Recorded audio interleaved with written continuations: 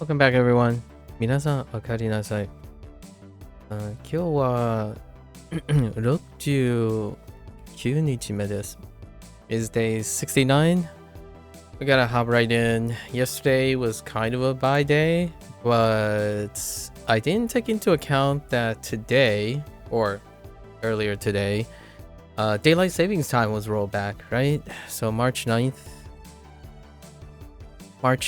at 2 a.m. local time is when we moved the clock forward by 1 hour. So because of that, regardless if I got up early or not, we are going to have a double stack day. So this, for all intents and purposes, is probably equally as high as a level up day. Because in 20... okay, I was gonna say in like a couple seconds, it will roll over to 7 p.m. and it looks like it did adjust for... I think WaniKani just keeps it going, rolling, regardless of daylight savings time. We have 240 reviews, and that includes every single one of these, minus this one.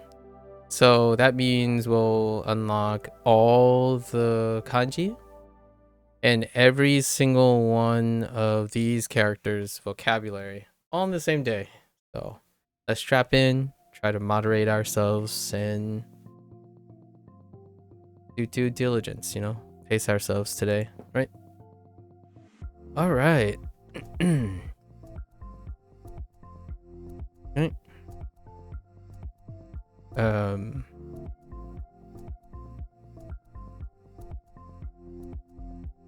Oh. Wheat. Just ta, right? Wait. You have enough for the winter. What do you have enough? Wait, wheat might have been different.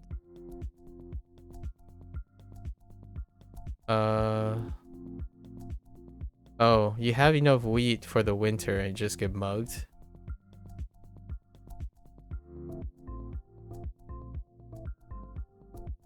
It's質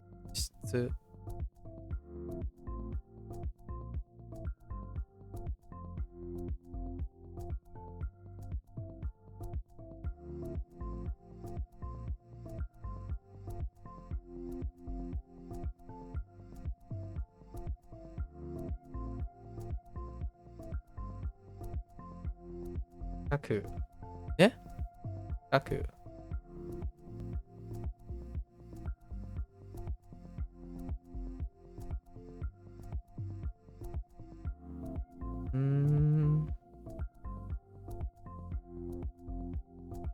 Gotta be Kaku.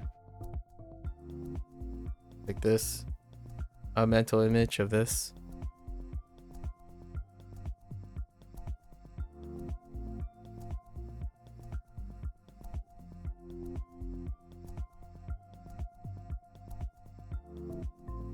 Chikaku. Chikaku.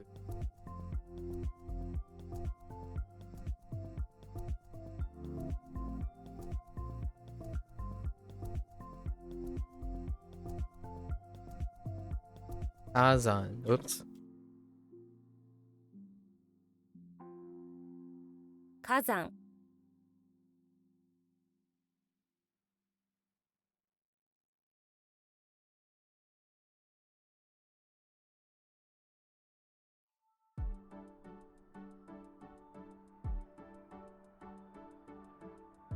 Isekatsu. 私生活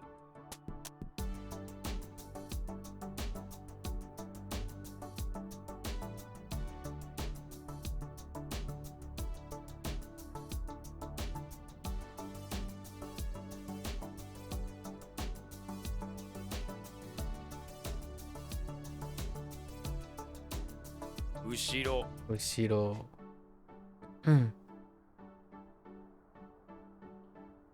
I'm very unsure if I can type corner and angle, but I'm pretty sure it's both corner and angle.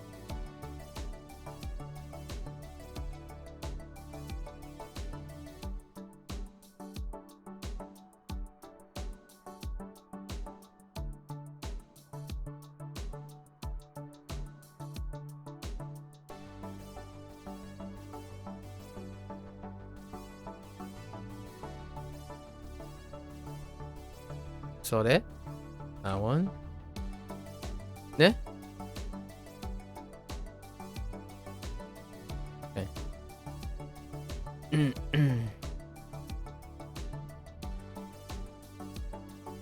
東 Higashi. 外国人 Gaikokuji. Stop. How many versions of stop do we have? This one's our baseline one. Here, this is our baseline. How do you stop something?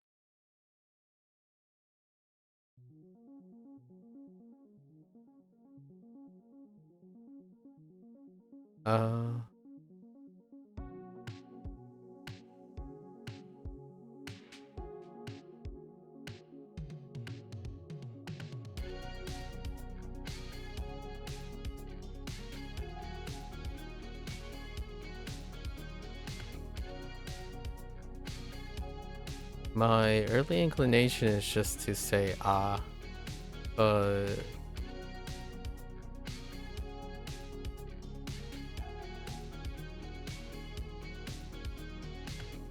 Umaru? No, I think it's something.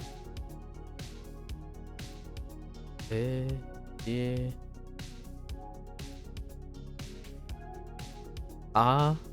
Amaru?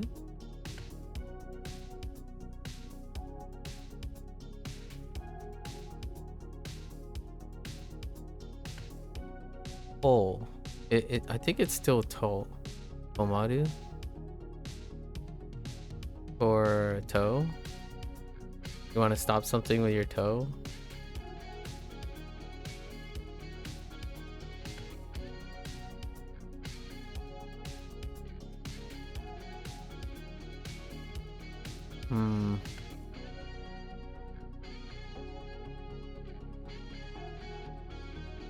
Or am I thinking of no, not. This is a really early. How early was this?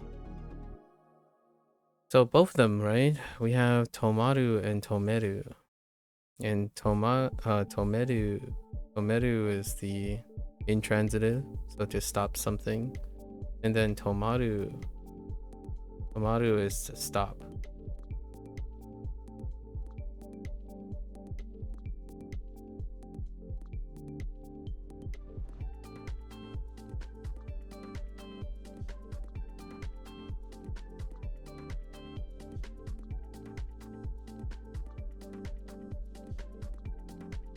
姉妹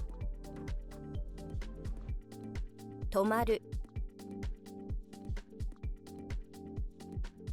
Aira?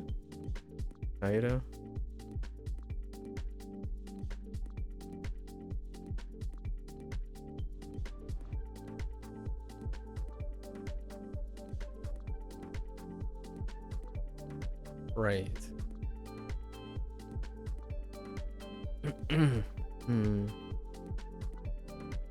What do we have for bright?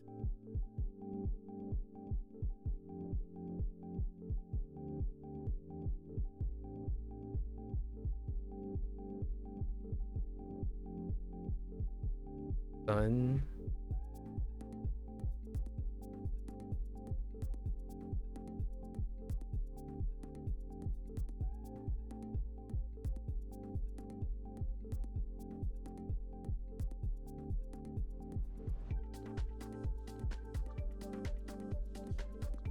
Why am I drawing a blank on this one? Upright. Oh, me. Ume. Ume. 不明 Yeah, as in May. Right, May.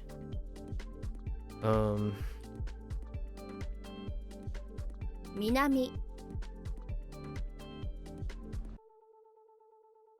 後で。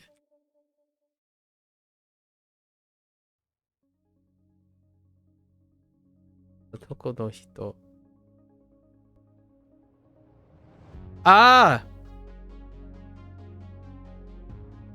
Oh, I didn't even read the last part. Yeah, well, double checking. The double checked. I didn't even read the last character. I just figured they were referring to men. Otoko noko. Aira. 平ら So triggering. SR is so triggering.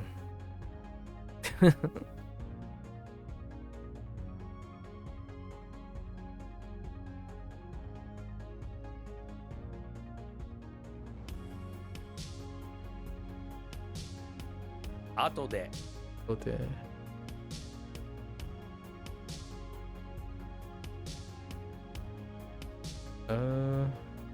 Hulk. Wait. Wrong direction.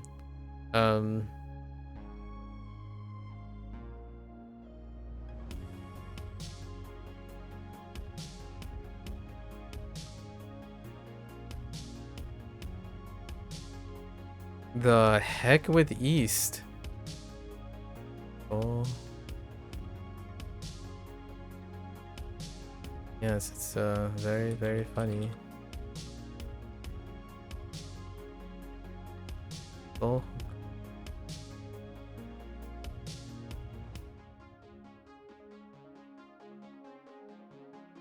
東北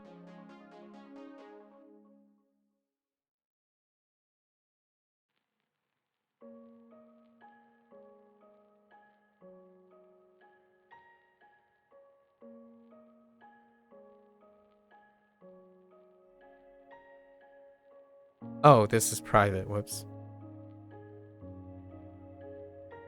That's private.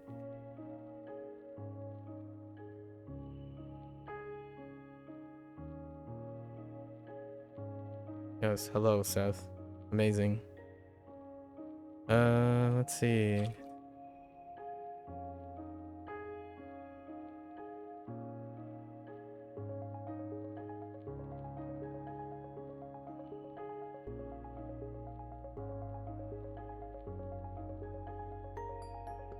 分ける It is. 両手。両手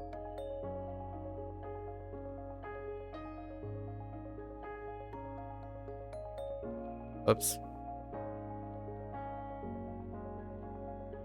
大空。大空空。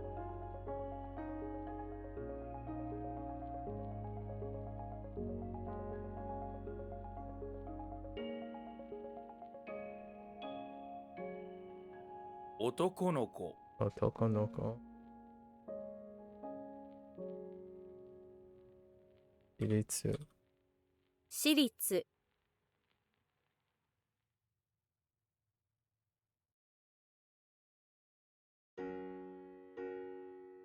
両肩。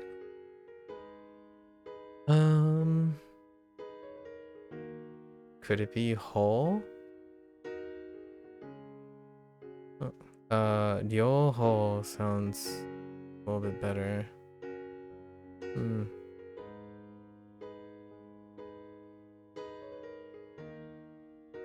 Okay. Okay.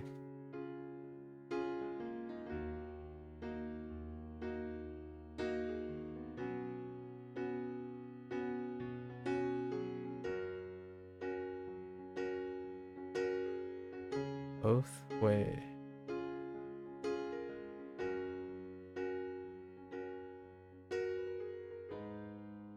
Yoho.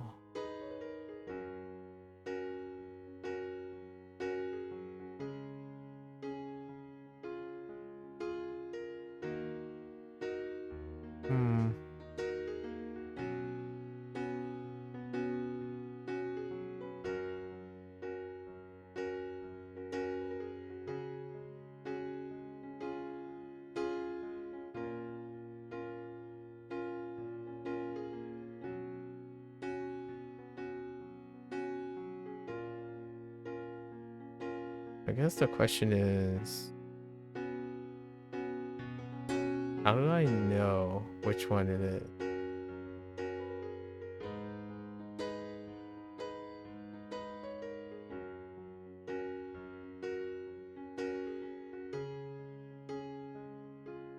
Both ways. At this point, I just default to kata. But most of the kata deal with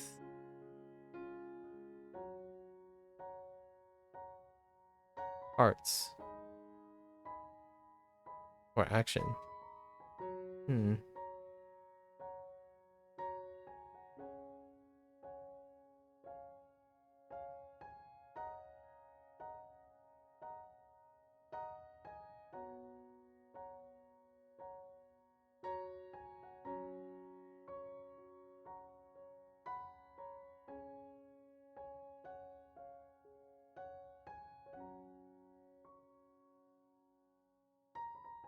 I'll go 50-50.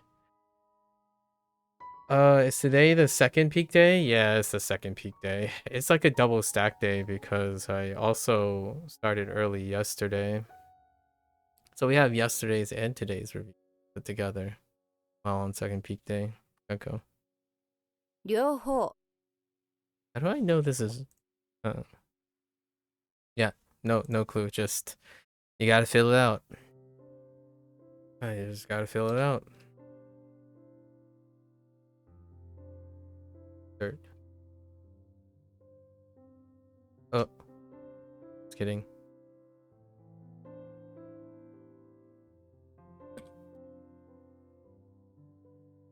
Wait.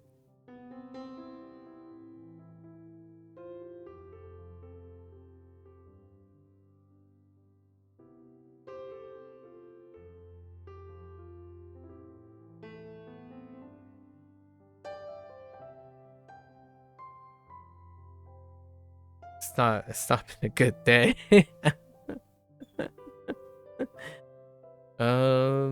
Yeah, right? The third planet. How did this work? For dirt planet.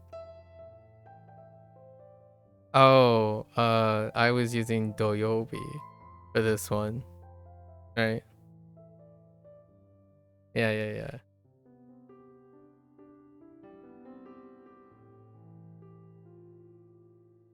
Point.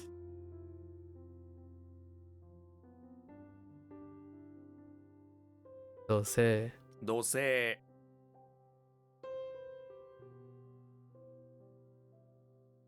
We gotta pace ourselves today.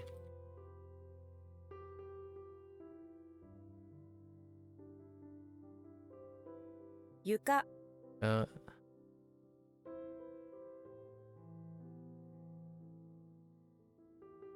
I think this one was different, right? Oh.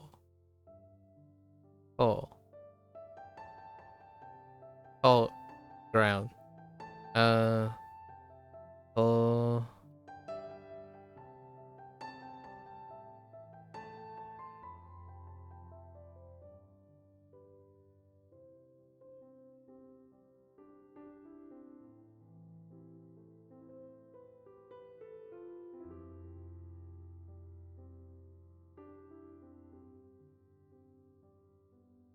My only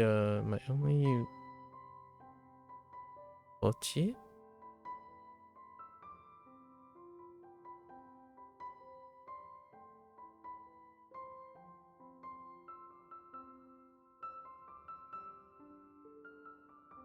This is what, land?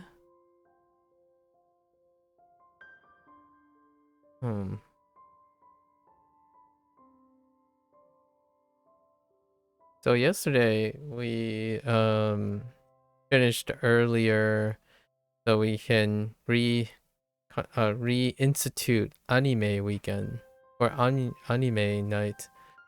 There was a time a little bit ago, like 3 to 6 months ago, where the peeps and I would take a day to watch anime, right? And we decided to do that again but that also means that I have to be on time. So then we watched something that the other two haven't watched, and I haven't watched in a while. It's been like 20 years. So we watched the Haruhi Suzumiya, The Melancholy of Haruhi Suzumiya.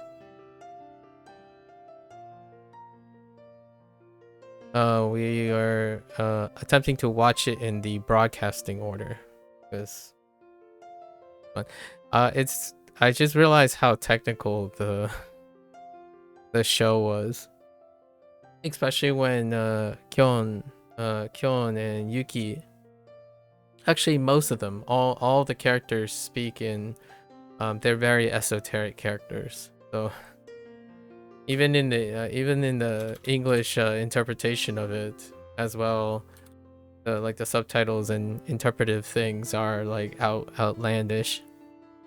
It's almost esoteric to the nature of something that I would say simply for being exuberant. You know, it's a little flamboyant language. Have I watched Inside Out 2? No, I haven't yet.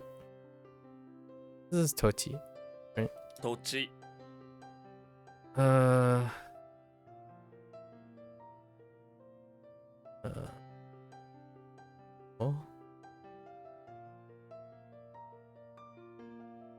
Mojito sounds awful, so let's try kunifying it.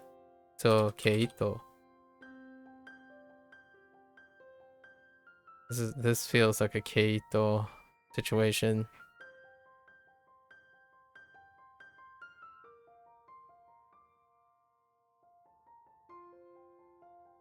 Yeah, so it was fun revisiting the melancholy of Haruhi Suzumiya.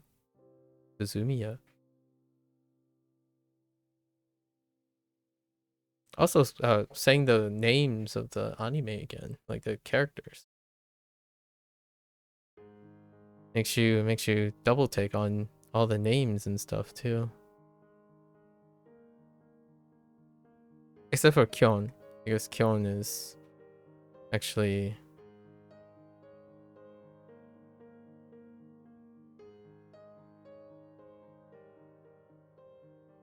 Ne Za.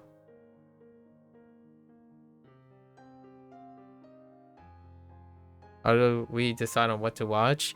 Random, kind of random. One of the guys said that it's one of those animes that are period pieces. They're very influential, and whether they liked it or not, it's one of those that you want to watch for period piece, and I agreed. And that was it. One of them suggested like Oshinoko season 2, but I've seen it and it's recent, so usually someone proposes something, it's usually the person that's the rate limiting step most of the time, the person more likely to have a period suggestion. Since I don't since I do it habitually, it's more like whoever comes up with something. We share somewhat dramatically. Well, okay. Without saying much, I imagine you probably could have guessed that I have the widest range of viewing exposure. And then second comes the trendy guy, trendster, and then the very specific, incredibly selective taste guy. So we usually leave it up first to the incredibly selective taste guy, or we can present something and then see if that guy wants to watch it. In this case, all three of us watch every single Monogatari series together, and all of us individually watch things like Bunny Girl Senpai, right? And then we watch together a series called Hyuga, Hyuga, I think that's what it's called. All of these blended together is something like Melancholy of Haruhi Suzumiya. So I was trying to describe it in a feel sense without like spoiling the stuff and seeing if they were into it. But Melancholy was chosen. Haruhi Suzumiya was chosen because it's a period piece. It's one of the early 2000s most influential anime. Especially what came to follow, right? So that's probably how we decided this time. It's pretty random what the reasons are. The reasons are pretty spurious. We kind of fill it out. Oh, there's Sub-Zero. 毛糸 Oh. Maybe 首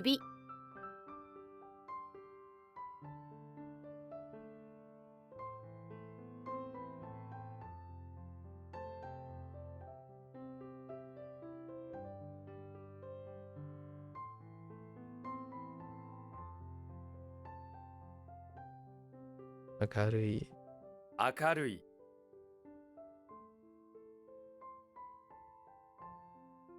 It's been a while, so we hadn't watched anything for like half a year. One of the guys recently started working, so they had to settle in.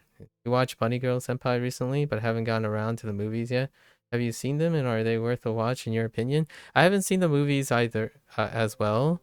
The movies are in addition, so if you like, as far as I know, I heard they were consistent. The one guy really likes Bunny Girl Senpai. I believe Bunny Girl Senpai is universally acclaimed, right? Universally acclaimed for its target audience. It's above average for the wider audience. And I quite enjoyed the television show. I was not given an impression that the movies were like changed in any way.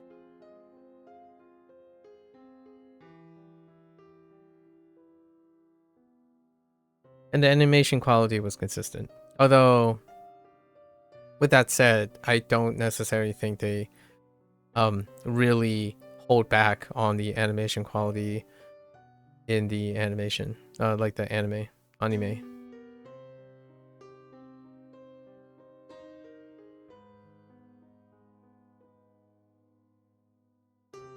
Like that would be often a noticeable production difference between the anime and these types of anime and the movies.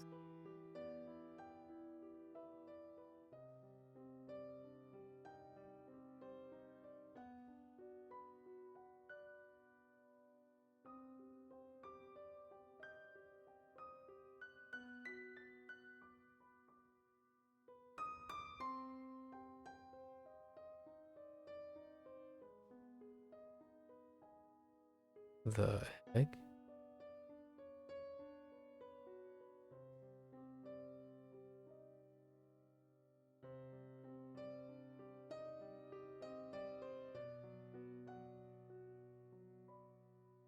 Oh.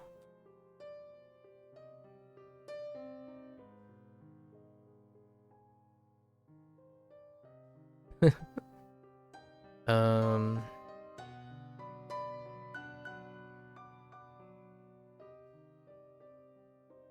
科学 Hangak.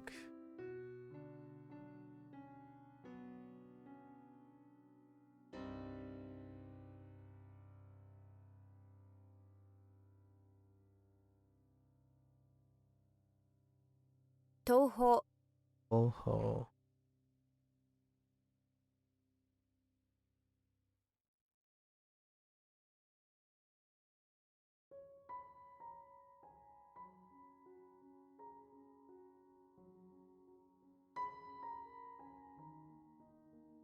Uneasy.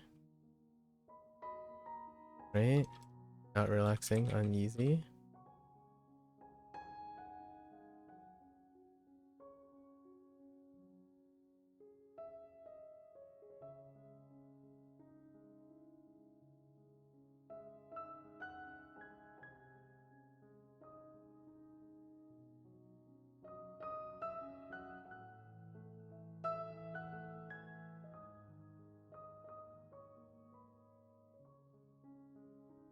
不安 One.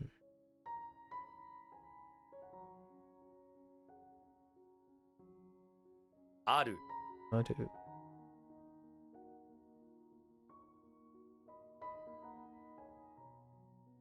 両日 Yoji.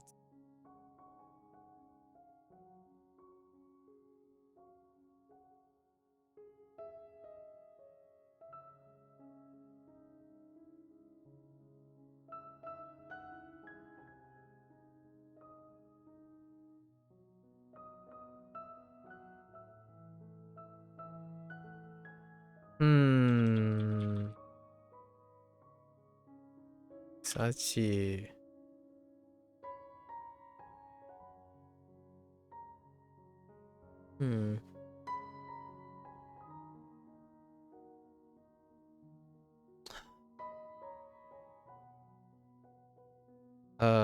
Chi is both. He is on here, right? Just a hybrid? What is the standalone for Earth?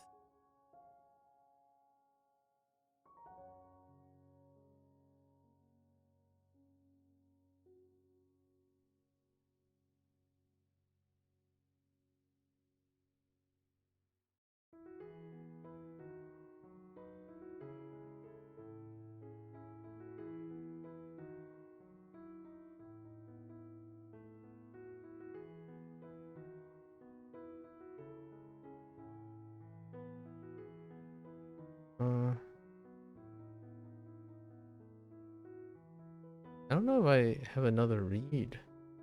草地 Another read for you, mister.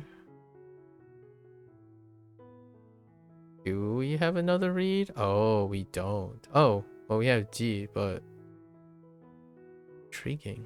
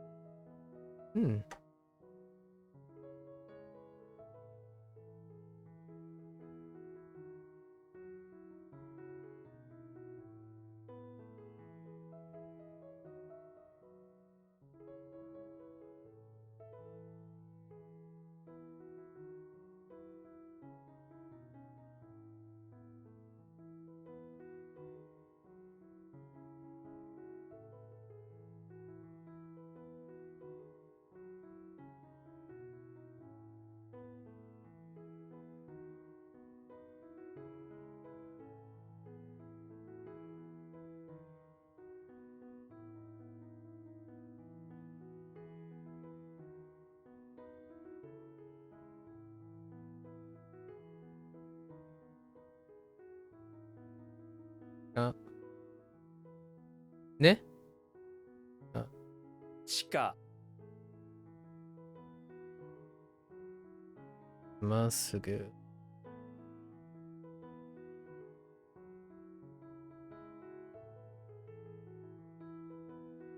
Immediately?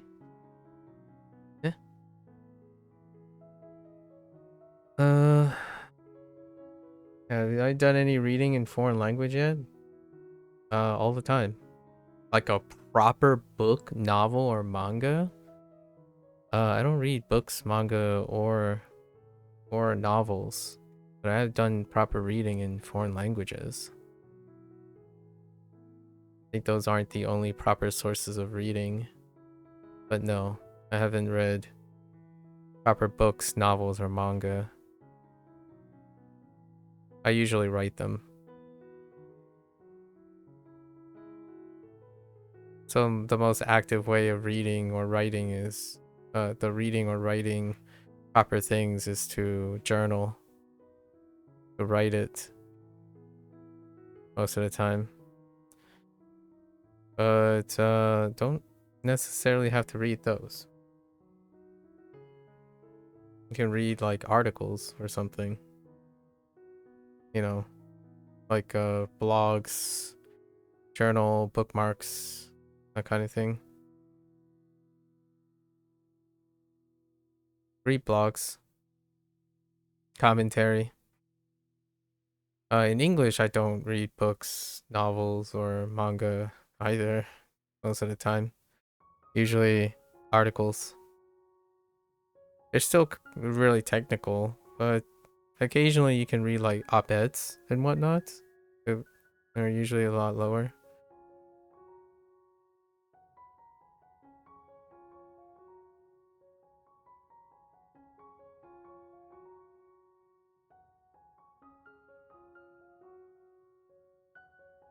All at once, right? All at once immediately, or at once right now.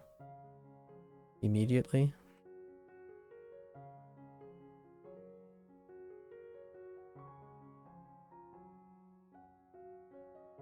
I don't usually have time make time.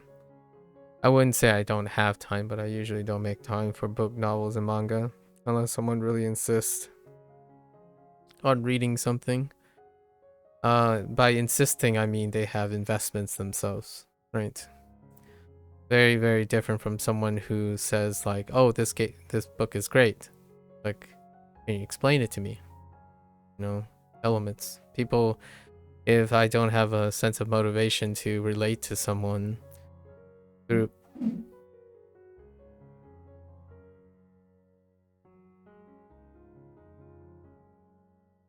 What the heck is that sound? Sorry, my something's happening upstairs. Holy heck! It sounded like a face running against like a wet surface or something. Okay. Yeah. Most of the time, I think books, novels, manga come from. I choose to do them when someone talks about it too much. Haunted house.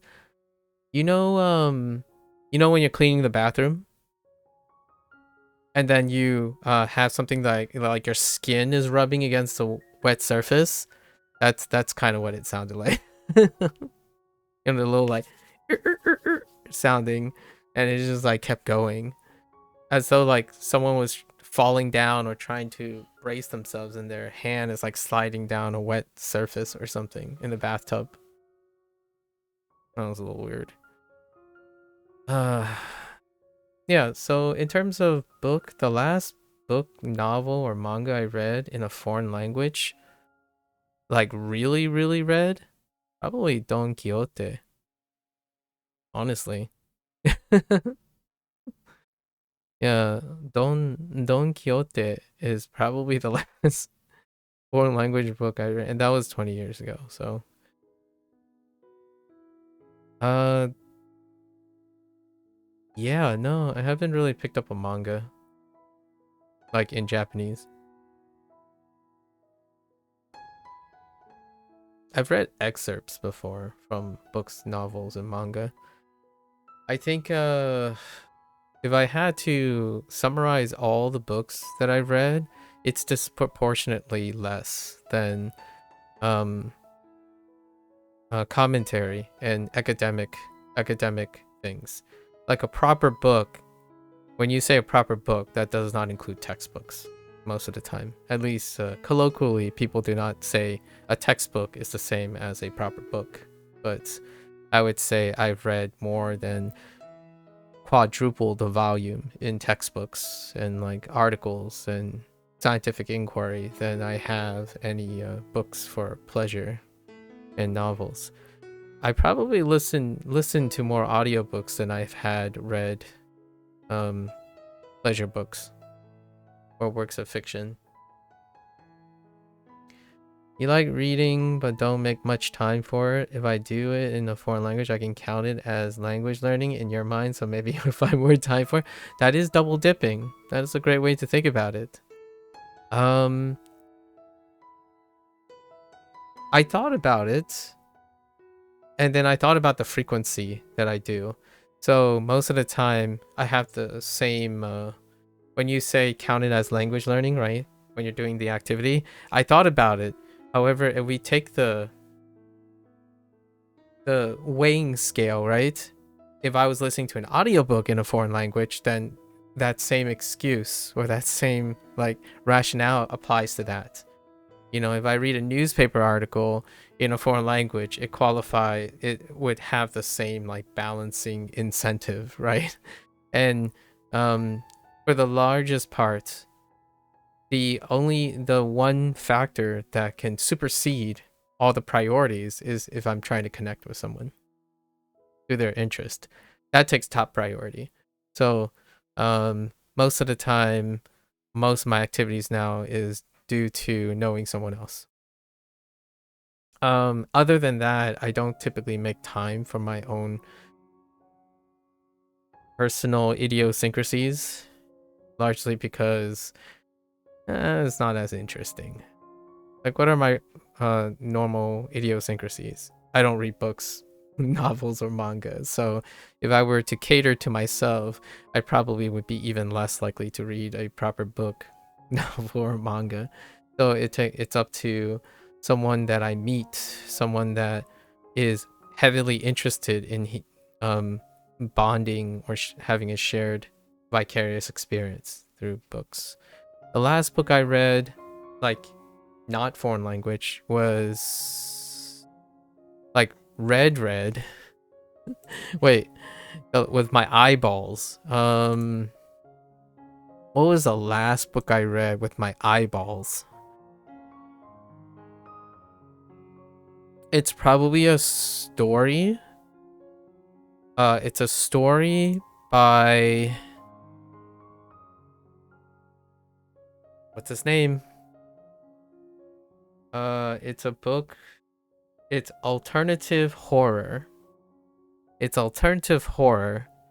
One of my best friends got into alternative horror for some time. It's I don't know the guy's name. He inspired another guy who I listened to the audiobook of. The guy's it was The Secret of Ventriloquism by John Paget. And John Paget, Thomas Ligotti. Well, I forgot which book though. They're short books.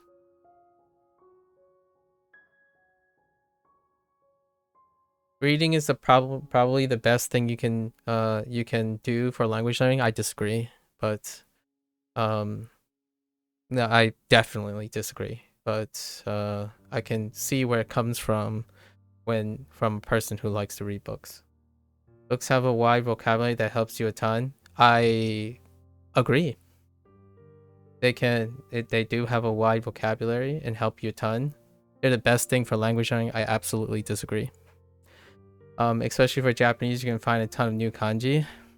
Well, yes, you can find a ton of new kanji in any written form. Books aren't the best thing. And reading is the activity. Reading could be useful for language learning. Yes, especially if you're considering kanji. But that would be overselling reading. That's like kind of saying if I spend time here, that reading is the best thing for learning a language when I have to speak it. That is absolutely false. That's a falsehood. Last book you finished was Lord of the Flies. I had to read that in high school. I absolutely love Lord of the Flies. You wanted to check out a classic which you had not read yet. Before that, you read the compilation. Oh, Lovecraft Works compilation. I only read 2 of the things of Lovecraft, and that was largely like part of the Arkham horror stuff that are relevant, like The King in Yellow, and something else. The one before King in Yellow. At the moment, you're slowly reading through On the Road by Jack Kerouac. I don't know who that is. Is there anything that that novel, that book inspired that I would be familiar with? I am still pretty terrible with author names, largely because I don't read too often. Like, I still can't even tell you right off the top of my head who the author of The Witcher is. Names are tough.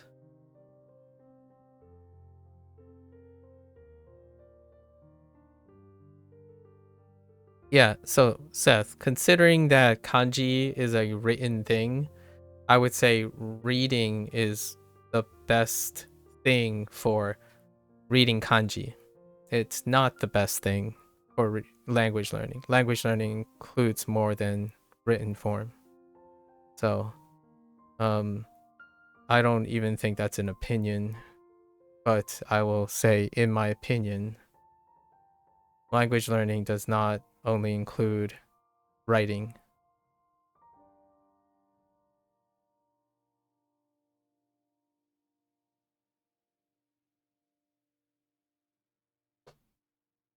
Unless you prescribe to someone like input only method or something like that, I suppose.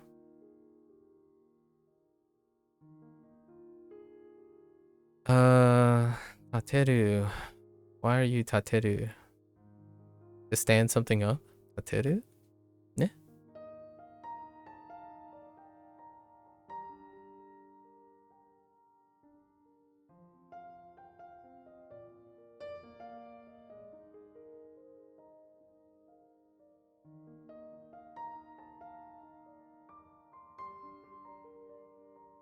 Hi, guy. 海外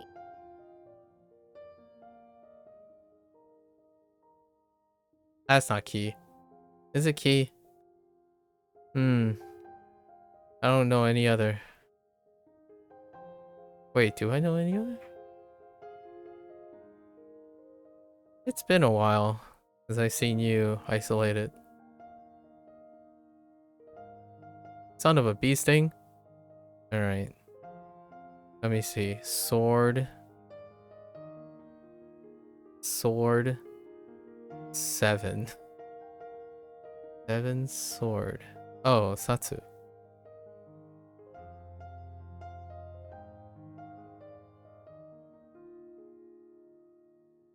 Why the heck is it Satsu?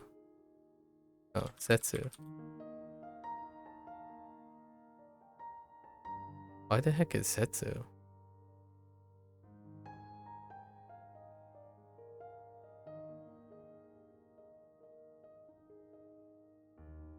What do they have for the mnemonic for Setsu? Just sets? The heck? You cut them into pairs? Oh, because you have 7 swords for your sub is too much. You decide to take the sword and divide them among pairs of people. You cut them into pairs and give sets to everyone who needs them in the village. Well, that one did not set very well.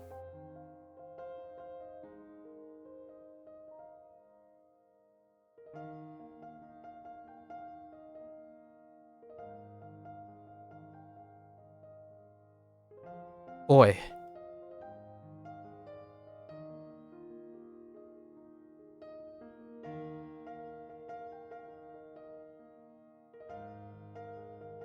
What is the I'm trying to think if there's anything. Oh, one thing that I might read when it comes to manga is probably Dandadan. Largely because Blair really liked Dandadan, and Blair was reading Dandadan as well. I think that's the last thing that was mentioned. So I will likely try to make time to read that, I suppose.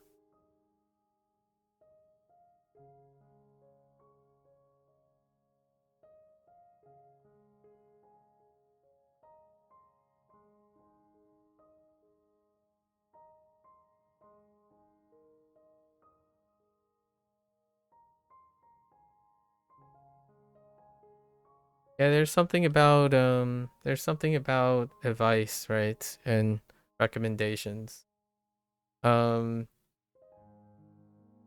things tend to require emotional intelligence. So whenever I hear people talk about this stuff, most of the time people who are genuinely interested in stuff demonstrates them pretty well, and they are very expressive about it, and that kind of inclines me to want to pick up things that they share. But generally speaking, if there are people who glancingly and use superbole, hyperboles and whatnot without any form of qualification or interest, mutual interest, I typically say like, well, that's great. And then I either tell them I disagree or agree. And that's usually how my interactions work. It kind of helps me select out investing or making too much time on diminished return, right? If people don't want to hang out with you or connect in any way, then the feeling is mutual, so that it doesn't have to be a one-sided affair where I've had these particular problems before, or particular insufficiencies before, especially when it happens the other way, where someone mistakens my curiosity for a further investment, and then they disproportionately invested only to feel like they were angry at me. This is like the other situation, the role reversal, where someone then got angry at me for not like returning a favor or something like that, or reciprocating. And those were the days when I basically blindly take suggestions and recommendations, but eventually you run out of time, right, to make accommodations and stuff, and the other person would feel a sense of betrayal and some sort of waste of time directed at me when the feeling was not mutual. So nowadays, I have a higher gate of selection when it comes to being receptive to being influenced. It requires a level of mutual emotional intelligence. I think when you make remarks, some things that, in my opinion, for example, doesn't come with reading is being able to speak to someone. And speaking, you might be thinking, well, not literally speaking, it's like texting works too. When you compose writing and whatnot, and when you're using texting and chatting is not writing in a book, it's conversation. So if one is a bookworm, that doesn't mean they write great comments or exchange texts between people, because reading a book, to me, you have to decipher the person behind the book. But if you're reading books for the sake of reading books, like the content itself, then sometimes the emotional intelligence is lost. So oftentimes I try to gauge a person's priorities, right? Earlier I mentioned something about my motivations, right? And you were asking me about my motivations for watching anime. I think that's fantastic. That shows that, in my opinion, is what you and I, Echo, have in common. I'm far more curious, and then to frame someone's ratings and opinions and recommendations around their motivations, largely because it gives that opportunity to understand where that recommendation's coming from. On the Road is somewhat of a biography. Interesting. So semi-autobiographical. At least it's heavily inspired by the author's own life, I can imagine. 40s and 50s. Americana, huh? Has gotten some recognition as a depiction of the Beat Generation. What does the Beat... Are you gonna tell me what the Beat Generation...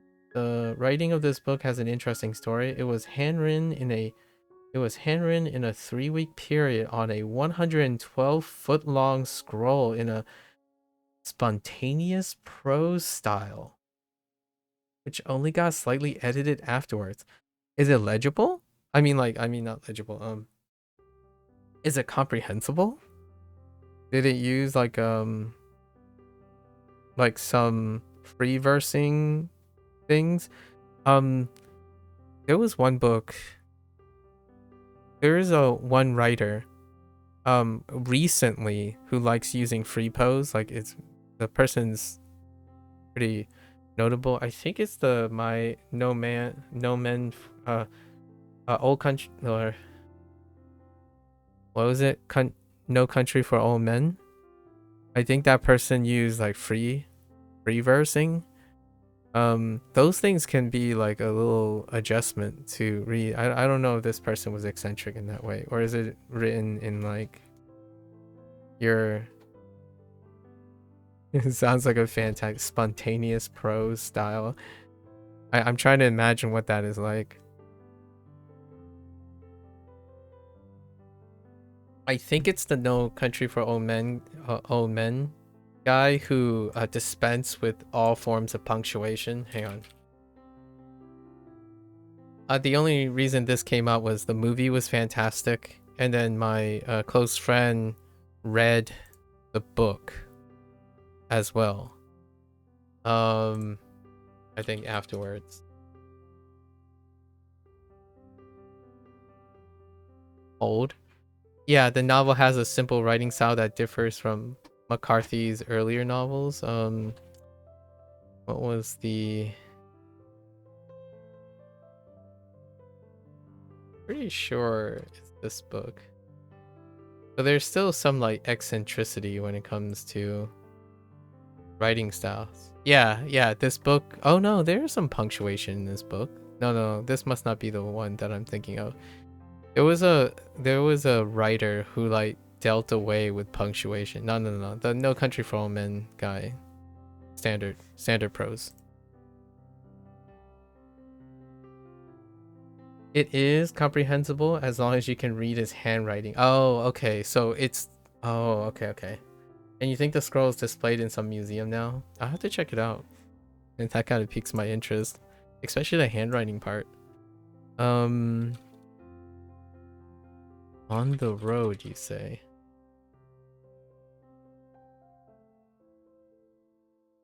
So you're looking at the literal thing, huh? As opposed to like a transcription of it.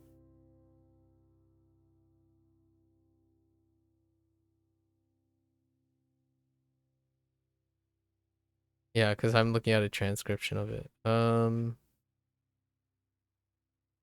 Intriguing.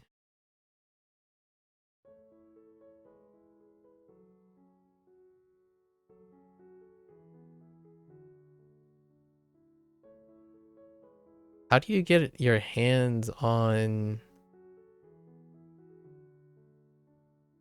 the actual thing, or are we just reading the... I see the book version with the transcription.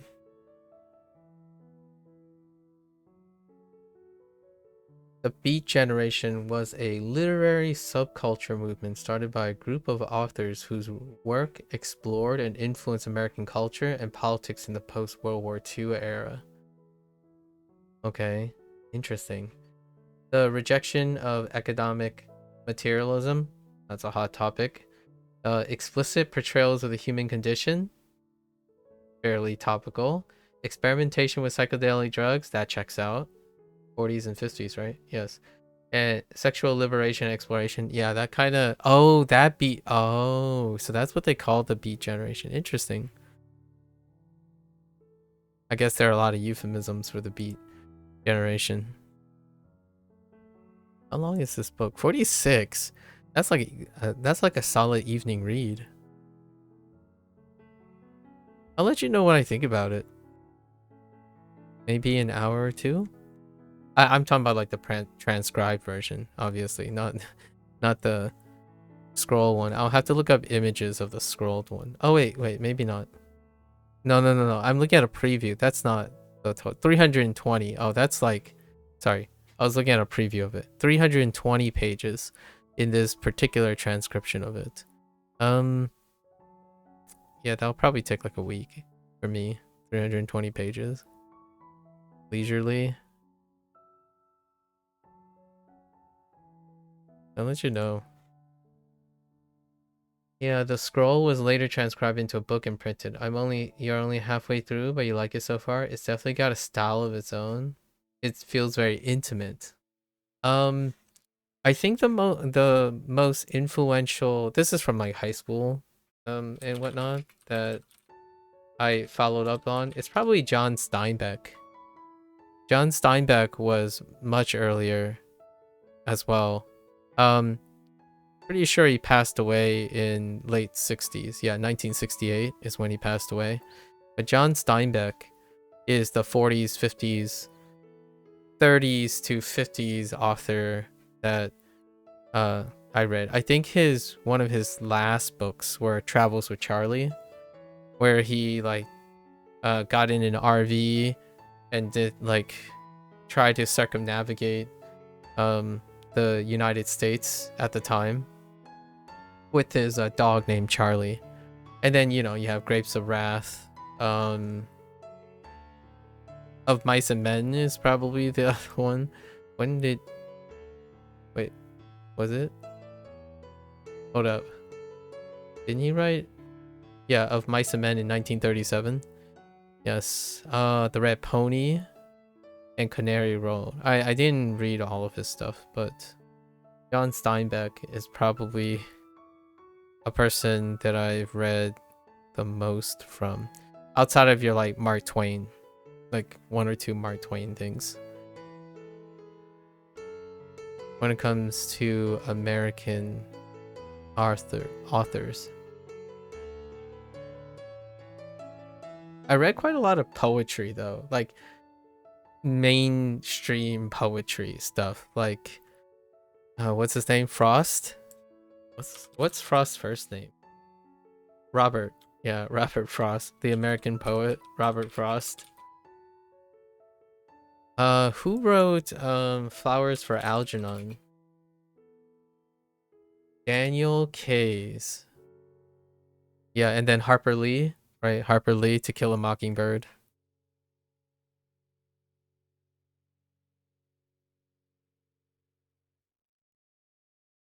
And then, of course, William Golding with Lord of the Flies. And then one that I struggled. I don't think I ended up reading the whole thing. What's his name? Thoreau. Oh, what's his first name? Like Gordon Thoreau? Like Jordan Thoreau? How do you spell his name?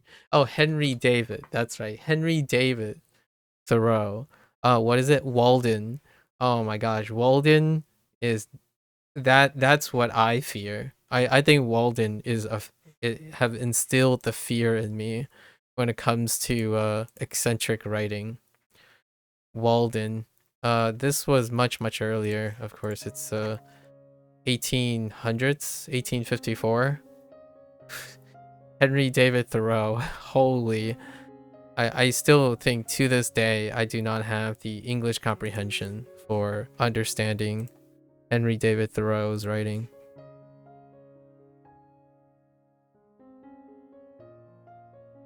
You can sense some similar themes on the road, as the title might suggest. Evokes a strong sense of travel and adventure than in the non-grant. Yeah, that's what I meant. That's what it reminded me of.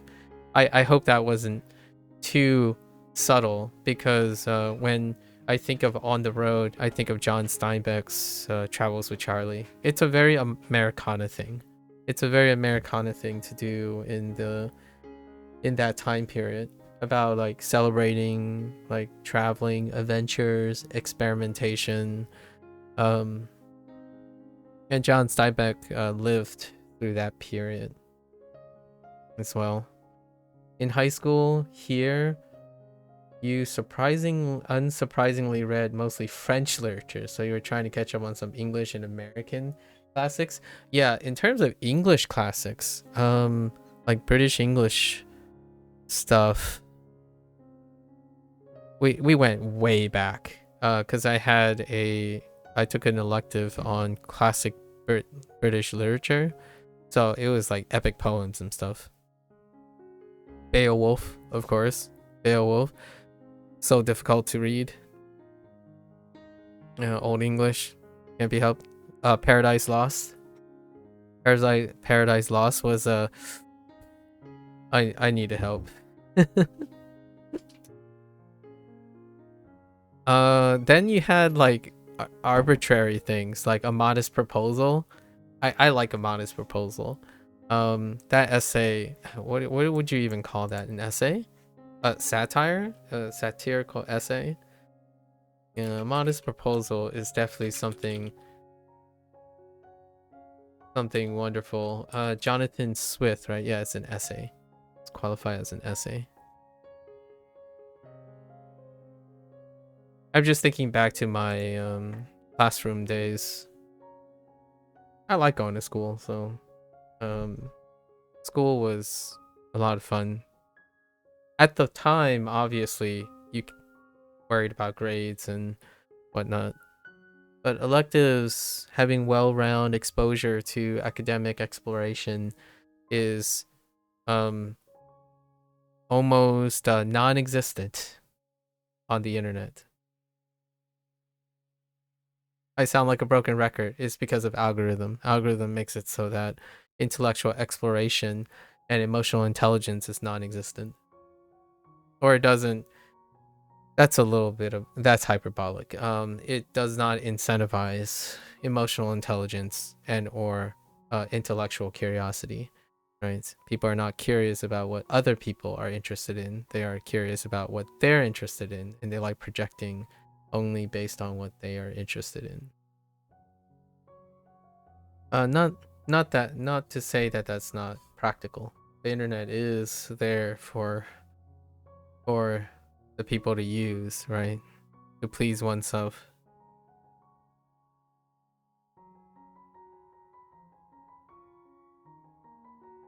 Maybe a little too much for some. Big energy.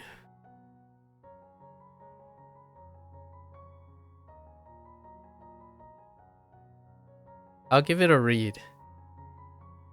I don't know if I'll ever touch French literature, but if you had to name one that was wonderfully translated, what would be a piece of French literature that was from a person who knows French would be an excellent and that have excellent translations? I don't have an example personally myself because I don't read at that level in any other language.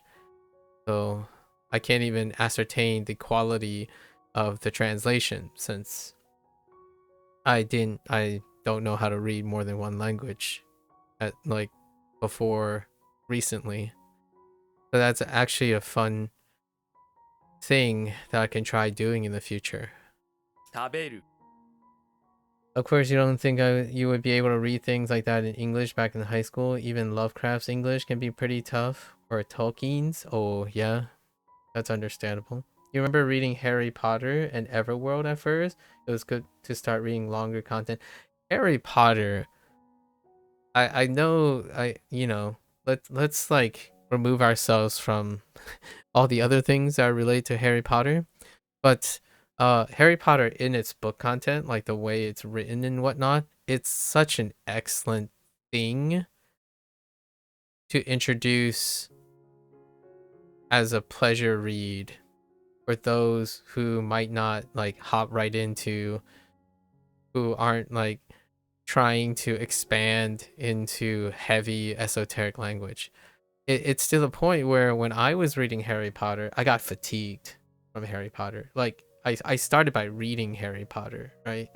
And the thing about reading Harry Potter is the way it was written, especially the first couple books, the way it was written as though it was made to be written as an episodic piece for younger people. Or what I mean by younger people, I mean like it was read in a way like a fairy tale or a nursery rhyme.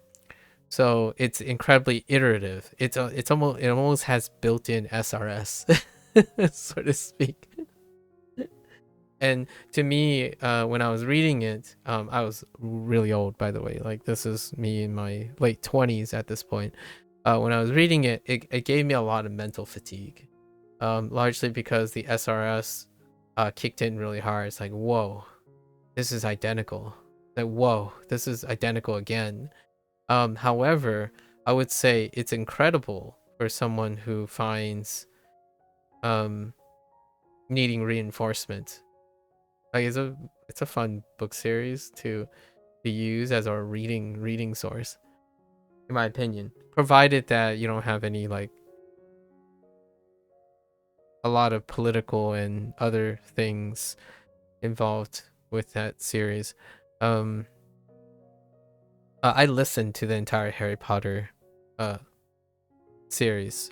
It was narrated by Stephen Fry, the British actor slash everything else, but that's Stephen Fry.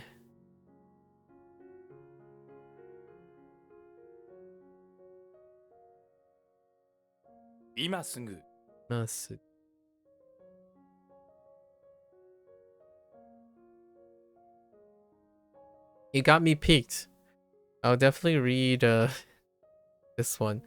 I'm also watching another show now, or I'm trying to watch another show now. It's called Link Click, and I like the premise of it. Someone brought it up in because I mentioned a Chinese series, so like Moldao, right? Moldao. And they said Link Click is also Chinese, and it's relatively recent and still airing, but 2 of its seasons are complete. The premise is fantastic, so we're gonna start watching that soonish. The premise is 2 characters, one like maybe largely 2 characters. They run a photo studio, and they take pictures and they have the ability to travel back in time, or like to assume the role of the photographer to resolve or observe things in the past. Things like resolving regrets and whatnot. And I kind of like that. That sounds amazing. So, like, being the observer, the camera, the photographer is ever the observer behind the lens, and I thought that was incredibly topical right now.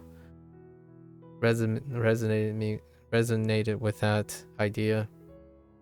There are many classical French writers, of course, and I don't know what has been translated in English. You might know of Alexander Dumas. Here. Intriguing.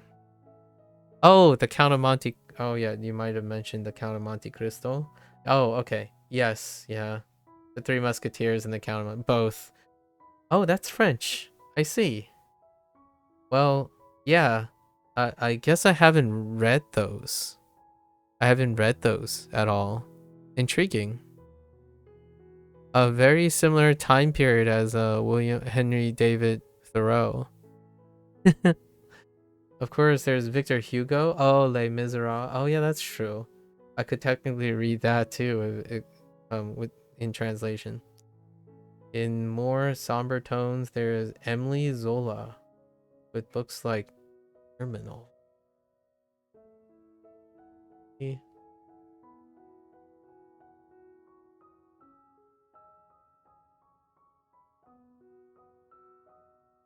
Obviously, that's I won't attempt to pronounce their names.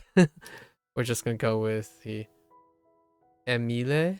It's probably like Emile, or something like Emile Zola. Zola. I don't know where the emphasis is well, but interesting. 1885. All right, I'm gonna bookmark some of these.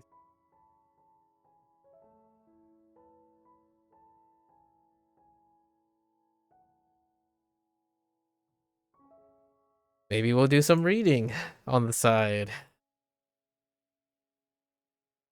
I'm down for some reading. What's a book I would say is fantastic and is very topical? Probably the Anthropocene Review by John Green. Anthropocene Reviewed by John Green.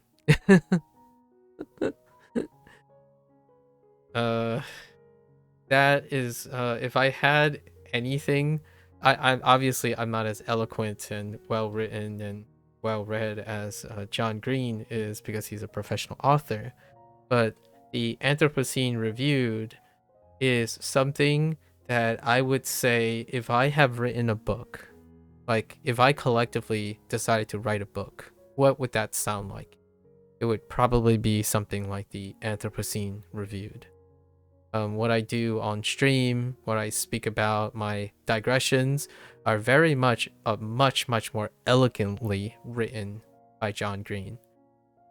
Many of the topics that you talk about, yeah, it comes up in my mind all the time. It's like providing order to the manic thoughts of somebody's curious academic mind, but written in a conversational, in a very intimate way. And the audiobook is narrated by him, so you get to hear him say these things. So it's very much, it kind of just goes like a much more well written, right? Because it's written a vlog or something with like background research and stuff. I wouldn't say it's that much substantially different from the podcast that this came from and whatnot, but they raise a bunch of points. And if you ever wanted a lens into Americana thoughts, John Green definitely does. It does wear his Americana culture on his sleeve, although he's very much into football, not American football, but soccer. Apparently he was a soccer player. I only recently discovered that. Oh, hey, it's the annual Twitch bot reminding me I'm live on Twitch. Nice. Can you give me the name of the photographer show? Oh, Link Click? Or Click Link? Hold up. Yeah, Link Click. Link and Click. So I think I'm gonna watch this soon. It's a Shu? Shu Guan? I wonder what the typecast is. Shu Guan? Yeah, Shu Guan Dai Li Dai Li Ren. Oh, Shu Guan Dai Li Ren. Time agents, yeah. Intriguing. Wow, link click going from link click to time agents. Yeah, this one seems okay. I like it. I'm intrigued by the premise of the show. Being able to revisit and resolve regrets and stuff through the photography. It's kind of like I do this a couple of times with other people. You know, when you visit people's homes, right? They would have like photos. And photos are lenses into people's lives. And I really enjoy the synopsis of that. What if you literally, but you could figuratively hop back into the perspective of a person through their collection of photographs. In fact, it would be kind of cool to see a video version of this, like a 2025 series where someone like hops through recorded devices, but photography is very elegant. You get a snapshot and whatnot. So I'll probably start watching that I think that I don't know this guy very well, but the premise is sufficient to intrigue me about it. So San ne? Oh wait, is this the Mi Ka?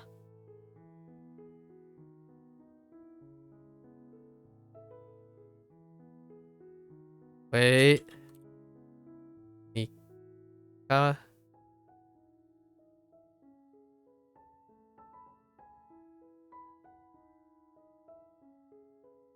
Getsu? Or is it Gatsu? I know the Mika part. Oh, wait. Mika. Oh, no. This is Mikazuki.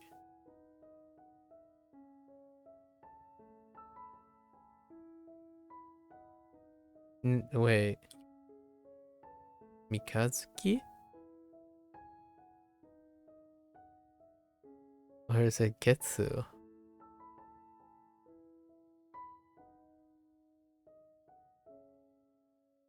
The heck?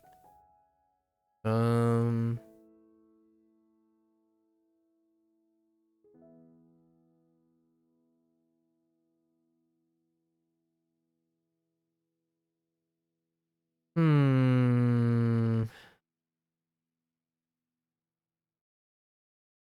I thinking of when I'm thinking of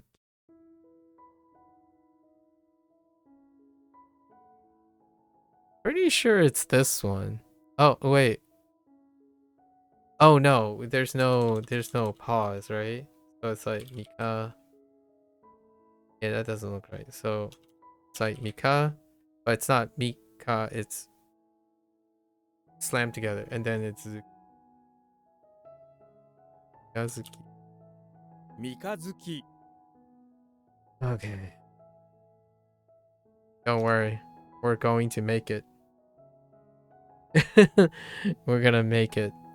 It's fine. I was already triggered today by typos and not reading, so it's okay.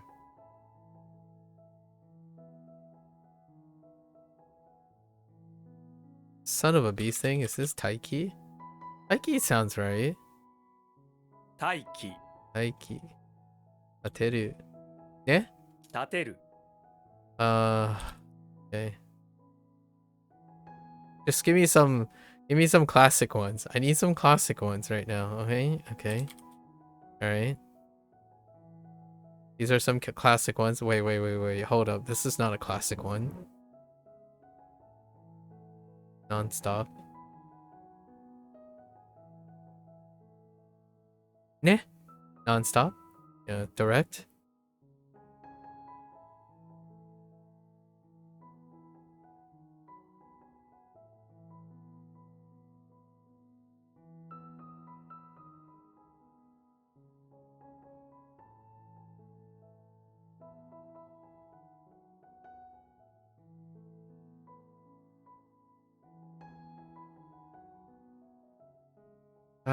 So I have a 50-50 here. Choku and Jiki. It's definitely not Jiki, so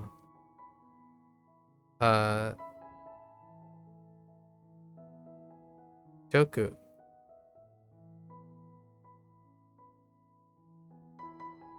No. Sho. Oh? Sho. Yo.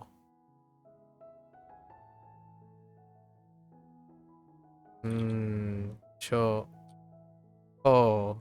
Sounds okay. Or is it? There's no way it's Jikiko. Jikiko sounds awful. There's no Jiki. This is not Jiki. It's gotta be Choko. You'll leave you to a big review pile and hope you get some fun new items. Thanks for a good talk. Yeah. I'll let you know. I turn around pretty quickly on these things. So I'll probably a week's time I can probably make a comment on the road, at least on the road. Thanks for the share, the literature share. We're culturing each other up. It's not a race, but I'm going to win. I'm kidding. Oyasumi nasai, Yako-san. Mata ne. Chokko. You've just spent the past 7 hours not understanding any of your assignment, but all of a sudden you got a realization and worked super effectively for a period. Best feeling. How did that work? Well, what clicked? What clicked, Sub-Zero? 7 hours and then suddenly clicked. Did you rest? Was that the secret? Did you spend the past 7 hours and then you're like, I'm gonna walk away and rest a little, and then suddenly you came back and you're like, I have clarity now. Watch me go into Super Saiyan or something. What you do? I'll catch up to you. You're halfway through and you've been at it for a few months. Nonsense. That only means you're gonna run to the end. Yeah, mata ne. Keiko-san.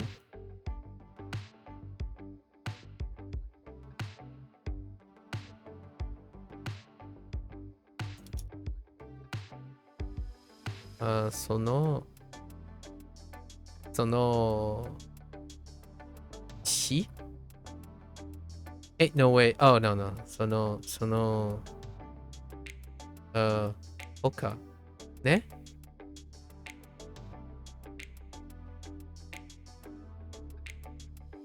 Sono hoka. その他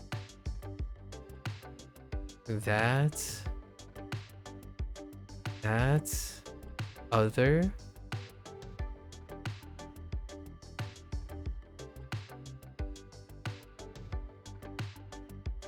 you didn't understand an algorithm, but once you start breaking it down with pen and paper, you finally got the ball rolling. Oh, I see. Been reading the same paragraph over and over again all day. Oh.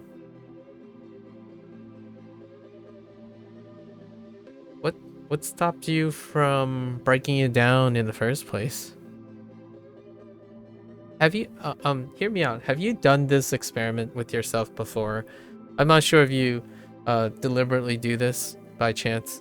Whenever I have this happens to me, like I'm presenting an idea from anecdotal experience.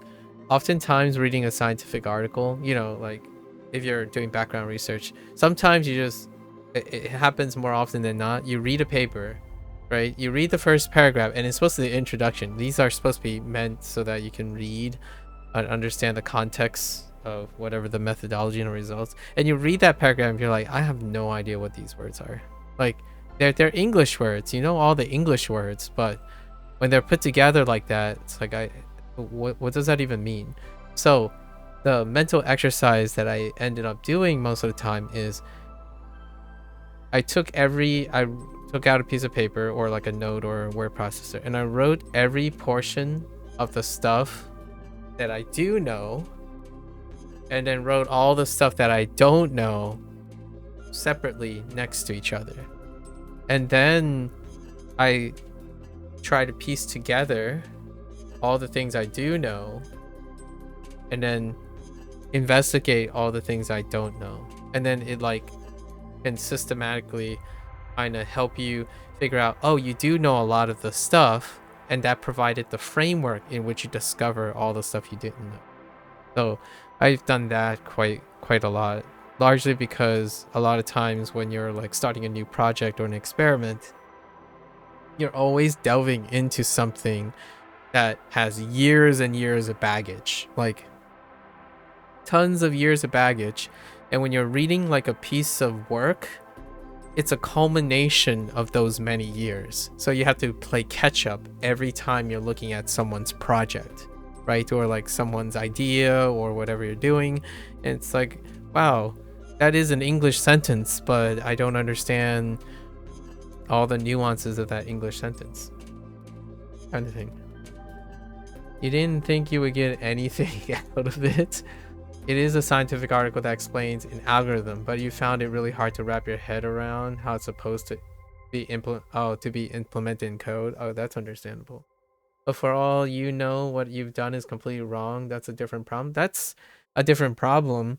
However, you did perform a skill that is very difficult to do, which is to present something through a limited understanding, or perhaps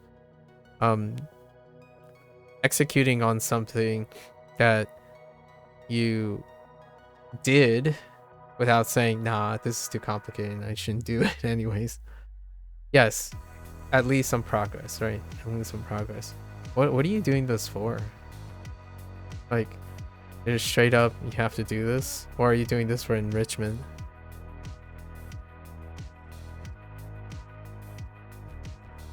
I was talking about that thought experiment because sometimes reading the whole piece may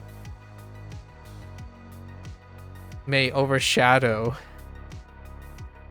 possibly the extent of the things you do know and the things you don't know. And one time I remember being stubborn and not trying to reorganize the information, and ends up taking up more time. Not to say it always does, but it may take up more time than immediately saying, all right, I got nothing from this. Let's just go through and do our due diligence and break the thing down right away.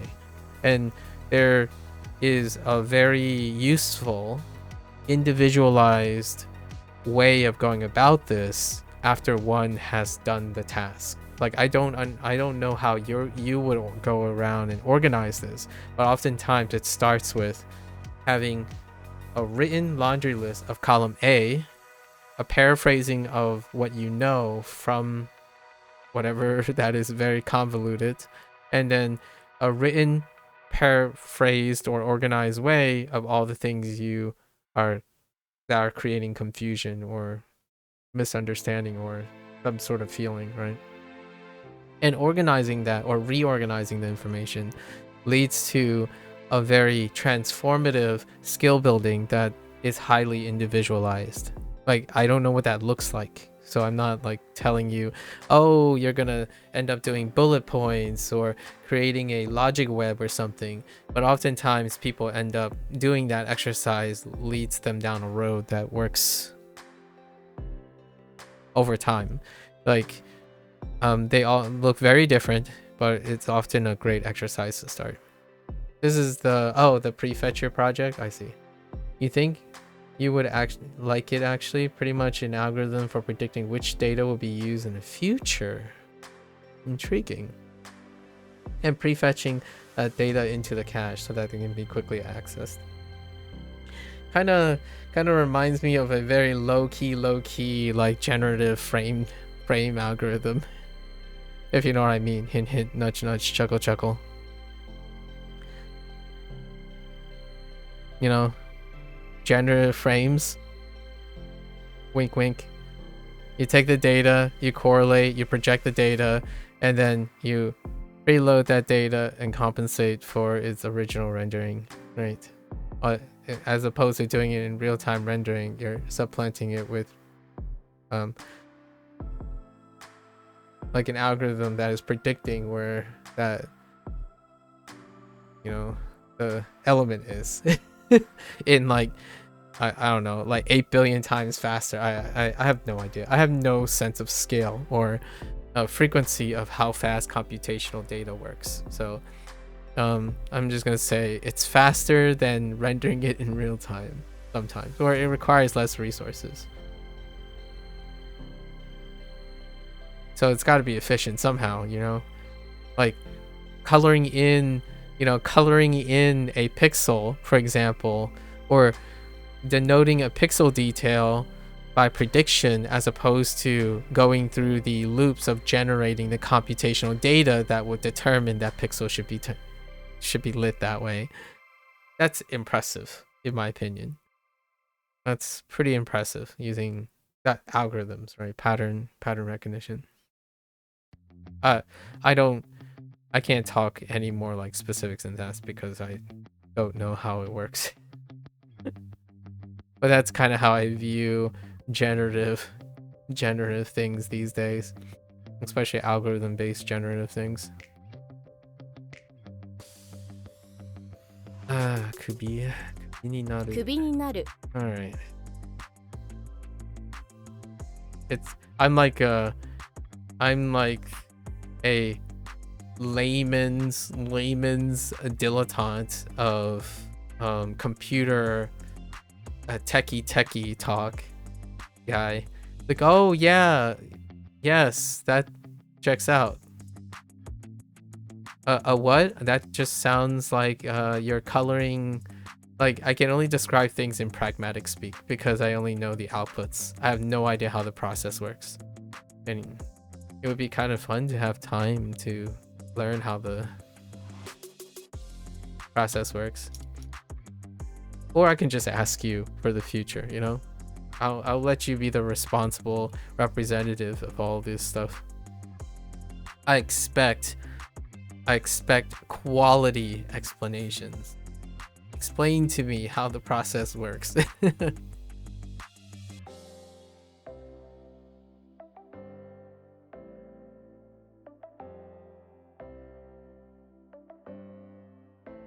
This one is simply just an offset prefetcher. So if a data is accessed at memory address, okay, 02, and later at 06, we dynamically adjust the offset to be of 6 minus 2 equals 4. Oh, okay. So you're out, yeah. So now the offset is, which we will prefetch, is 4. Oh. Then this changes over the course of the program. Okay, okay.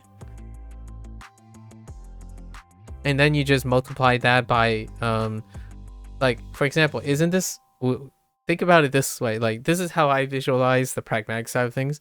If you have like a prefetcher that does an offset, right? Let's say that offset is supposed to represent movement of a pixel across the screen, right? So effectively, if you scale this up and have a memory access, let's just say the memory access is a 1-to-1 scale with the number of pixels on your screen, then whenever you're doing an offset and you do a whole systematic offset of an image, that's like doing a prefetch data of a lit pixel going across the screen. So you take the number of pixels you have, and let's just assume it's 1-to-1, right? And you just upscale that. That's kind of my like thought about prefetchers when it comes to like generative things. Like, for example, then you enter and pass a condition. If the conditions are met, like say an object is already lit in this position, then the next position is offset by 4. So you have like a box, let's just say like a 3x3 pixel box, right? So that's 9 pixels in a particular position on the screen. If they occur on that screen, then your prefetcher can fetch the next series of boxes, right? And then you loop that and you have a box going across the screen. So like you can make a really fun little like prefetching test where you make it a 1-to-1 scale and you just assume like a 1080p screen, and you're just like, every time, okay, I'll enter and lit this pixel, and then it'll it'll go through the loop and keep offsetting it by 4 pixels going across the screen. You know, and then you can tell it how many in loop and stuff. This is giving you PTSD of that Atari breakdown board game. Yeah, talk about the pixels. Yeah. I used to do this when I was talking about other things like molecules and like resonance shells and stuff. It's a great way to what is that joke about programming? There's a joke about programming. Now, this is the difference between like a biological system and a computer thing. So a lot of times, you know, you're trying to, in biological experiments, you're trying to have a controlled organism in which you can manipulate to observe the results. However, in computational work, like at the interface of science and computational work, the computationalist would jokingly, this is a stereotype, like, oh no, that's okay, we'll just take all the beginning parameters and just simulate it. Just simulate it like a million times, and then we'll get a pattern and we'll get back to you. Like synthetic simulation. So if you take all the parameters of like a, let's say a molecule, like a compound, and instead of like doing it literally in a wet lab and then observing and trying to read out and measure the things, you can take the original parameters, have an estimate of all the separate components, and then plug it in silico and simulate it to happen, and then you'll get a collection of outputs, right? And then those collection of outputs can then be summarized in some sort of pattern, and then you take that pattern and you apply it to the original condition and see if you get the same output. Isn't that fun? Like, that's kind of like And I think of programming that way. So for example, you want to get an object to jump on screen, right? So your first thought is, well, what is it literally doing jumping on screen? You could literally make a program that highlights all those individual pixels and showing the person jumping on screen. Or you can make you can calculate the weight of the object and the path, and you can map it with like a mathematical formula, right? So when you make a rough estimate of the arc using a mathematical formula, a curve, then you plug and chug the parameters and you just hit enter and see if it produces the same result, right? So where am I going with all this? Oh, when I have trouble understanding a really hard topic, or a topic that someone clearly has way more experience than I do, I try to break it down into something that I just described. Like I recontextualize the thing into something that can be related between the two. So I often choose like what I see as the thing. You know how like back in the day when someone says, oh, I really dislike addition and subtraction. So you break out some apples and you put like 2 apples in front of the person, right? Subtracting 1 apple is taking the apple away, and now you have 1 apple, right? That kind of thing. But now it's a little bit more, you can get a little bit more advanced, and then I that's what I've been doing in Python all the time. Like I'm like, so this, it would be like a assignment. An assignment, the exam or the project would be this elaborate paragraph that tells you, so how do you do like perform X while rejecting Y and outputting Y plus Z, right? Where Z is equal to something. Well, the first thing I do is, well, what if I just take an apple and take some oranges and add some pears, and I would like literally illustrate it out in my head if I don't understand what they're doing, and then I would write those steps in in programming. Obviously you don't have to literally do it, you could do it in your head, and I think that's a lot of fun because programming logic is, I think one of the most elegant part about working in programming is that if it's not logical, it's not gonna work.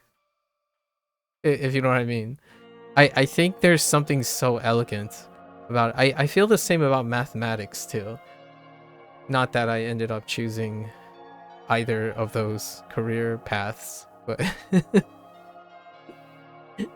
I say this just to appreciate how logical one has to be, and it's almost counterintuitive, largely because it's literally counterintuitive.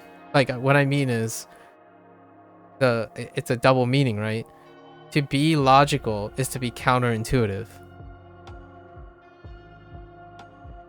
I don't know if that joke hit very well, right? Like you're not trying to be intuitive. There's nothing intuitive about programming. It's logical.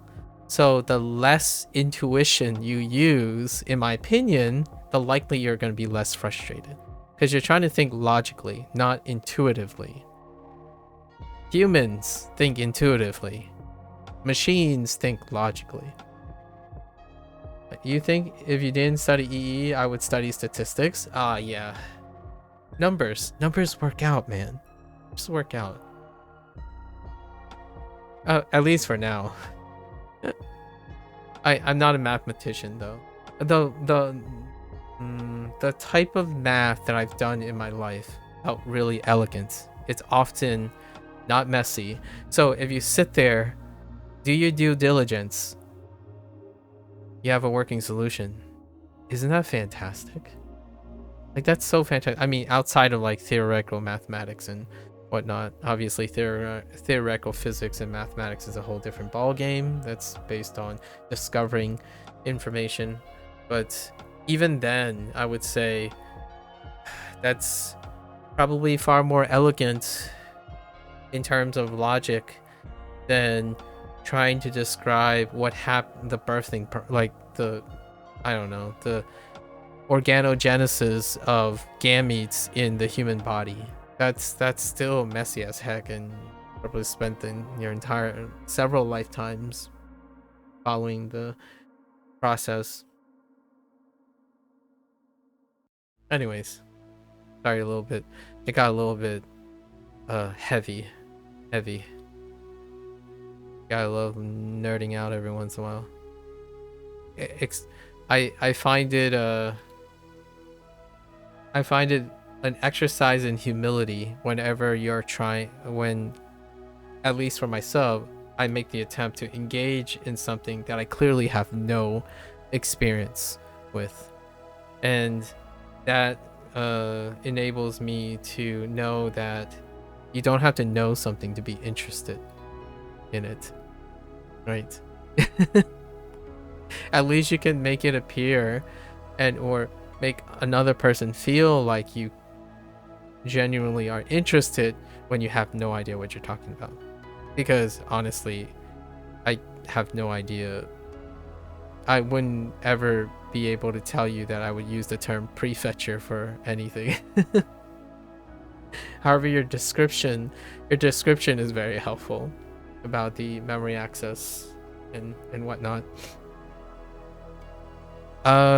Here's my hot take. I have a hot take, and this is gonna make like Asian people turn over, or okay, I'm gonna stereotype a little. This is gonna make people who live in face culture turn over. I think there's elegance and beauty in demonstrating to someone that you care by showing sides of vulnerability, by deliberately engaging in a topic unapologetically with the understanding and risk of sounding like a fool. Like the Chinese proverb side of me, the Chinese value side of me would say, if you don't know what you're talking about, say less, unless you want to confirm that you're the fool. However, I feel that it requires a little nuance. That proverb really means in the context of a public interaction between strangers. But sometimes you can leverage that. And in the Western culture, at least in my opinion, a little bit of the Western culture, showing some unapologetic willingness to be humble and risking the fact that you can appear foolish in order to connect with someone, like self-deprecation humor, for example, has become far more of a universal way to make someone feel less insecure around a stranger. So for me, I don't really care. Like, I do kind of care, but in a different way. That I take the unapologetic route of trying to sound like I know what I'm talking about at the expense of clearly I have no idea what I'm talking about. It makes for great stories, and it improves my learning potential, right? That goes tenfold for language learning. Cue the 9 out of 10 people who are insecure about opening their mouths and saying something wrong versus you're learning and you might as well go for it anyways. You're more likely to encounter more people to talk to you and interact with you by doing so than not doing it at all. Although it can still be very hard if you go to Japan or China to do that. Yeah. Real talks. So, am I to think that you're done with this project then? Was that like the crux of your project, or are you just starting? Sometimes that, like, once you build momentum in a project, it ends up writing itself after you overcome like the one block. Flow state, if you will. Some people are kind of into saying flow state. What are you? Guy.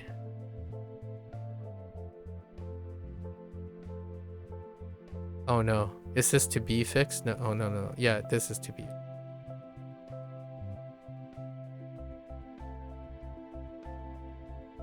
No. 治る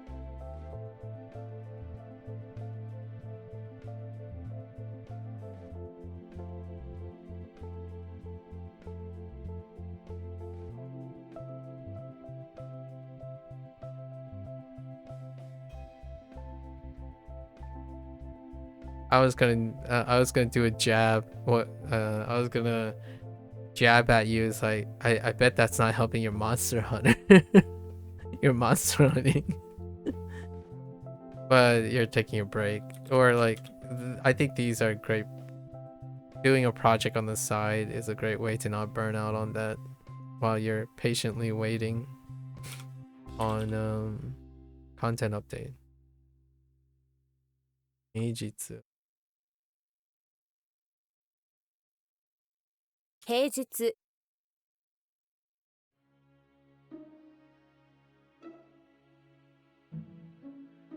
Not done because there's a bit more to it than what you explained. Score-based tracking through table, etc. to determine the current offset. Oh, okay.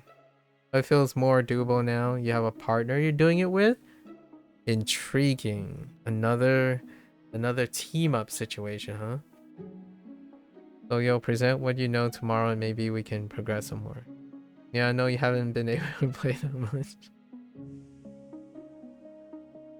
I'm assuming this partner situation's going a lot more smoothly than your 茶色 group situation prior. So what is this supposed to be? That other?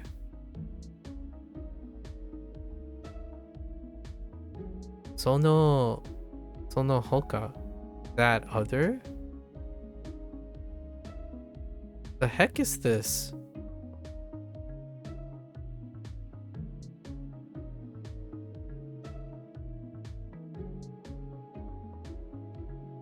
It's just the other, right? Or others?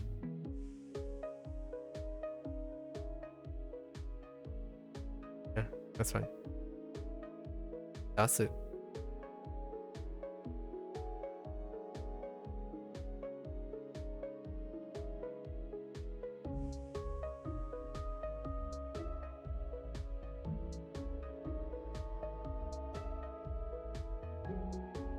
Oh no. I mean, this could mean to exit, but it can also mean to take out, no?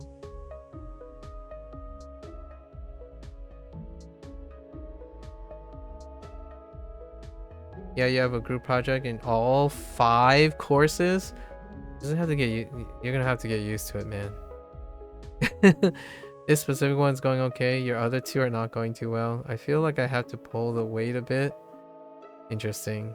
But it's a lot more doable than last time because it's just in teams of 2 and having to pull a 2-man weight. And it's a lot easier than 3 or 4 man. Like, You're always pulling the weight, huh? But to be fair, I would say that someone else is pulling the weight in the project. Oh, okay. I'm like, I don't know if this line of projects is for you if you're constantly in a position that you feel like you're pulling the weight the entire time.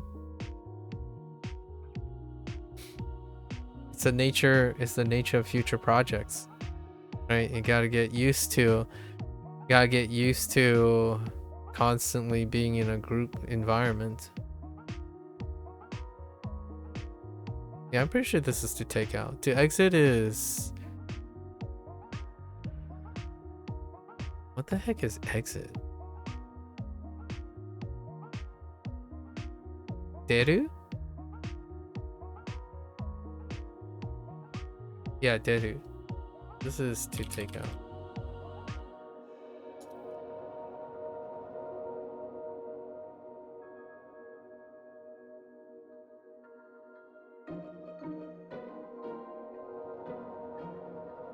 Oh, again.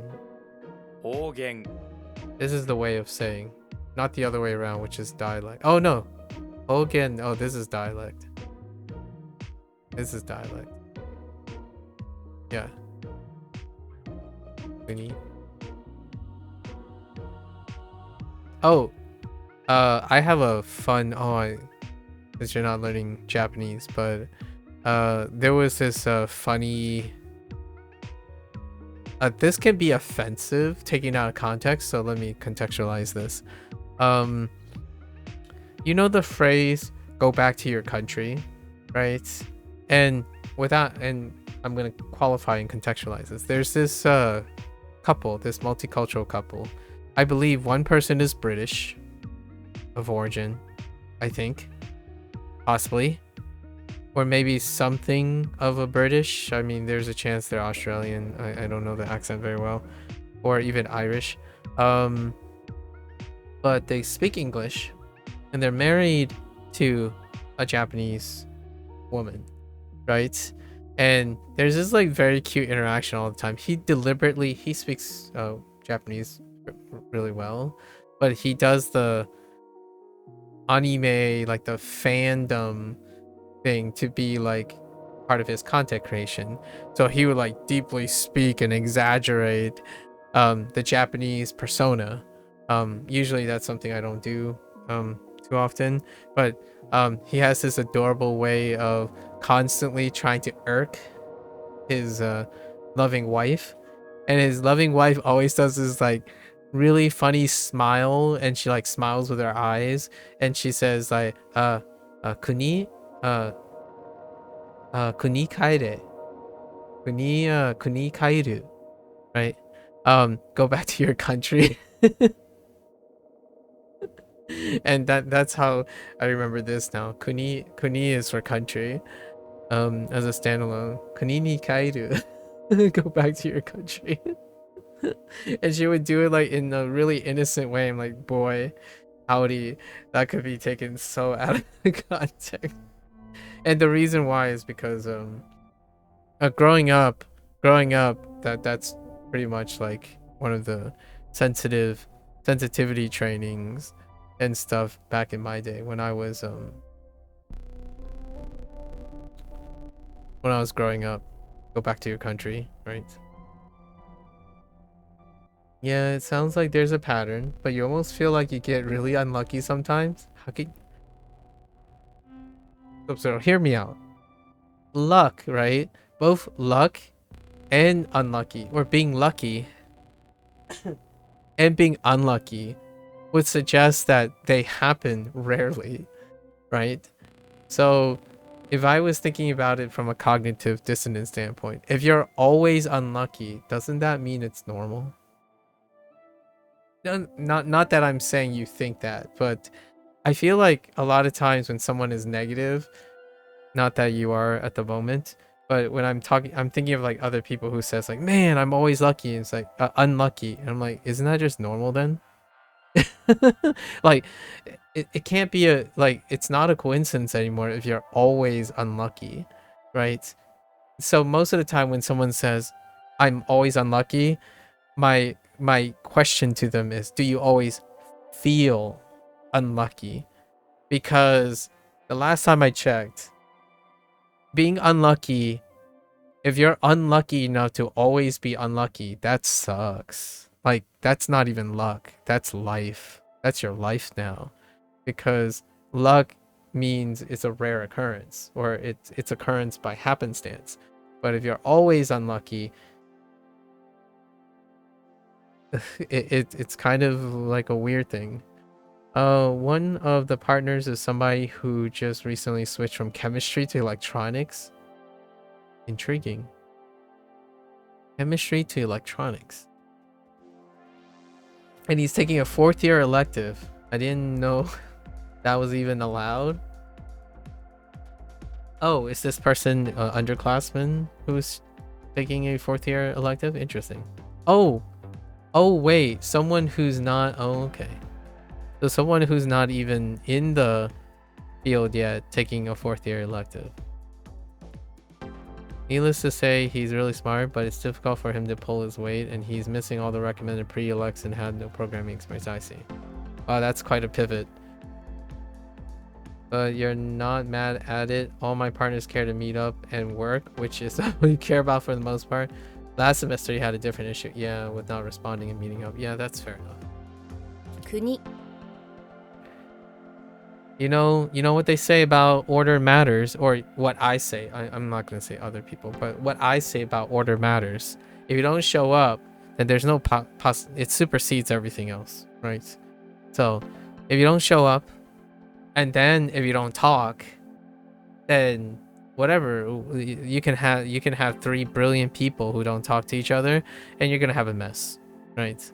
Like in this case, yeah, the order does matter. So people have to show up, and then they actually have to talk to each other. So if those two don't exist yet, regardless of how brilliant you are, it's probably going to be disjointed. And in fact, you might be thinking, oh, but what if you had 3 brilliant people together and they don't talk or meet up? Well, you're going to have 3 separate things that might be brilliant, but they aren't certainly going to be one cohesive thing. Right. Not saying that the cohesive thing can end up being a mess as well, right? Order matters. Yeah, it's the process. Algorithms, Sub-Zero, algorithms. You know, we're talking about algorithms, right? So what's the first step? You have to declare your objects in your environment, right? If you don't declare your objects and they're not there, then you can't do anything without the objects.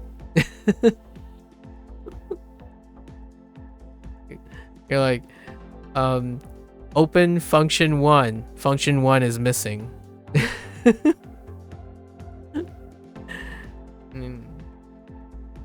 It's not fair for some people, but you know, sorry, the world, unfortunately, logic doesn't care about fairness. What a cruel, unfilling thing is logic. For the record, you base your luck on constantly hearing your buddies being carried in group projects, but I feel like that doesn't happen to you. Oh. Can't catch a break. Perhaps they have just been super lucky. What if I told you that I always felt that I was carried my entire life? I think everyone carried me in my entire life. I'm not sure if this is the type of buddies you have, but I don't think I've ever felt like I carried my weight. But you might be having like a different interaction here. But every time I do something, I feel like someone else is more brilliant than I am. Right? Like if I manage to succeed, it's because my mentors exist. If we pulled off a big project, it's because we all worked together. Not because I somehow did something more than other people. Or like, oh hey, we finally got this done. It's thanks to the contribution of everyone. So I don't think I've ever said, yeah, I don't think I've ever, it's been a really long time. Let's just say after I left high school, I don't think I've ever done anything that I would clearly say I've carried anything. And in reverse, I would say that it was not possible without the contribution of everyone. So most of the time, no matter what, the individual doesn't outshine the group. But maybe your friends and stuff is referring to, it's still kind of hard for me to say you weren't carried if there's more than one of you, if you know what I mean. So like if a group worked, not in this case because you're a 1-to-1, it's in groups of 2, so that might be an easier way to say it. But when there's like 3 or 4 more people involved, you can never exceed more than one person, in my opinion. Like for me, I wouldn't ever comfortably say I do more than work of 2 people for myself. For others, I'm sure there are people out there. Actually, I've met quite a lot of people out there, I suppose, who said like, oh yeah, we were playing League of Legends and I basically carried, as in you did more work than 4 other members in your party. And I'm like, oh, okay, that's cool. For myself personally, I can't even get myself to say I didn't get carried by the other person. So if that person is greater than 2, or I mean greater than 1, then logic speaks that the possibility of me being the sole carrier is probably less than saying the other 2 carried me, so to speak. You think your definition is different? When I say they've been carried, I mean that they genuinely didn't contribute at all and just took credit. I don't think the definition is different. I think your value system is different. Like if you don't do anything, even if you do or don't, the contributions don't change. But the potential of actually, I don't even think our definitions are exclusive of each other. Now that I think about it, I think maybe they're mutually exclusive.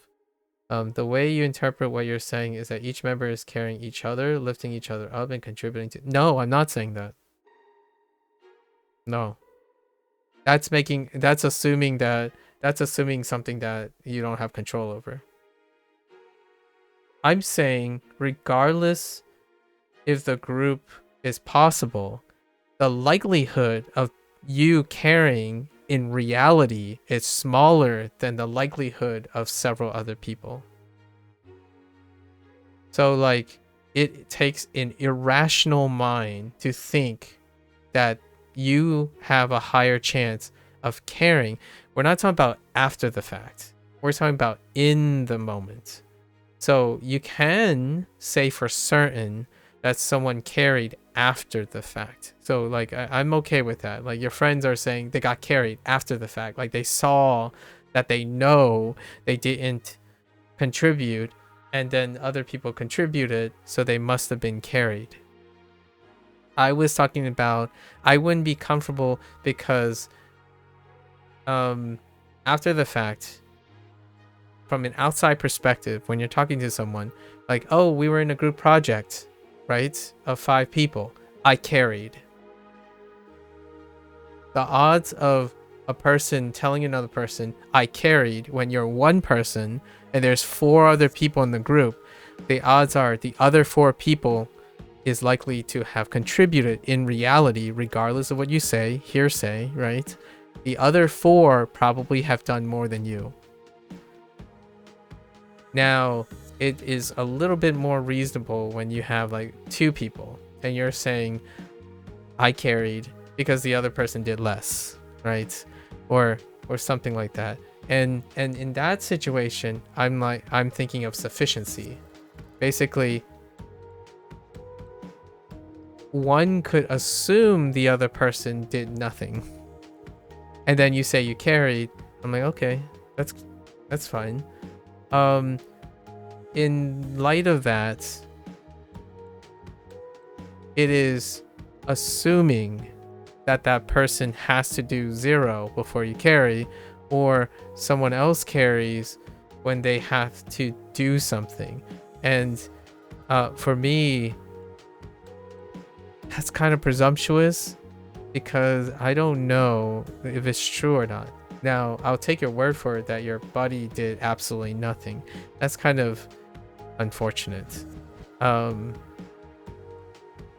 It's still very, very difficult for me when I'm like doing my best to suggest that I carried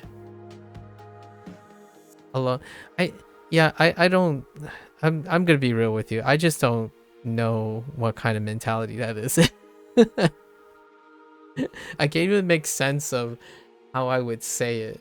Like, if someone asked me, oh, do you think you're the reason the project was successful? even if I knew I did absolutely nothing, I wouldn't sell myself short. But even if I knew I did everything, I wouldn't oversell myself. So the question is, though, I guess the one problem I have right now is maybe I wasn't ever in a situation where someone did absolutely nothing and someone else did all the work. That might be my own perceptions, but I don't usually think that. Not even in high school? Well, in high school, we didn't have group projects. Not really. Because, like, we're talking about university here. We're not talking about high school, right? Like, in high school, I already mentioned that since I left high school is largely individual. Even if you're in a group project, they're all individual projects. They're even graded individually, and you get like a second-hand group grade or something. But most of the time, high school is completely individualized. In college and in professional school and stuff, rarely are you going to ever have those positions, at least in bigger projects. So the idea that you have friends and you, like for example, being surrounded by people who decided to come this far along, right? This far along, and still make each other feel that way, that's impressive.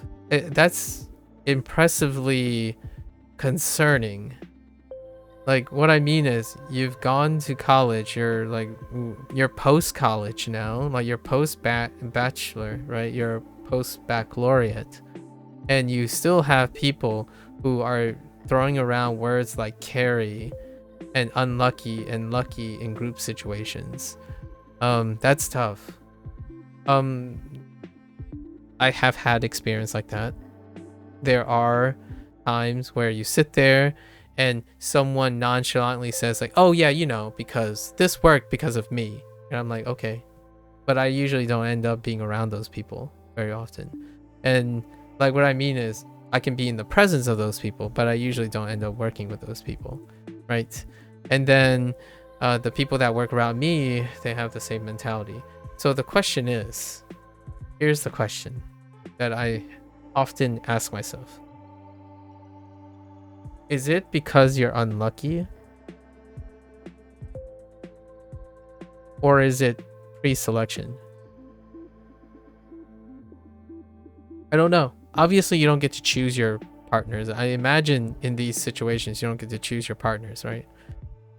So maybe random sampling just makes it unlucky, or some sort of collective behavior allows you to select yourself into a career that has these type of personalities. But boy howdy, it is difficult for me to be in a position where I would underplay others' contribution and elevate my own contribution.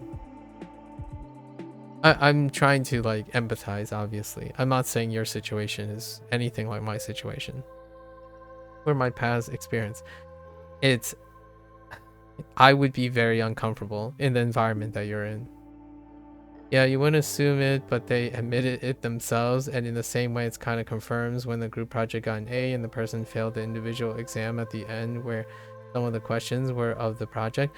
That's fine. That's confirmation bias, by the way. But what that sounds like karma, right? Like just desserts and whatnot. That's great. Like, I'm glad it checks out for your rationale. My thought is, how does that even happen? Like, it takes a person, right? For example, like, it doesn't have to end up that way. Like, what I mean is, I'm so much used to the other things. A lot of people who do enough opportunistically, and they aren't actually being being irresponsible. They're sandbagging. If you know what I mean. So like the type of lucky people that I think of are people who sometimes they don't have to do a lot of work because everyone else is also doing a lot of work, so it makes less work for everyone in general. And then when they do less work and then they have to do individual work, no, they still ace the exams because what happened was everyone worked together, so there was ultimately less work for everyone. Isn't that crazy? Like, I'm trying to understand your situation, but all I can think about is my working environment. Everyone worked hard, so everyone had a tendency to work hard. So when you grab a bunch of people who like to work hard all the time, they actually end up working less across the board. So when they work less across the board, they likely to feel like they were sandbagging, like they didn't work really hard.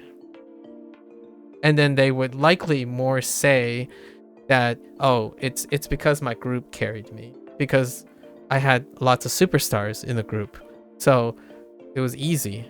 But then every other member would say the same thing. They would be like, oh yeah, you know, the other three guys, they were really good. Like I was probably sandbagging and doing nothing. So in the end of the day, it's 4 people who get A's, and when they go to do their individual exams, they also get A's because it's less work when everyone is working hard.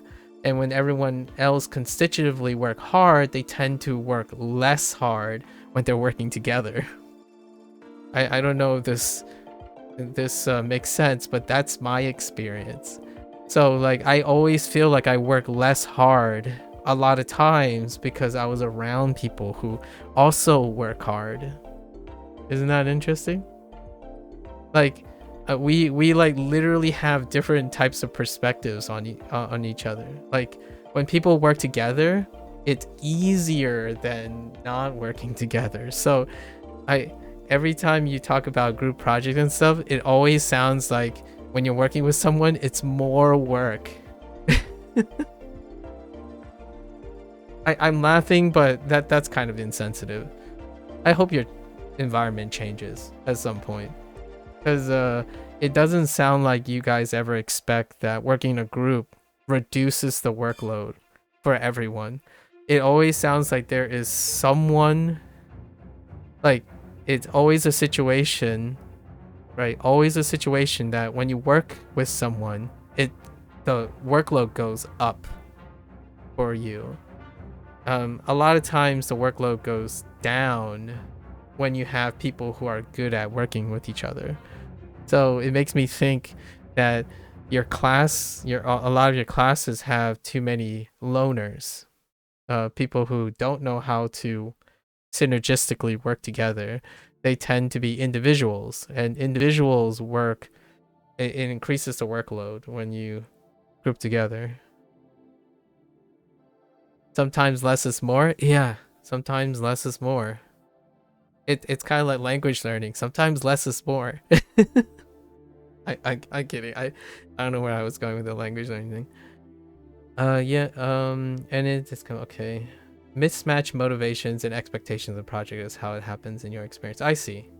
That's very reasonable. Makes sense. I look at it as the ideal situation. In one of my group projects, it's like right now, it's great. The ideal situation.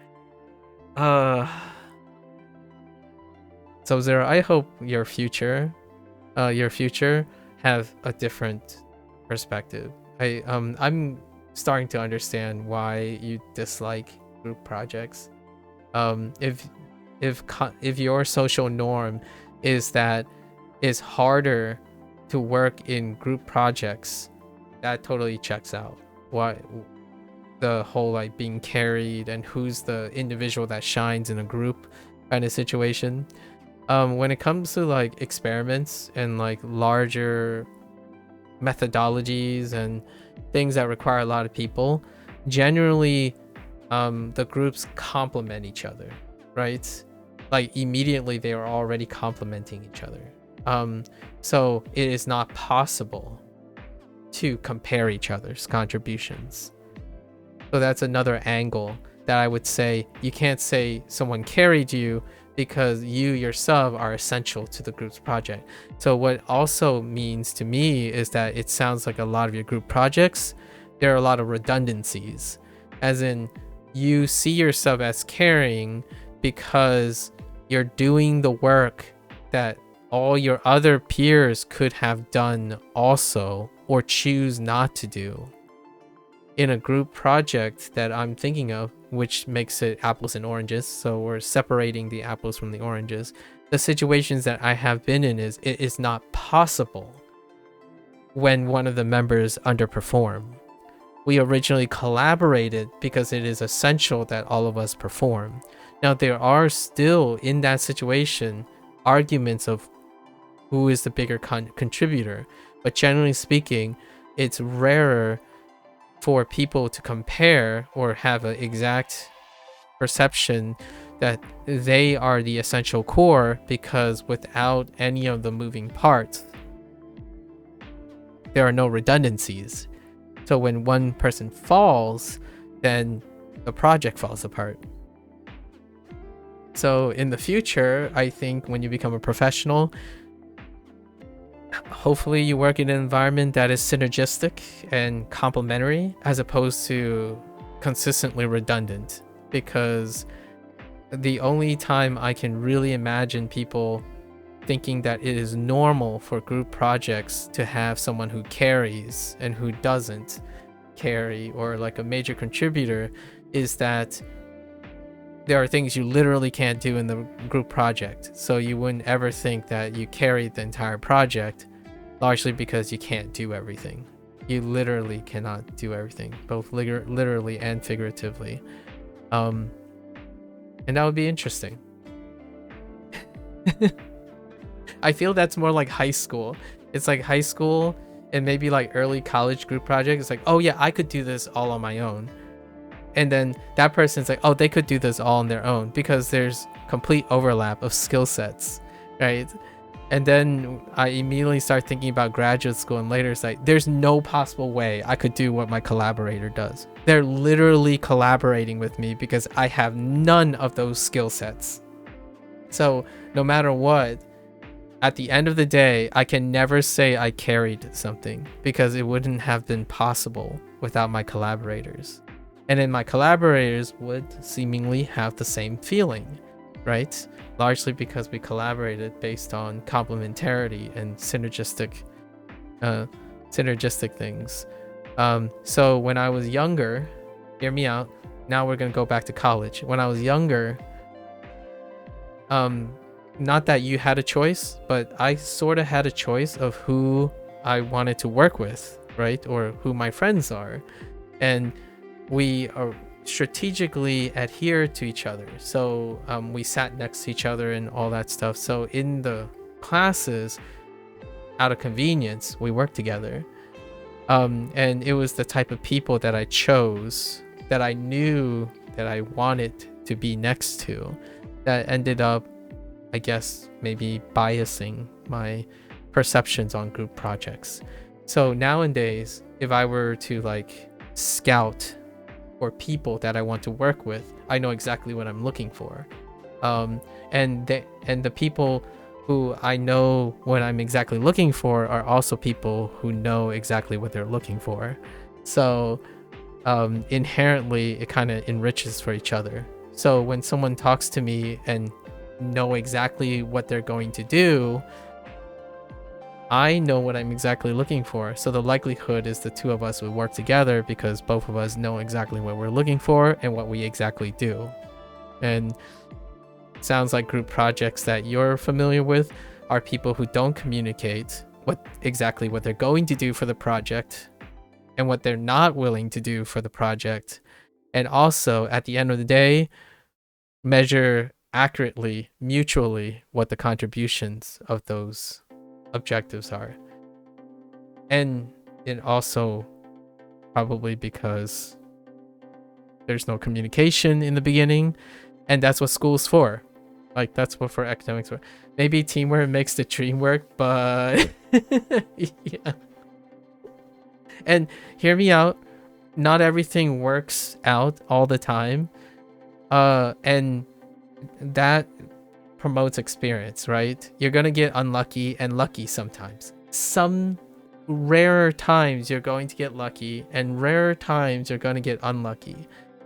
It kind of sucks when I think there are really hardworking people who think in a way that have normalized working with people is largely unlucky. It's weird. Like, it's almost hard for me to think about these days. You think in the grand scheme of things, these lucky and unlucky experiences even out as the occurrence goes up? Okay. Well, that's reassuring. I'm referring to being unlucky in 4 out of 6 group project courses over this time. That's a lot of unlucky. Like 4 out of 6, that's the majority. So there hasn't been enough occurrences to conclude that you're genuinely unlucky. That sounds more like a social norm. Oh no. Like, I don't think we've had a discussion, Sub-Zero, where you shared, like, a majority, like, mid. Like, oh, it's not strictly that bad, it's kind of like mid, and then strictly, you know, your highs and lows is in between high and 1/6 you can say that you've been lucky, and the remaining 1/6 have been a neutral experience. It's kind of a... Dang. Makes you think maybe you were lucky when you had the neutral experience and the lucky experience, and you have to like resolve your unlucky experiences, you know, like where the bottom is, like what's your worst bottom, and then your half of the time, whatever that unlucky experience is, it's the normal baseline for your expectations. Yeah, we're laughing about this, but I want to be really serious. Like, we'll be serious for a moment. The reason why I think is important to line up the experiences is because then you yourself, like as a selfish note, you will know, you will start to pay attention to, or maybe encourage yourself to have due diligence to clarify what are the elements that create those things, and learn to opportunistically either avoid them or address them right away, right? So if 4 out of 6 times you're unlucky, then that would mean working on observing those 4 out of 6 times will give you a bigger return on investment than focusing on all the other times. So for example, much like your friend, 1/6 of the time, those lucky things, well, if you invest time in that, it will only apply 1/6 of the time, right? But meanwhile, you're deciding to, if you hear me out with the unlucky thing, a lot of times when people think of something that's unlucky, they rather choose to not address it. It's unlucky, so it'll happen, I just need to avoid it, right? But you're telling me 4 out of 6 times this is happening, so are you going to choose to avoid and write off that experience 4 out of 6 times? That sounds like a failing grade to me. Not that I'm saying that's how that will work out for sure, but it just sounds to me like, man, there's some untapped potential to get yourself to increase your luck or your perception of luck. 4 out of 6 times sounds ridiculous. You don't have a solution other than suck it up for now? Alright. That's fair. Like, I'm not a stranger to being unlucky, okay? You know what I mean? Like, not in the group sense, but imagine going to a school and 99% of the school hates you for the way you look. Like, I understand what it means to suck it up for sure, in a different way, right? But definitely that sounds like something that is problem. Well, a problem that might not even be controllable now that I think about it. People spending so much time in school chasing after a major and still don't have enough investment to hold some integrity is...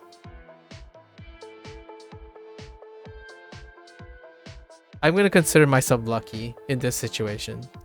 I think for the most part, I earnestly do feel like I underperformed. Again, in comparison to my peers. I don't know if my peers ever would agree to that, but honestly, maybe this is imposter syndrome speaking or something.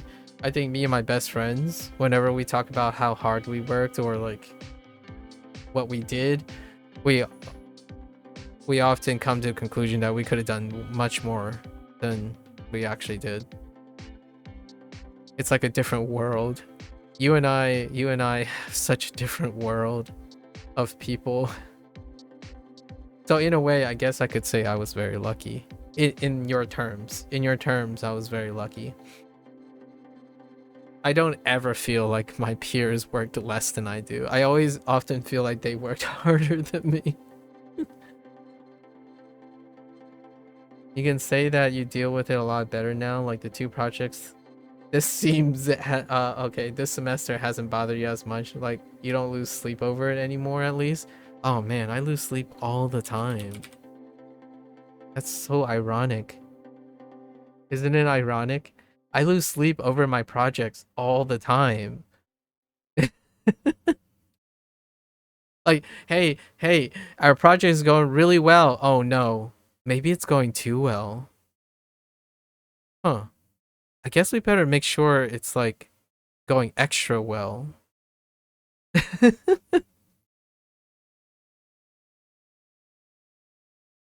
I feel like you and I, if we ever like end up somewhere professionally, like if I had my group and your group, those 2 groups would not get along with each other. Like they would play contrarians to each other. Like when a project goes really well, I honestly, this is in all true fact, when a project goes too well, my boss, like my mentor, my colleagues, we would double down because we would be worried that it's going too well. Like I almost feel like my colleagues and I are in a state of constant losing sleep because we are hyperly over concerned about how well our project is going. So the question is, does this behavior select itself to being people who work well in groups? Let's think about that for a moment, right? Are these connected or not? Is this a chicken or the egg situation? Do people who overly worry about their project, are they the same people who are more likely to work well in groups? That'd be an interesting thought. Since you don't lose sleep, right? This might just be a coincidence. I'm doing correlations, right? If people who don't lose sleep over their project, are they most of the times not?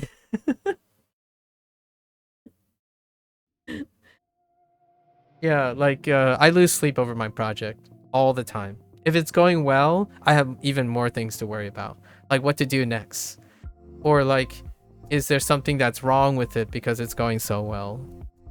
I think it might also be like a side effect of scientific discovery. You don't know why things go well because you're often predisposed to knowing that things don't go as you planned, because discovering something often involves problem solving. Oh, what I think this is still topical. There's a saying in science, right? 95% of the time it's negative data. If you're lucky, 5% of the time you have some sort of presentable data. So then when you have colleagues that work together, it amplifies each other. The expectation of having to work harder and worrying about your project gets amplified, because now you have the collective negative knowledge experience, negative data experience of 95% from one person interacting with possibly 95% of negative data that's not overlapping. And then you get like maybe 5% more. So it's like doubling in magnitude the insecurities, and like possibly a negligible increase or feeling of confidence.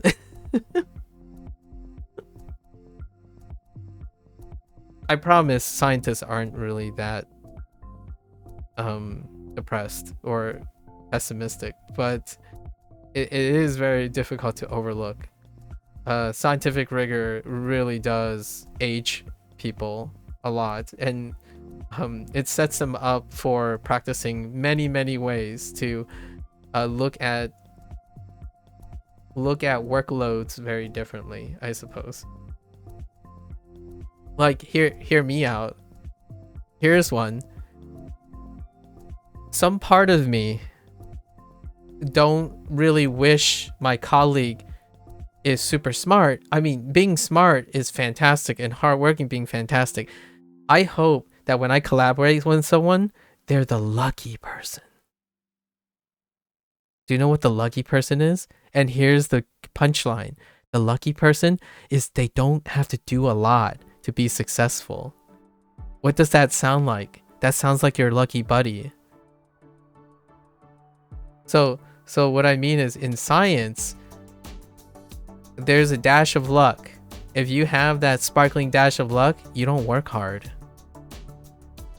One of the equalizers in like happenstance is that if you're lucky, oh boy, I tell you, when you like have a buddy, you collaborate and they're not working very hard, but they get results. Some part of me would be like, yo, I would love to collaborate with someone who's lucky. And that's kind of what I'm thinking. Not maybe in the sense of luck with other people, but more like luck with I know that's different, but what I'm saying is it affects one's perspective of how things go. Like, for example, your friend, right? If your friend constantly think they're lucky and they don't have to work hard, then that affects everything that comes after. So I totally understand what you mean when he failed his individual, like the person failed their individual exam. Yes. However, there are people who are lucky and they only have to work as hard as they need to work. So many times when I see a lucky colleague, when I'm introduced to a lucky colleague, oh, they're superstars too. Like, they work hard, but they don't work hard when they don't need to. Right? Well, not necessarily. Like, when you're saying naturally smart people, you might be also suggesting that they didn't work hard at some point. But when people are lucky, they're lucky in the moment. So like, I'd like to believe this is true in the future as you grow older and you have even more experience, right? All your colleagues that you meet, there'll be times when they're lucky and there'll be times when they work hard. They only got to their place because they were both lucky and hardworking. And currently, it kind of seems like you have a mixed bag. You have people who don't naturally work hard and smart and stuff, but they also get lucky. So I guess good luck when they need to do both. The times when I worked with other people, it's almost statistically improbable that they weren't lucky at some point in their life, and they also worked hard at some point in their life. But hey, if I get lucky sometimes, carry me. And then when you're carrying me, that doesn't mean I'm not going to stop worrying about the project the whole time. But sometimes you have to recognize, like, hear me out. If someone clearly does a better job than me, carry me. for sure. However, it won't probably alleviate me worrying about the project, because there's a problem with this. When I know someone who is clearly better than me, I want to be just as good. I almost feel like in every road of this conversation, I cannot turn away from the idea that somehow integrity is must be maintained, and at the same time you really wanted it to be easy, but your integrity gets in the way. Now, I don't think maybe the person that your buddies who are lucky have that much, can't resonate with me, but when something is really easy, I start worrying about my integrity. So you could even see this as a bad thing, right? When a project, for example, I have a good example. We had a Spanish project. Hear me out. This is not dealing with science, so I'm not very good at this. We had a Spanish project. And the Spanish project is supposed to present a skit in which we utilize as much Spanish as we can to get a grade, right? And all of us played different roles. So we knew what we needed to get an A. Like, it was mapped out, bullet points, all the stuff we need to cover. And when we covered it, my thought was, I'm not contributing enough. We already got everything done. So I made it harder than it was supposed to be. So instead of sitting on doing exactly enough to get the A, we did 3 times more than that. Like, I made my role, and then everyone else made their roles longer as a process, and you don't get extra points for any of that. You still only get an A. So there are other ways to view this, and that's when people work hard, you can distinguish from someone who's working naturally smart. A smart person would probably, in my opinion, conservatively and opportunistically do as sufficiently enough. Not too much, not too little. But when you get a hard worker who has a back of integrity, then ultimately, even if someone was overperforming the group, the feeling that they are underperforming will likely lead them to overperforming and driving the workload up. And that is an experience I've had before, where there was no reason to do 3 times the amount of work for the same grade.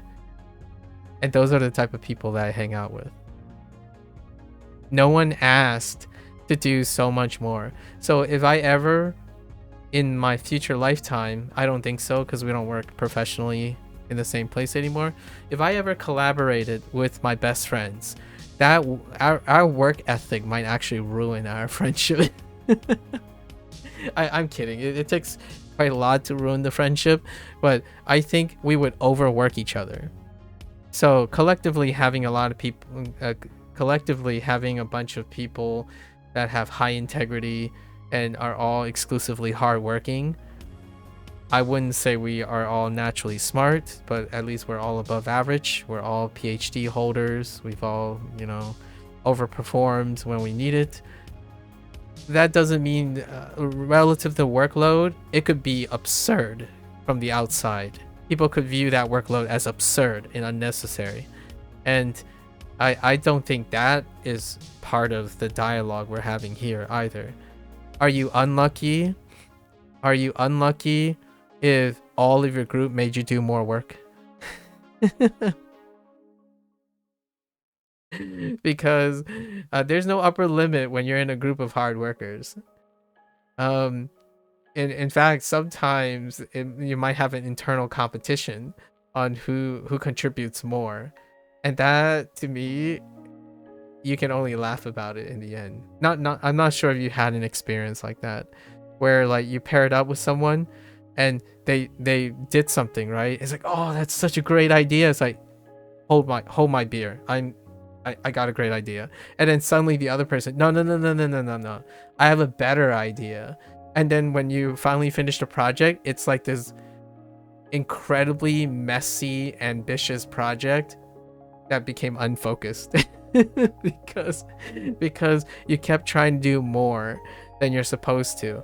And that to me describes a startup that's spiraling out of control. So in a way, a group needs complementary skill sets, right? A leader who usually make decisions that are very pragmatic, so it can limit and put a gap on things, distribute responsibilities, right? And then you have people who have integrity. This sounds, I would love to be like an audit teacher or like an audit person, just to see how, like, what it's like in your classroom, like how you guys work together. I miss this stuff. I really do miss this stuff. I remember whenever there's group projects, right? There are opportunities to talk with other groups, and then also opportunities to spend, each group talks with the instructor, right? And I love being on the side of the instructor, where you schedule a time and the instructor mediates all the group things if they need to. So each individual group have some separate time to meet with the instructor, and if the instructor is seeing that there's communication issues and or breakdowns somewhere because they have experience, they would try to act as a mediator in order to overall boost the performance of all the groups around. And then each group has an opportunity to interact with another group who might have different hierarchy and working distributions in the process. And the whole project would then be distributed over the entire semester, so you have many opportunities to correct or steer the course of the group dynamics before the project reaches a point of no return. Sounds like it's crazy. Sounds like it's a lot of work, but ultimately I think it reduces the amount of conflicts of interest than anything. And obviously I'm a romantic. I believe in doing these things as an investment in the future of your students. Your students require these feedback, whether they know it or not, in order to help them select and scout for proper working environments and people that can work together. What doesn't work, what is a lazy person in one group might be a hard worker in another group, which is unfortunate these days, that usually ends up being more on the inexperience available to students that graduate. Like, if you don't have the opportunity to work with a lot of types of people, rarely, unless you're an analytical person who's very social and focused on interpersonal communication and whatnot, usually hands-on experience is the reasonable place that you would get these experiences. Like, oh, I don't work well with this type of person. Maybe I could work on this and this and this, and only in these situations, maybe I'll lean towards working with this person. But in college and university, you're often assigned group members because choosing your own group members limits your diversity when you enter, when you go out. So your highs and lows definitely makes it informative to what things that work and what doesn't. Or Sub-Zero, maybe you're just a narcissist. I'm kidding. But hopefully it's not a small number of people or small type of people you can work with. And hopefully whatever your array of types of people you can work with is also in your future company, right? That's kind of the fingers crossed thing. Whoever is like working out now, that 1 out of 6 is the type of people that are in your future place of occupation, like your environment, or you are able to find in an environment with the 1 out of 6 people. Personally, if I was doing the math, right, if I was gonna take a wager, I would hope for myself that when I graduate from a university or a graduate school, that I can honestly tell myself I can work with the majority of people in the same field. Largely because if you can say that to yourself, then when you go out to look for a job or commit to like a long 5-year program or something with someone, you know that you have a lot of options. It does feel very unlucky and unrewarding and possibly even depressing when you leave and you only feel like you can only work with 1/6 of the available candidates. That would kind of suck. That's kind of a low point. Fingers crossed. Just saying. I wouldn't say it's out of your control, right? I wouldn't say it's out of your control. But for myself, I don't think my success was because I was the hard hat pants breadwinner, but I think most of my success, which I'm gonna reiterate again, is owed to the idea that I can work with a lot of people. I certainly did not carry them, but I wasn't also unwelcomed by them. I almost feel like that's probably where we differ. I get carried. I think I can say that. I get carried all the time because people don't mind me being part of their group. Now, whether that means that they think I'm a hard worker or whatever they think, ultimately in my life, more people want me in their group than not in their group. So sometimes with that kind of luck, right, I improve my luck, if you believe that. That's kind of how I phrase most of my life. I make myself very acceptable in many situations. So when I'm available and make myself opportunistically available, it often feels like most of the groups that want me ended up being people who liked my company, even though I might be the least competent one in the group. I'm pretty confident that half the time, I think it's a coin flip. I think half the time I might be the weakest link in the group nowadays. But it didn't stop them from saying that they thought I contributed to the project. Sometimes bringing cookies to... No, I'm kidding. I was gonna say, sometimes being the only one that's smiling and helping keep everyone on track is sufficient to be a contributor to the project. Then someone who's literally overvaluing their skill and thinking that the tasks that they have are more important than the tasks someone else has, right? I don't usually occupy my time with thinking of it that way. It'd be interesting to hear what is like in your future dynamics with your group members. I want to hear more about this, by the way, Sub-Zero. I want you to categorize... Sorry if this is too much of an obligation or something. I'm genuinely curious. I would love for you to break down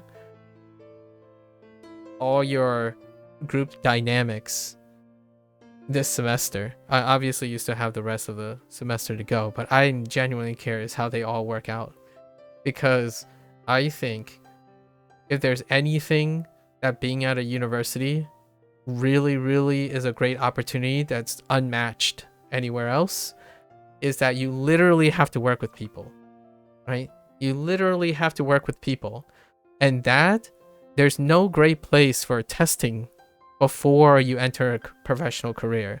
Because when you enter a professional career, more is at stake.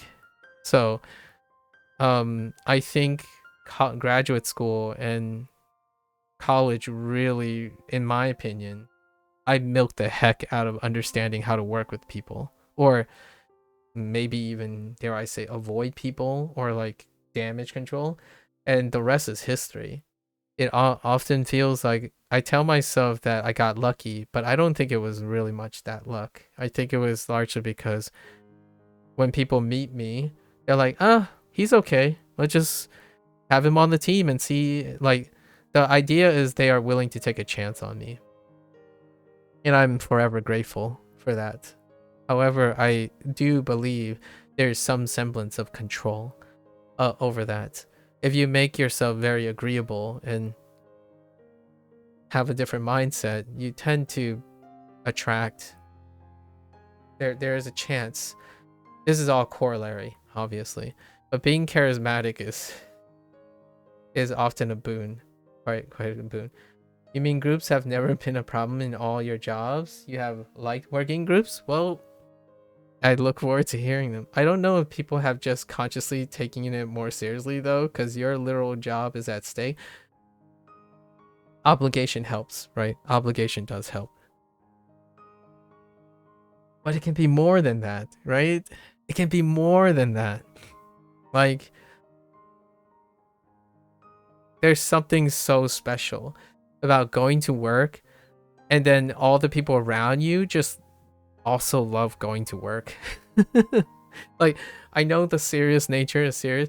You can tell when your colleagues are serious. However, you can also know that your colleagues are seriously happy as well. And if I could do anything about that, I most certainly would do every part of my power to do that. It is more work. I'm just saying. I could be a workaholic though. I wouldn't disagree. Like, I would agree with someone. I would concede that I'm a workaholic. More work for me means that if I do more work, the group will more likely succeed. And you probably heard this cliche before. Even in a group environment, my integrity is the most important thing. So, regardless of the project fails or not, I don't compare myself with my peers in that way. I do my best in the moment. Only upon reflection do I compare, or do people assess and compare. But in the moment, I don't ever worry about whether my group members are going to be the type of group members that I work well with or work not well with in the moment when the decision has already been made, right? So it's very interesting to hold a certain mindset across the process in retrospect, as opposed to understanding in the process, right? So you use all the experience you have to reflect on your previous group to select a group, and once that group decision is made, my integrity takes over, regardless if it falls short or regardless if my group members work less or not. I know that the harder I work, the higher the success rate the group will have. And if the group still fails, then it's upon self-reflection that I can only make a better decision or attempt to make a more informed decision for the future. However, in the moment, when I'm in the project, rarely do I ever concern myself about who's working harder or what it feels like. I work my butt off. And if I see someone who's, down on the dumps or something, I give them a pep talk. What raises the group increases the group success. More work doesn't make me feel like I'm doing more work. More work makes me feel more accepting of myself, right? Yeah, I wondered about what it's gonna be like too. If I keep experiencing it even at work, then I will try my best to just lower my own expectations of the project delivery. Although that will affect your career, you guess. Oh no, you're gonna lower the expectation of your project delivery? That's kind of interesting to think about. Yeah, in the process, like in the moment, right, when I'm at work, I don't think about what my expectations are for the project delivery. Now that I think about it, that's probably where we differ quite a bit. If it keeps your mental health in check, then yes. Oh, okay, that's fair. Yes. mental health in check. That's fair. I will concede. That's where I sacrifice my mental health. I'm no stranger. That's one of my weaknesses, or my non-sustainability thing. Like if a project's going in the dumps, I'm probably that guy that continues to try to make that project float, even though it's a done deal. Like I'm not a person who cut losses very well, so that's probably one of the downsides of all the things I've been talking about. I don't cut losses. I keep trying. It takes a boss. That's why I have other people, right? Other collaborators and my mentor and stuff. My mentor and people who are supervising me would be like, okay, we're just gonna cut it here. Like we gotta cut our loss. I'm like, okay. But if no one says anything, I'd keep trying. Yeah, I don't give up. It's a paradox. If you want a hard worker, hard workers don't give up at the cost of mental health.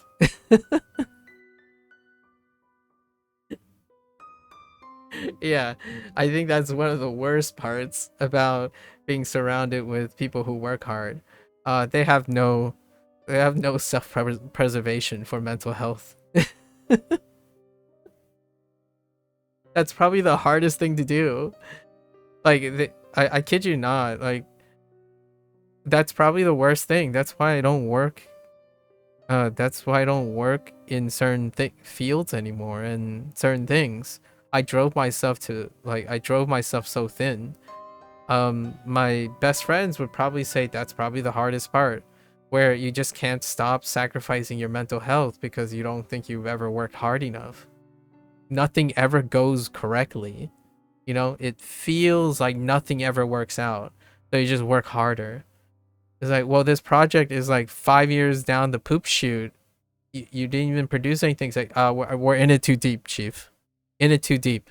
Let's just keep going. There's no turning back now. And someone's got to tell you to stop. I genuinely believe that is the most relatable situation with someone who's faithfully and loyally a hard worker, who might not even be naturally smart, right? I think it's a double whammy when you're not naturally talented. Not that we want to emphasize talent, but if you're not naturally talented and you're a hard worker, even less likely to quit when the going gets tough. If it gets tougher, they double down. Dig a trench, put on a hard hat, and continue at it. It's like smashing a brick wall. If there's another brick wall behind it, they'll smash harder. That sounded really weird. But stubborn.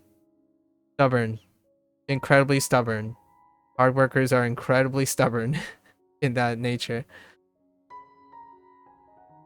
I think there was one person when I saw their seminar, right? All of us, we go to our thesis defenses in graduate school, and some of the thesis defenses, like, they still graduated earlier than I did, so they defended in like 4 or 5 years, but the amount of work they did was like a tour de force. Like, you know how, let's just say, you know, we're not going to use any topic. Let's just say you had a project, like a hypothetical project, and they had to control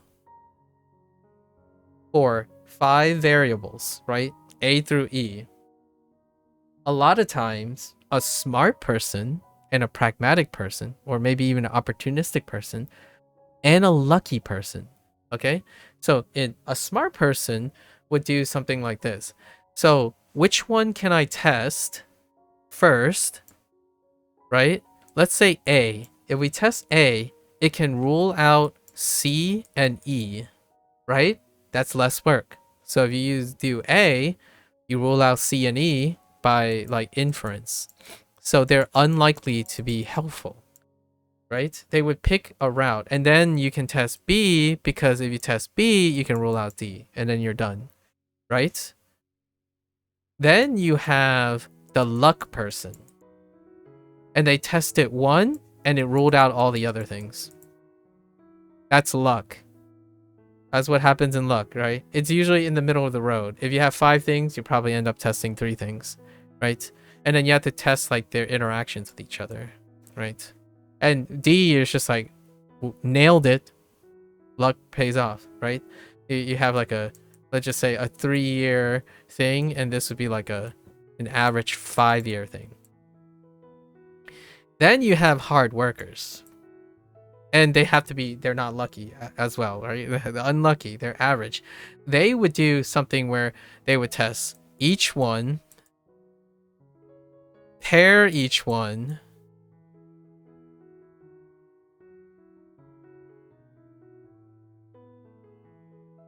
pair each one, just to be safe. When you sit in a thesis defense, you have a collage, a spectrum of these.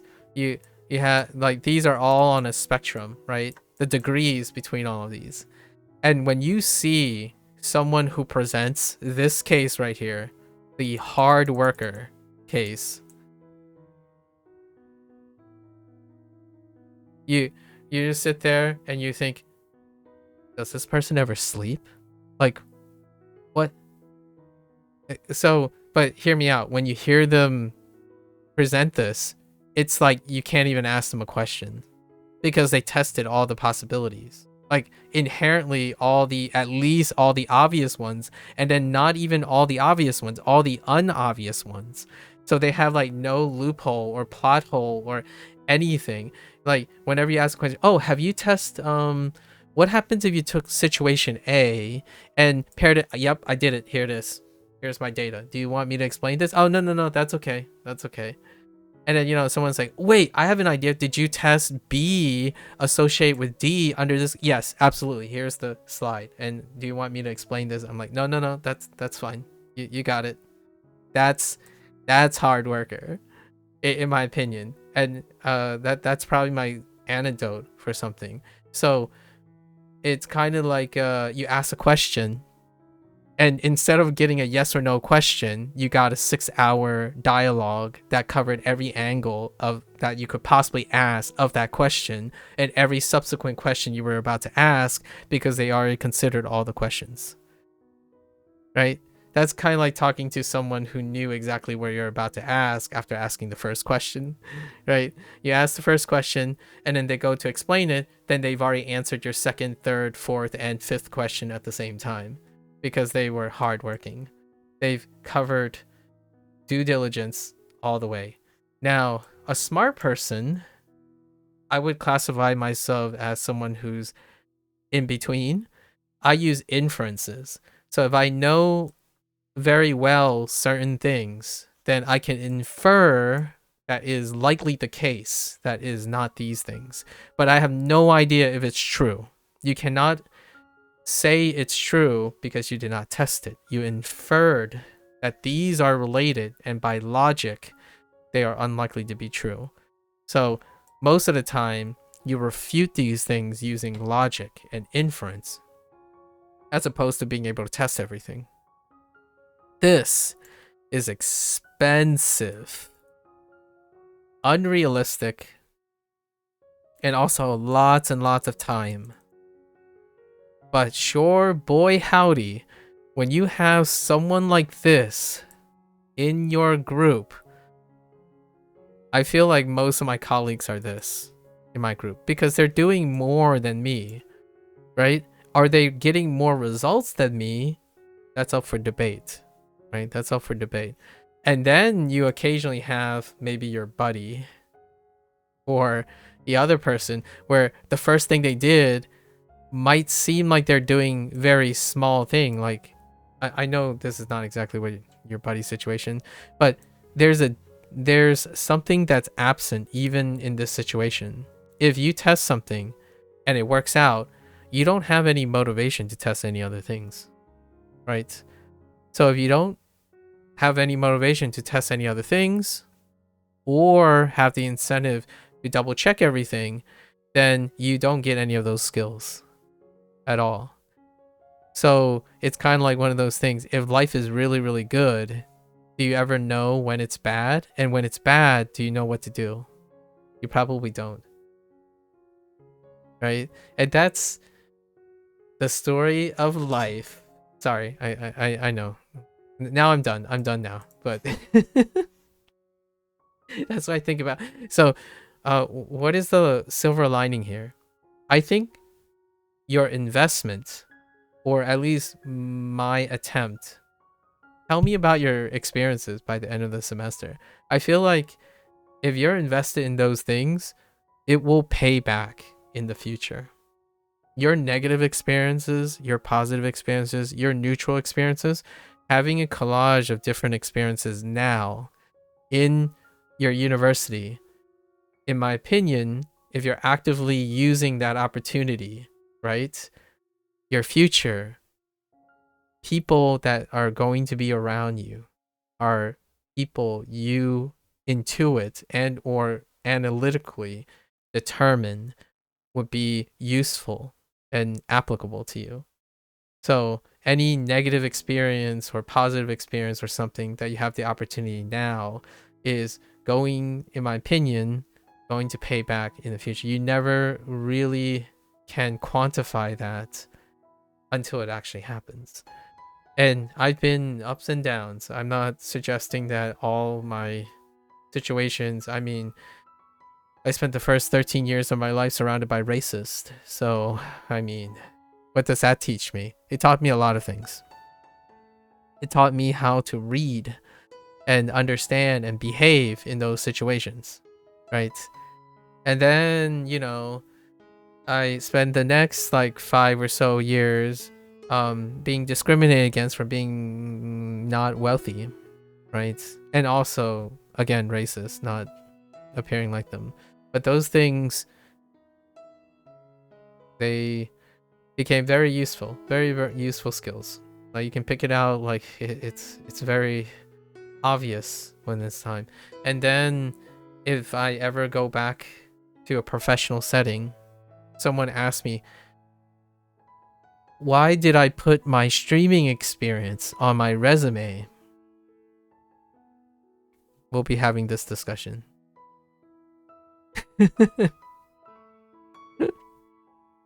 Well, what do you want to talk about? How do you resolve and you know, if someone asks me like, well, how do you resolve someone who just out there to hate you? Or like if you have a conversation conflict, well, I can use my streaming experience to give you some antidotes. And I think all understanding how your 1/6, 4/6, and 1/6 conflict, boy howdy, do they make for great interview anecdotes, if I do say so myself. All right, I'm done. I'm truly done. I don't think I can sleep tonight. Okay, all right. No more, I promise. Oh, I just banned them.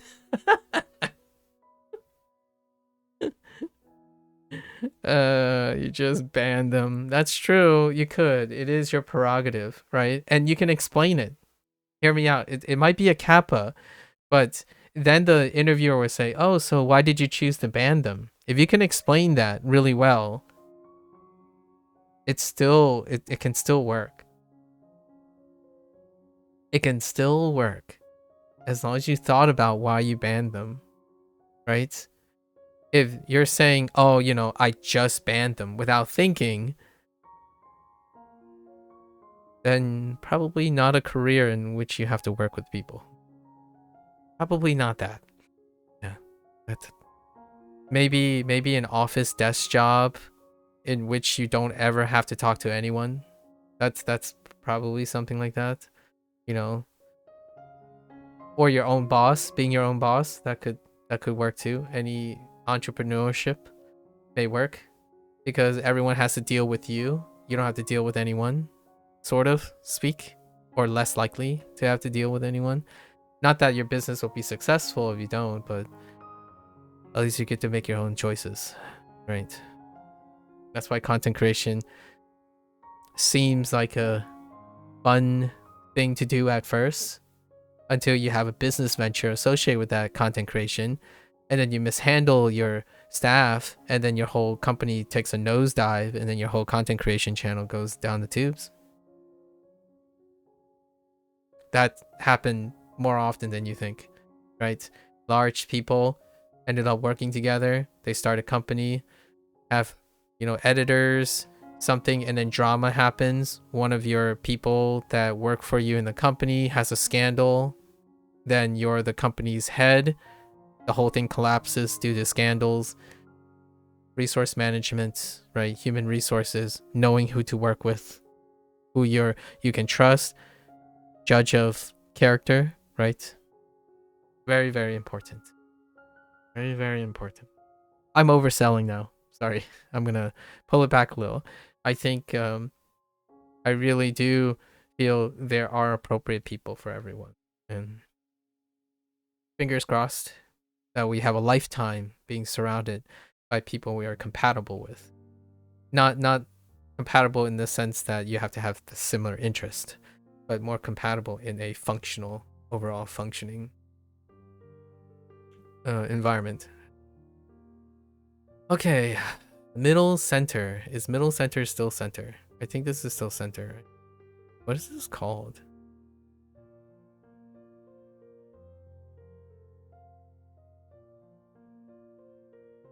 Chol, right? Chol. Chu? Oh? I don't even know what this is like in context.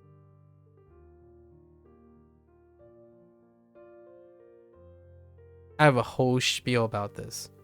So, not going to do that today.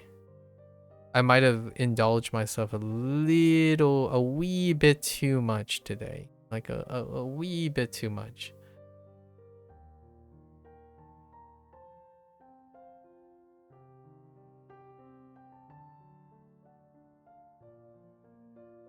Oh.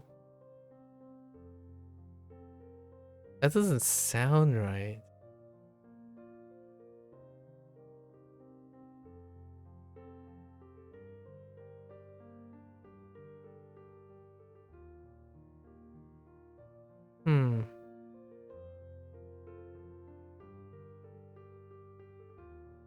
What else could it be?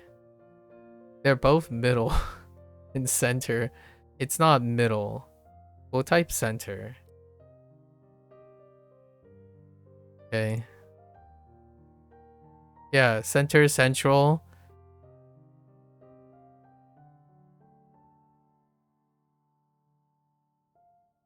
Still not sure about the read, but we'll come back to it.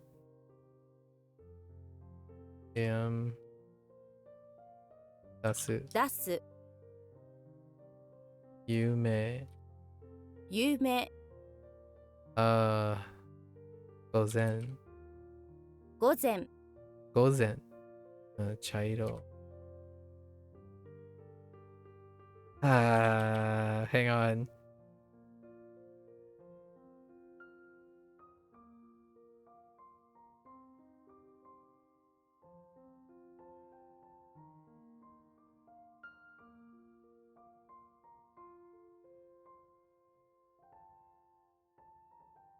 I can't think of any other combinations.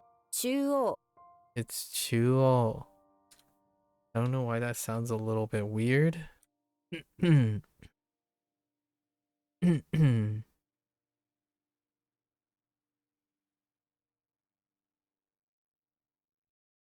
Boku. Oh. 国王 Boku.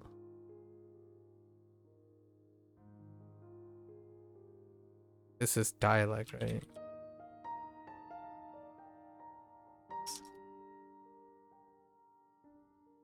Use. Ne? Ne.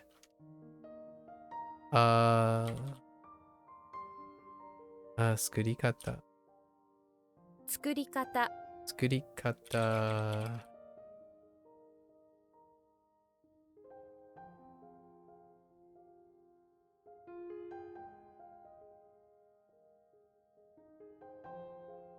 今夜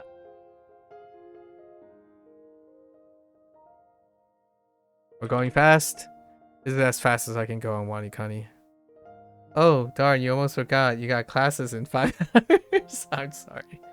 My bad. Yeah, take care. Take care, Sub-Zero. Take care. Smile. Smile, you know. Bring some cookies. Bribe your classmates. No.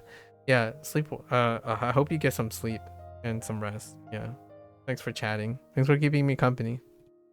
Always appreciate it. I mean it though. I'm totally invested in how your group projects work out. Okay, Konya.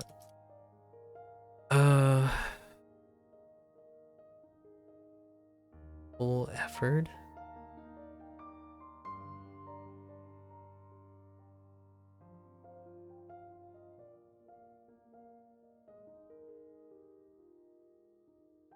Yeah, Riki and Roku, right? Zenroku. Yeah, Zenroku. 全力 Zenryoku. Zenryoku. 手首 Ekubi. Oh, Umu. This is to give birth.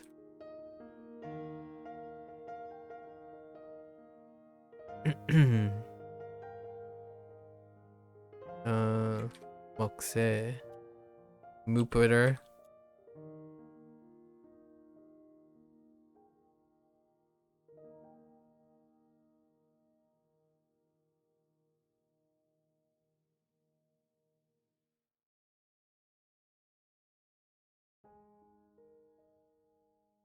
I was a little hesitant on that one. Just a slight bit hesitant.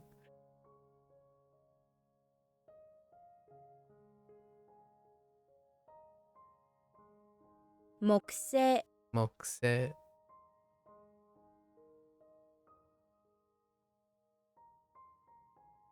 Kiritoru. Kiritoru. Yeah, Kiritoru. What's that? Umu. 産む Okay.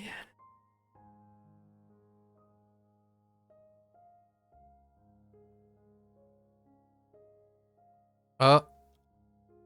Wait.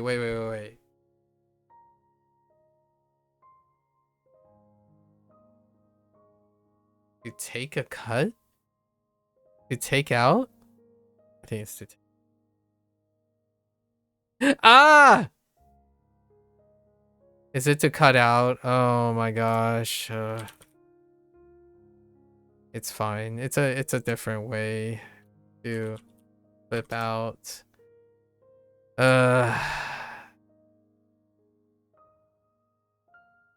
Or to cut off.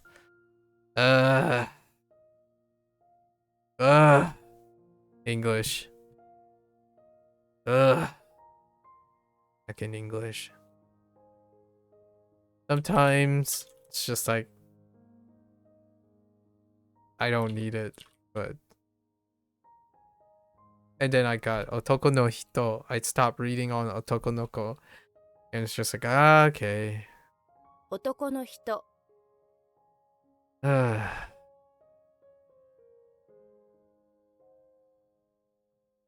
What's this? Shadow? Image? Hold.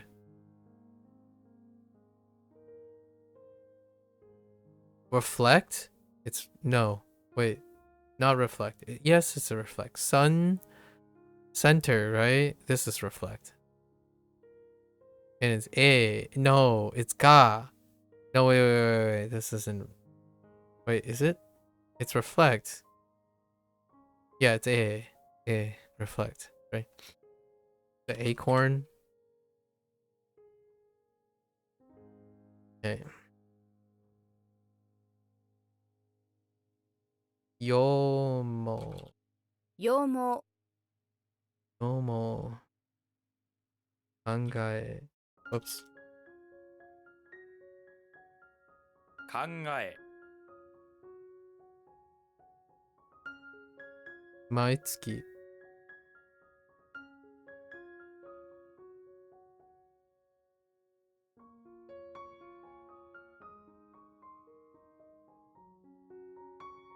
Heck you.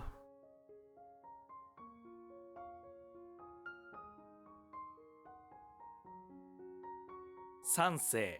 Unsay. 思う Omo.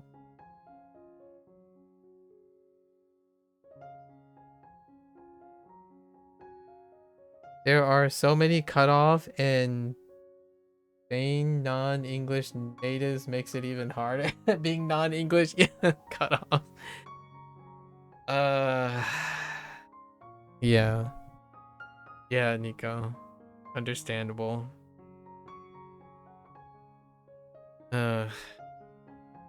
What can you do but laugh about it? Funinki. Funinki. Maitsuki. Maitsuki. 毎月 Nikin. Nikin. 2金 That's not watashi, that's she. Fish. 2 loaves. 3 loaves.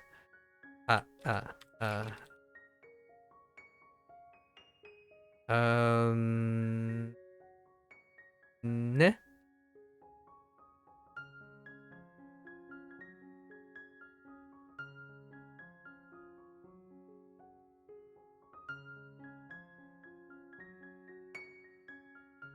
前 What you sometimes do is to check the example and based on that add some Spanish synonyms. Oh, that's great. Yeah, adding Spanish synonyms. You know what? I haven't done that yet. You gave me a great idea. Maybe I should do that instead for fun. Oh, you just gave me a great, wonderful idea to add to the retroactive stuff. Oh, that's wonderful. I haven't even thought about just using IME, switching up the language in which I'm writing the synonyms for. Great idea. Like, I usually do it in my head, but you could just literally put it in there as, like, record keeping. Nice. Love it. Natsu. 夏 Natsu. This... So when I run out of like English synonyms, I'm just gonna start writing Spanish and Chinese synonyms for the Japanese words. you know, like why not? It's a perfect opportunity. Kono hen. Kono hen. この辺 Kono hen. Cho. That's an old one. Nakunaru. なくなる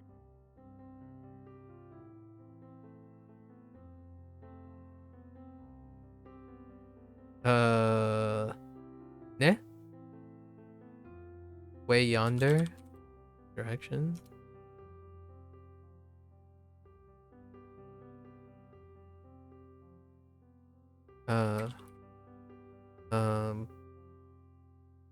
Bunka. Ne? 文化 Boy. Bunka. Bunka.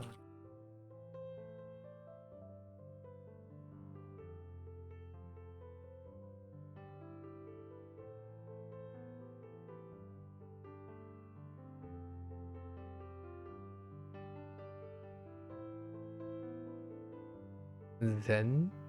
No, ain't no, wait. It's still all, but was it still Zen?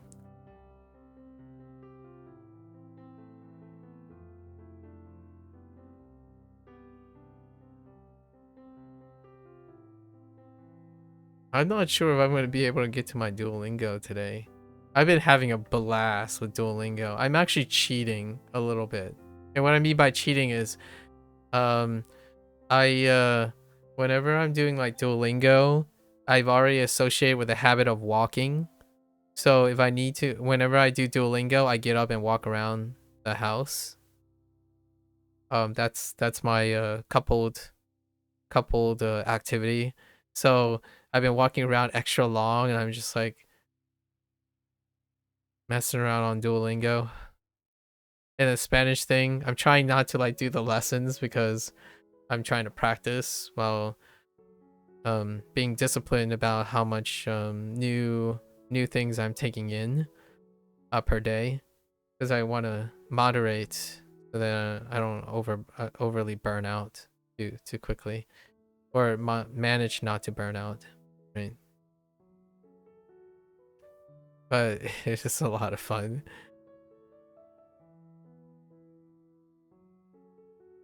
Oh, this is still all or every. But what is that? Zen de Zente sounds awful. Does it?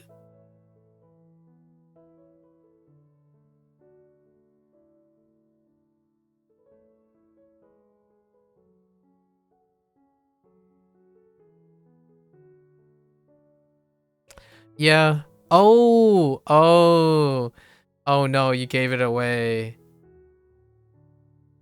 This is Nagazute. No. Uh it's wait. Wait. Wait. Oh, yes. Wait, when you say it's common. Oh no. Yes. Hold up.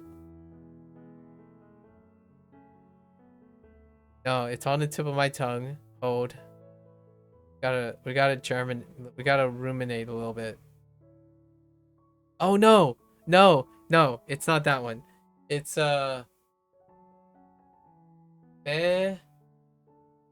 Subete. Subete, right? Subete. Souvenirs is the the mnemonic. Subete. Um, what other? It's like entire everything. Yeah, I'd still use all.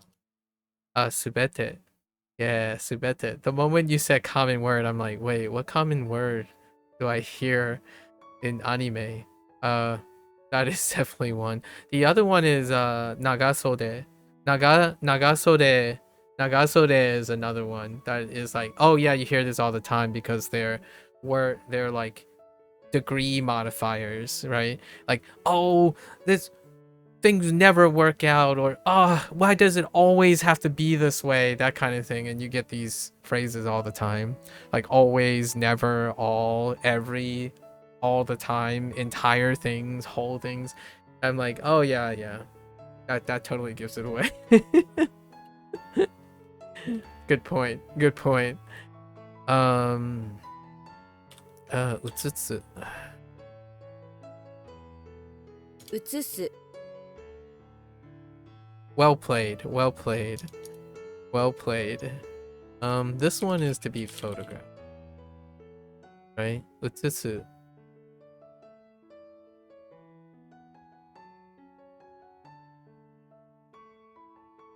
And then utsuru.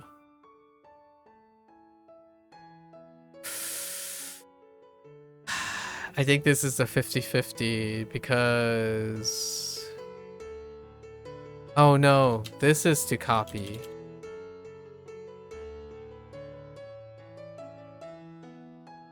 Because Sue, you're copying... They don't have a lot of... Copy something? So WaniKani, I told myself that in WaniKani they don't treat predicate endings with the same due diligence. So I need to come up with something, but occasionally they do, and this is the one that they occasionally do. Which Sue, you're copying something for Sue, but in what nature are you copying? What was the other one? Utsu.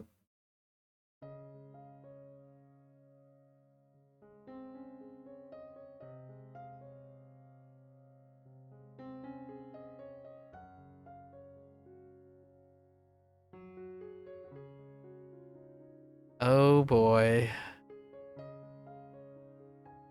This is still 50-50 for me. They mean so much more than this, but...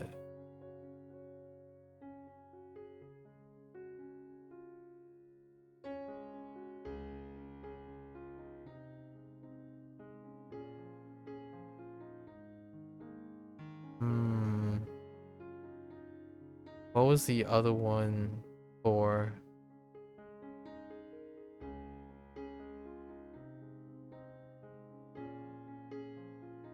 This one can be wrong in two ways. Using the word photographed and or copy.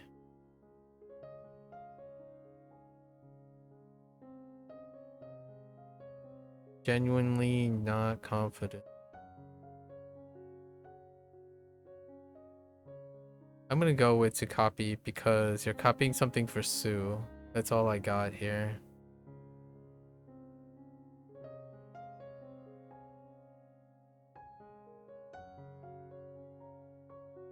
I'm trying to figure out what the other ending was for the photographs. I can figure out. I need to at least know the other one as part of the memory. Is it a do? Utsuru. Utsumu.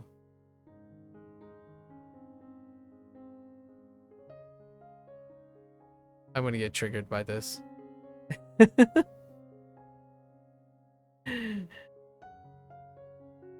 is gonna trigger me. I don't know. Yeah, so to copy with Sue, but I don't remember the other one, so I might as well get ahead of it. It is Ru. But I don't think they had anything for dues. All the dues. Oh. No, see, all the dues don't have any mnemonics. So you're not distinguishing between being photographed. Oh no, there is one. Never mind, just kidding. Rude. Rude is the keyword for do. Okay, so this one has a mnemonic for each of the endings. Not all of them do. And the ones that I feel like I get slapped in the face all the time is probably the life ones. All the life ones. So this one's fine. Rude was the keyword when I was thinking of the photograph thing. Okay. Alright, that's fine. What was this? Subete. Subete. Subete. Subete. High low. Subete. Oka. 他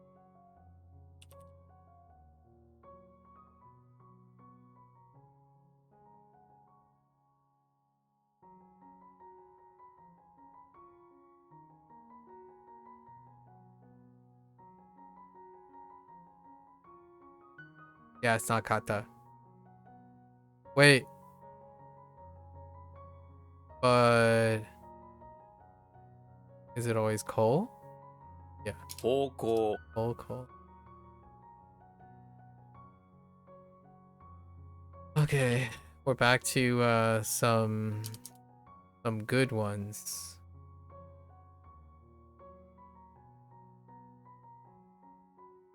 Yes. 小声 Boy.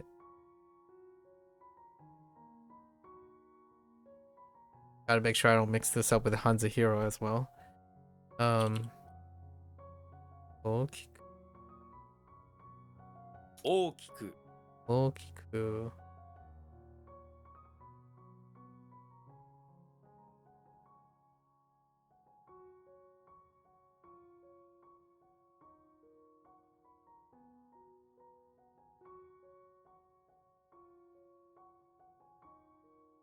Awaru.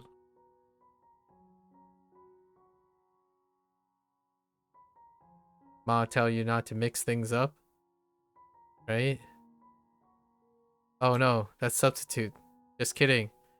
Wait, what was substitute? Oh, kawaru. as substitute. Just kidding. 変わる Kawaru. I'm thinking of something else.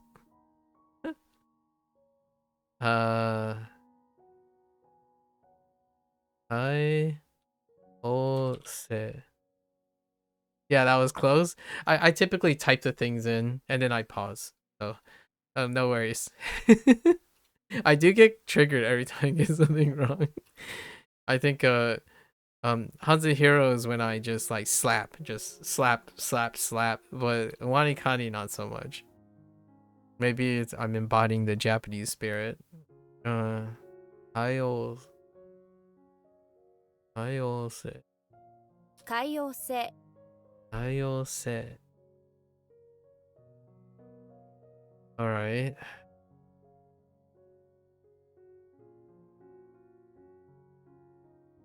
Oh no, this one's kind of weird.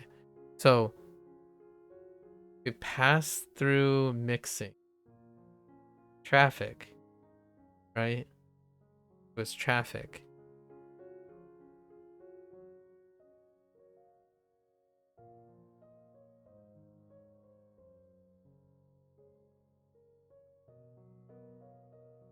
The heck was sore?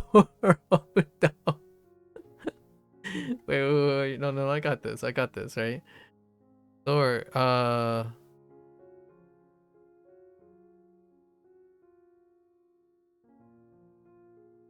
I got this. Sword. Wait. How does sword work? Just Tokyo, right? You get your swords from Tokyo.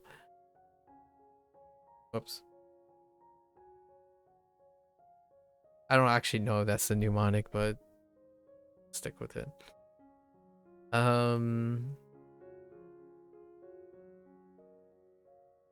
Shoku.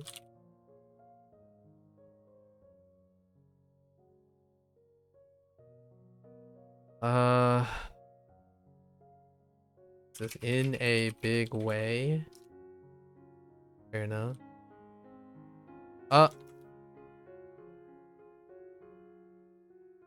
Oh no. Agaru.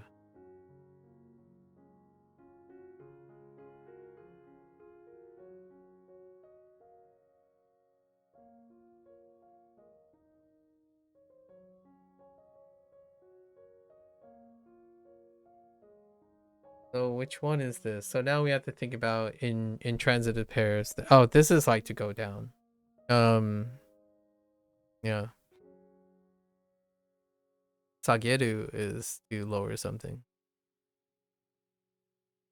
下がる I don't know what the. No, I'm just kidding.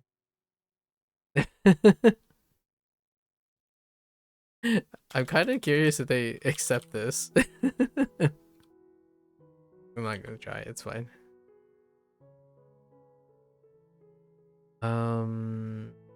Substitute. It's a little bit off. Heck me.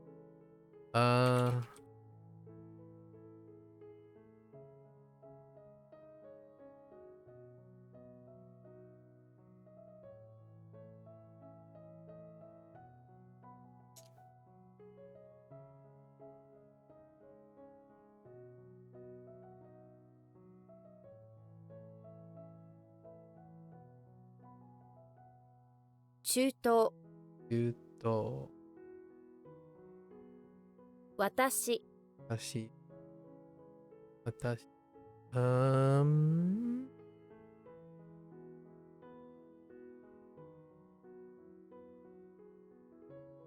Oh. Kotsu. 交通 Ore. お礼 Oh my gosh. Chinese. Rail cars.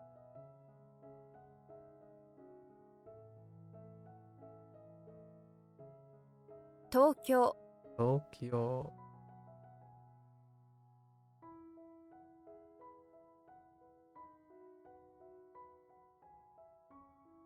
週 2. 本当に。本当に本当に。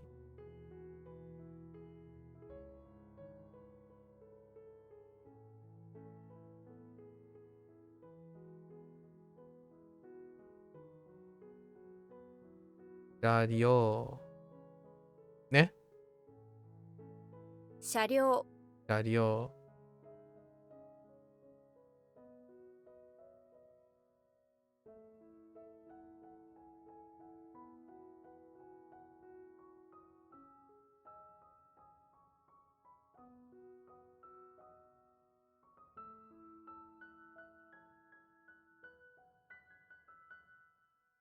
うまい。うまいやる。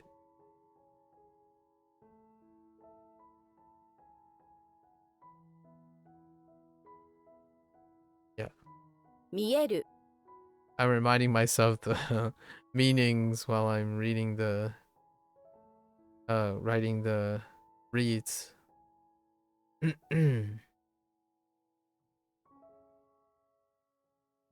This is Kanada Zoo.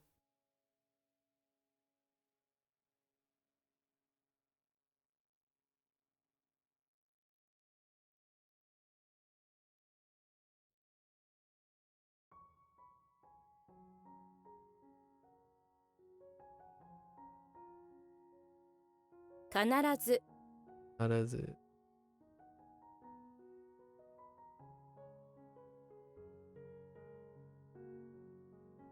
It's interesting how exceptions are easier at some point because you have to focus to learn them, like umai. Yeah, umai exceptions.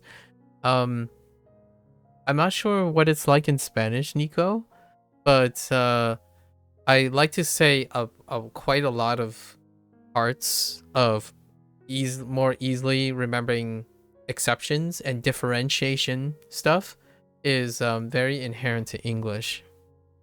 When you're very comfortable with English, oftentimes that highlights a behavior that focuses on differences. So whenever like some of the more convenient things in other languages, like Chinese, for example, a lot of things are the same thing in Chinese. Like they try to make homonyms. Like homonyms are far more common in Chinese. You kind of like you want to phrase everything very similarly as opposed to differently, or like finding the exceptions and stuff. And in English, oftentimes that's highlighted.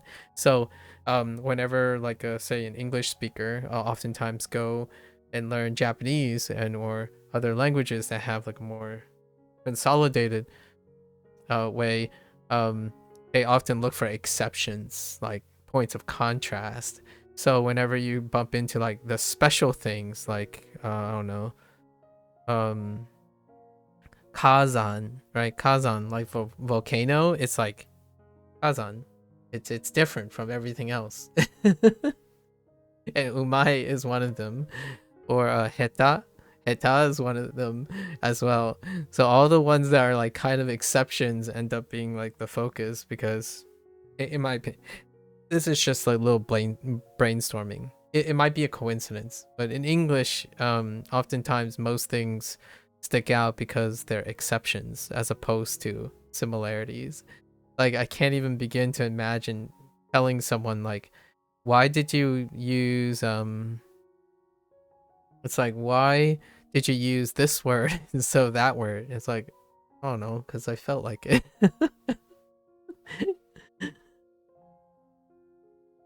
Meanwhile, you have like umai. Well, why did you use umai instead of, I don't know, jozu? Because they kind of somewhat overlap, but one has nuances of use and another has nuances of use. So you kind of have those. Like, yeah, okay. But good is still good. Very good is still very good. Excellent is just very, very good.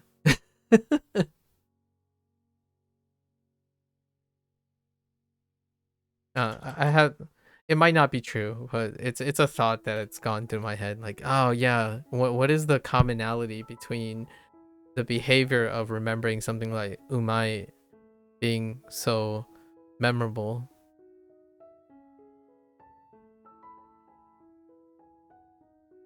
Where are we? Oh, I keep typing aruku.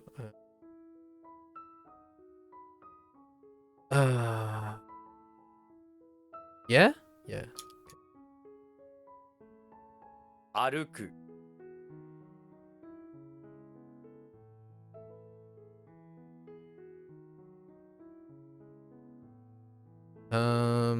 This one is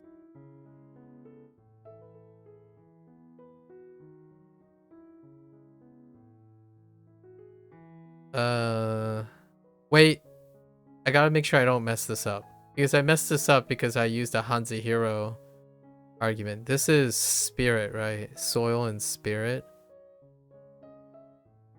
Dirt and spirit.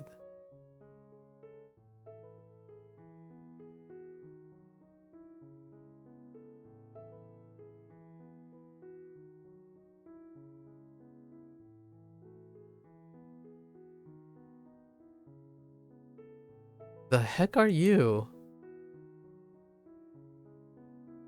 Dirt and spirit. Hold. I can figure this out.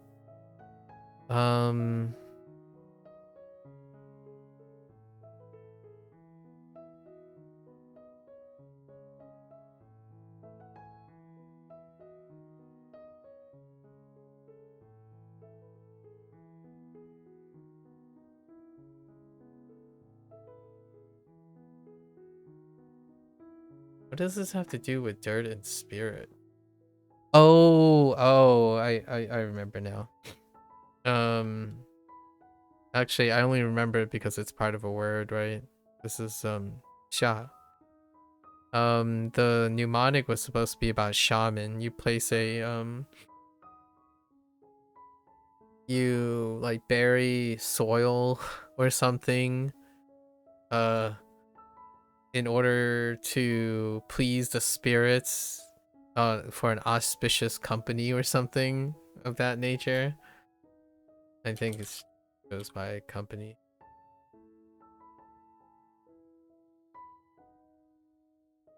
I think it would have been easier to just remember Kaisha at this point. We use the associated vocabulary words first. I should have went about it that way.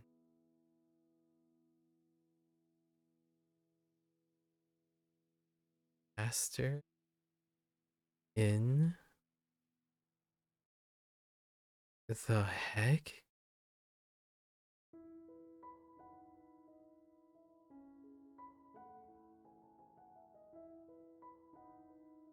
Chuni? Like a shoe.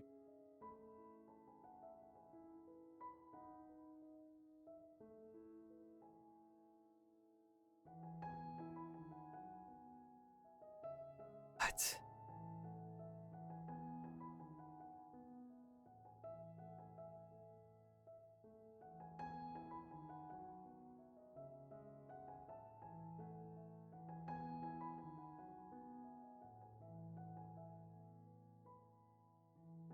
I don't remember getting this.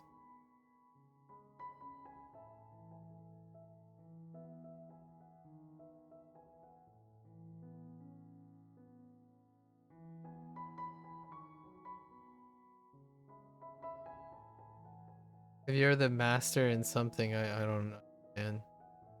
Is this also skillful? Manager?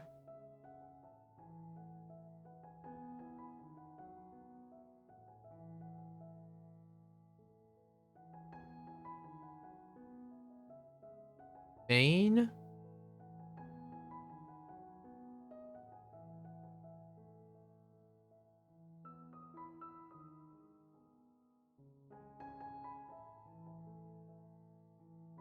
Omo?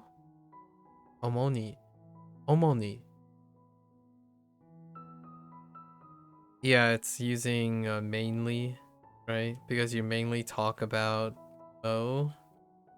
Because this is a special one. Oni. Oops. So, like, you mainly talk about Mo. Or primarily. Omoni. 主に Omoni. First, Omoni.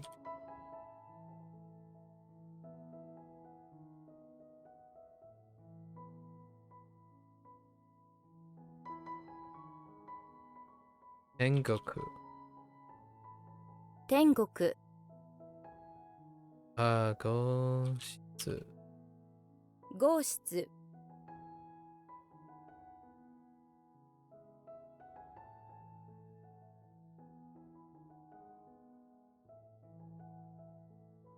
hold. 近々 in the near future or something like that, right?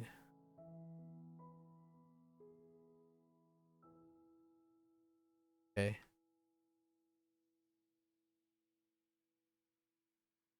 夜、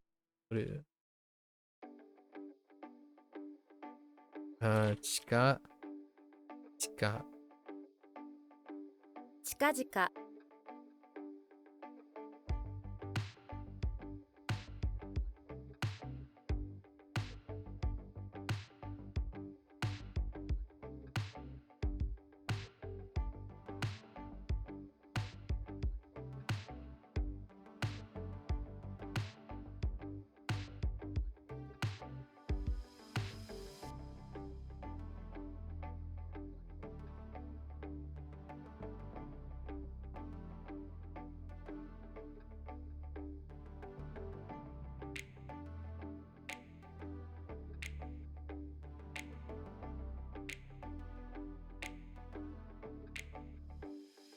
flat, relaxed.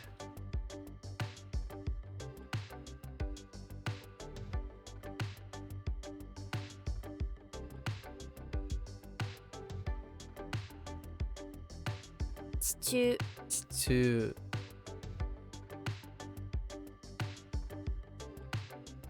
生まれ。店。店。三角形。三角形。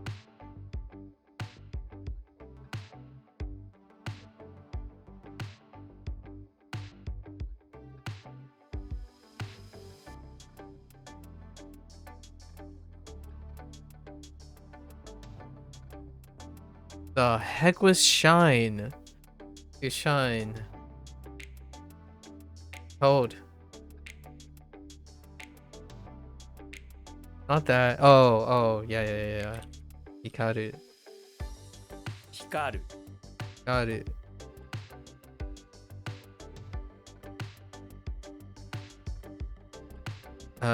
Shikaku.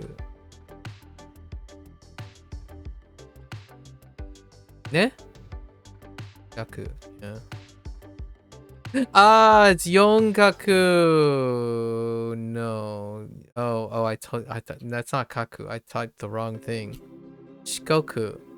I clearly did not type the right thing.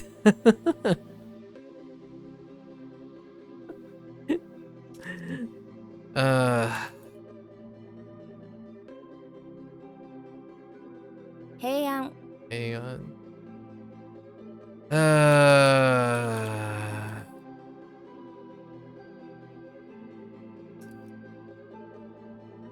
There's no sound effects, but seeing that red just makes me want to flip my table. It just makes me want to flip my desk every time.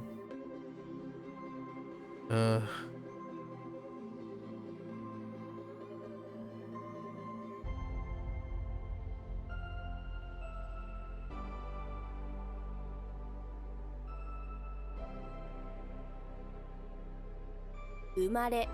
あれ。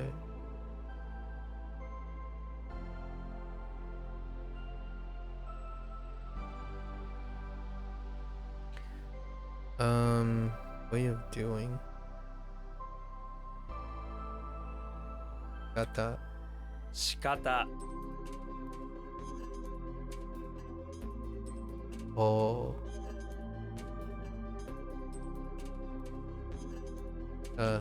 四国。四国。四国。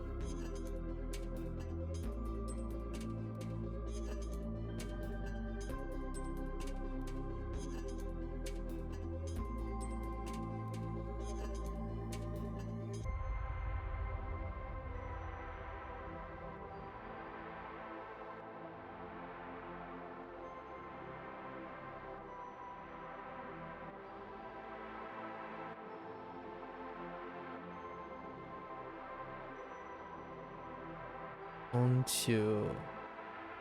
本州 All the city names are fine too. Like city, prefectures. They're fine because they're like exceptions. Or they read well too, but they're exceptions too. Ireru. What do they want for Ireru? Enter?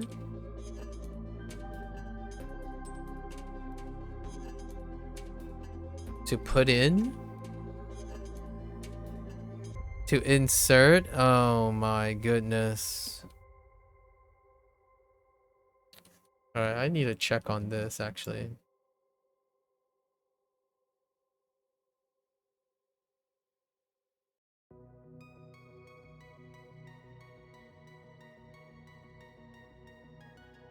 Alright, fine.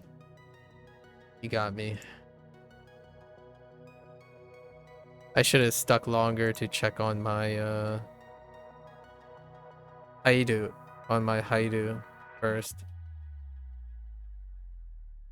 I actually used that phrase recently.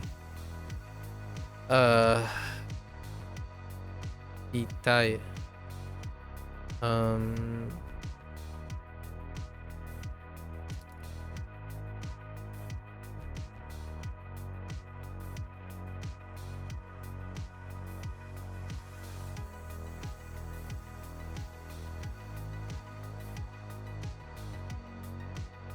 Zenkoku. Nationwide. 全国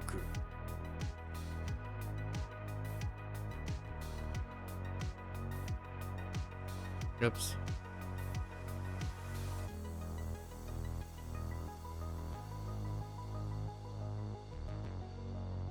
一体 Itai.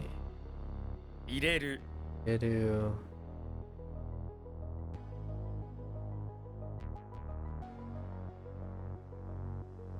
Ah.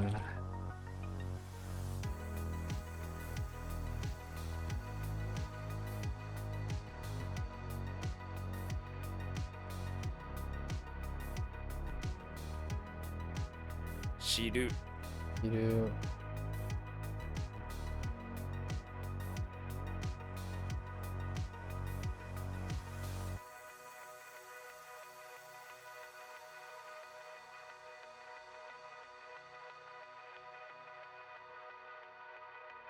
一斤 Ikin.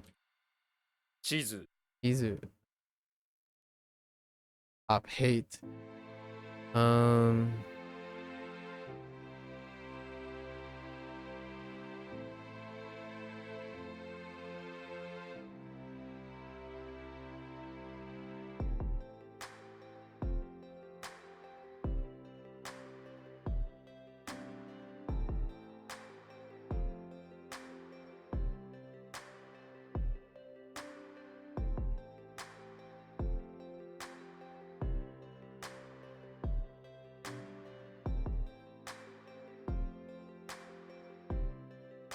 安全 Anzen.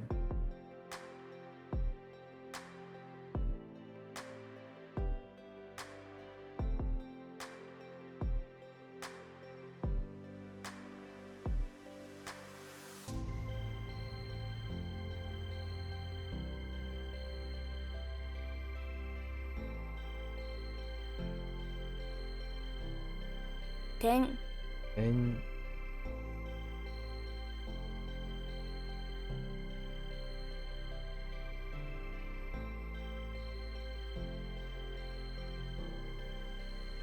休む Yasumu.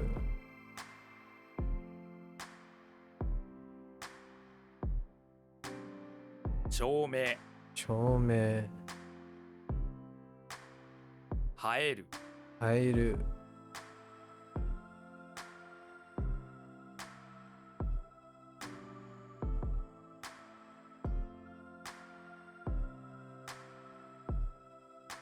午後 Ongo.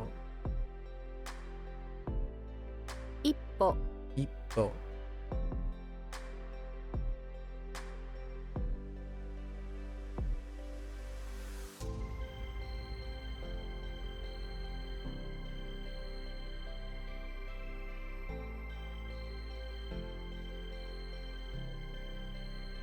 No.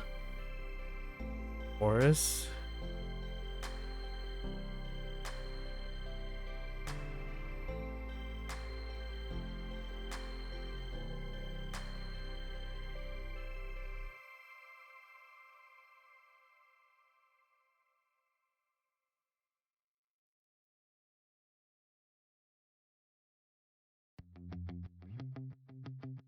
Was it like, oh no.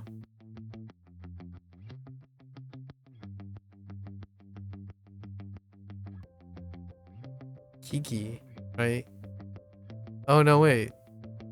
Was there something, was it an onyomi? Kiki kind of sounds like a kunyomi. Oh. No. It's that Kigi is ki with a noma. Hayashi.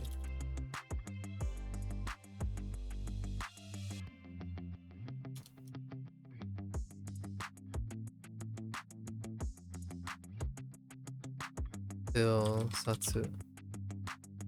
札 Satsu.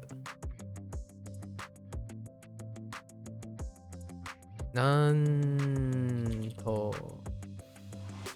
南東 Nanto.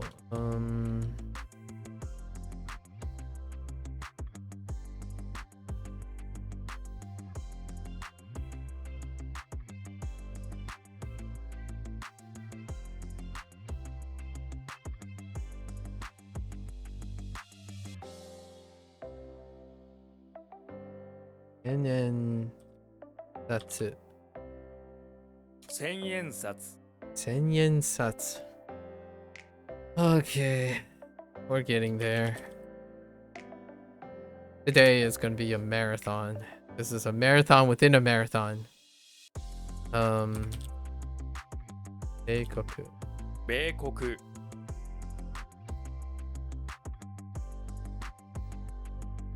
Yataru. 見当たる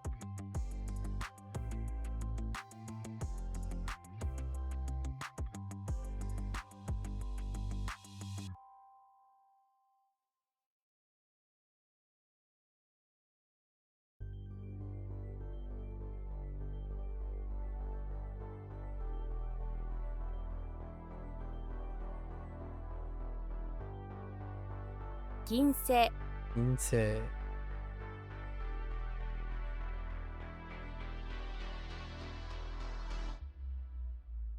九州 Kyushu.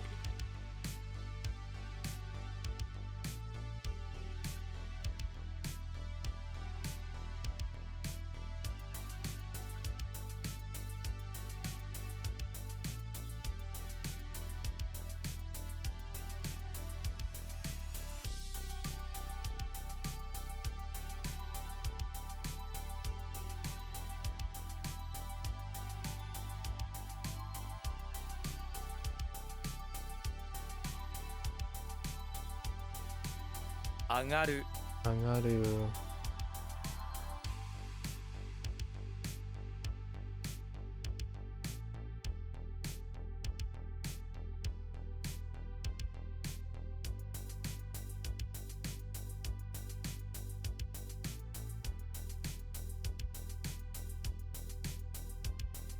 Mutsu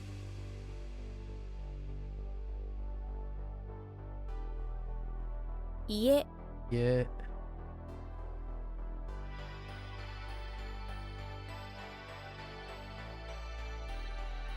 What? Wait. Oh no, that's fine. 全日本 Zen Nihon.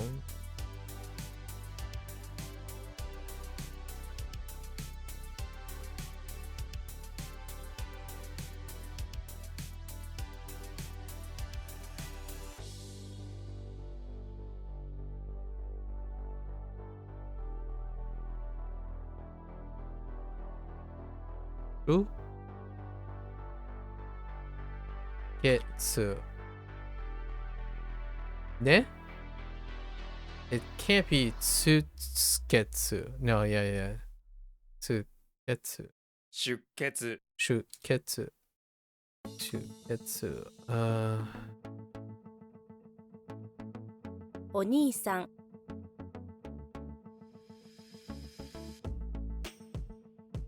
今まで、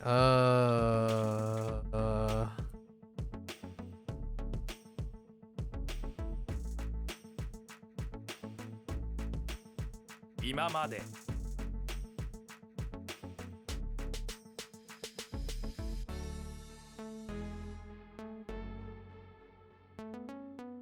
It's like, this is immediate too, like right after, soon after. Right? Right? Oh no, up until now. Oh no, it's up until now. So,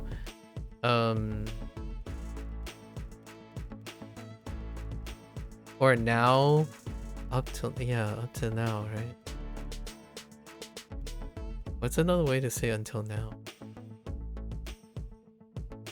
Imamade. Oh, English. Why?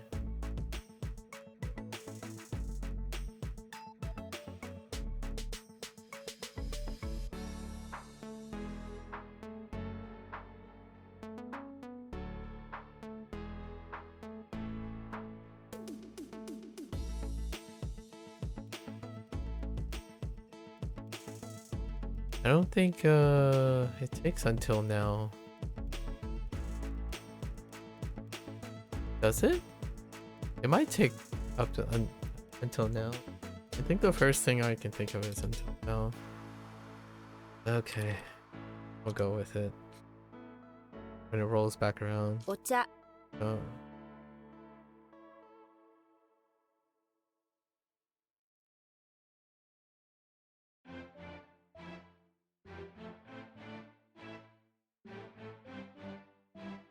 Wait. Because it's not wakeru, right? Wakaru. Okay.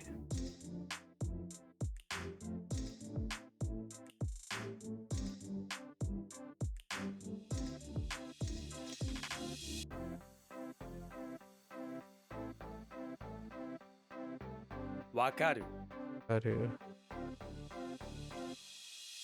Okay.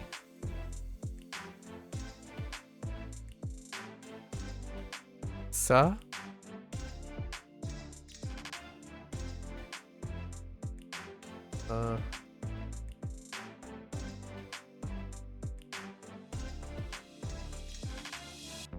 お姉さん、 One-san.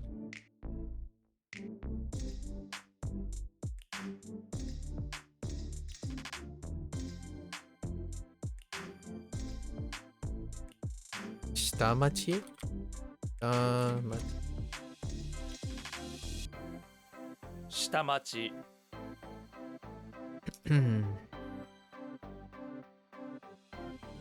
Hezu? Hezu? What do I zoo this?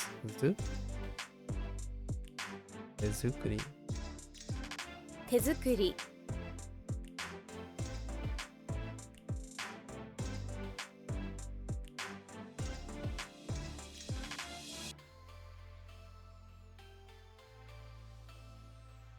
夏休み Yasumi.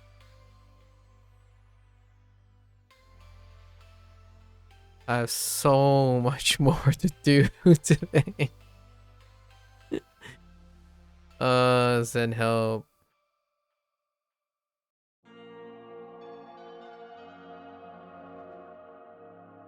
Is this image or shadow? It's image, right? Shadow is Hanzahiro.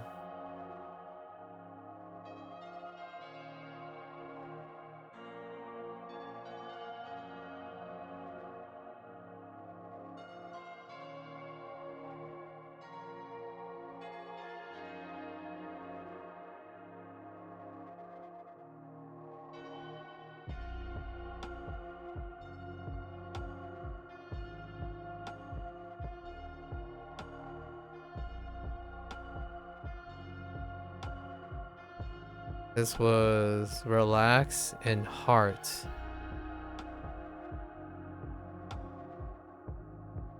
Relax and heart, which is to ease and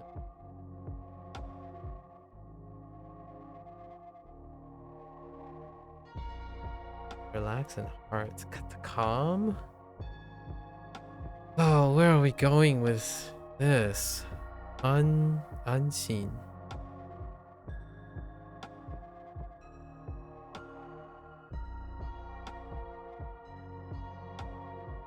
Careful?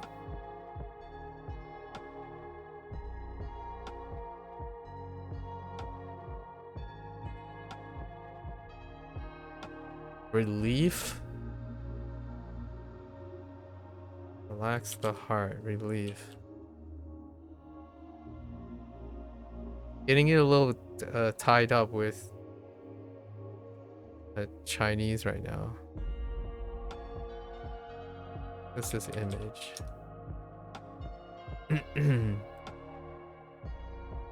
Unseen. I think it's unseen. Yeah, can't be anything. 安心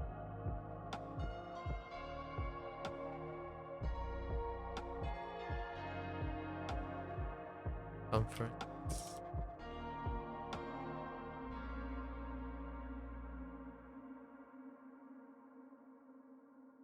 火星 Say.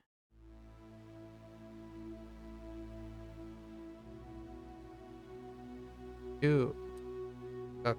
Say. 中学生 留学生 National treasure 国宝国宝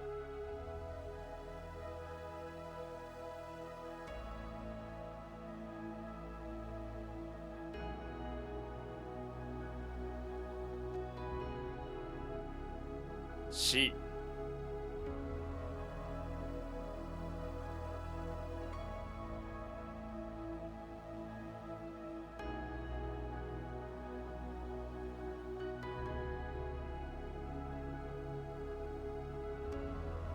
安い 安い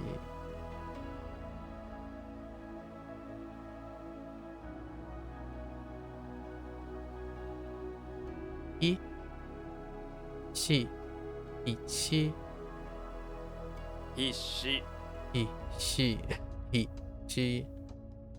一しokay.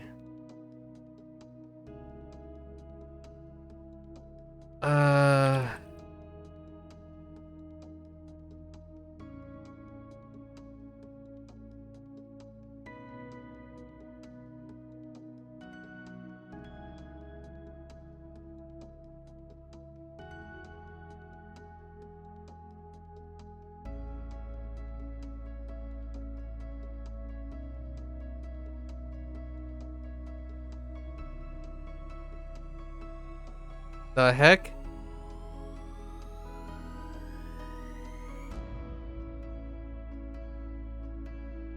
Oh, I misspelled his last name. Oh, I didn't think I could misspell his last name too. Jeez. I don't want to talk about it. How do I know which one is this? Oh, MAKU. むく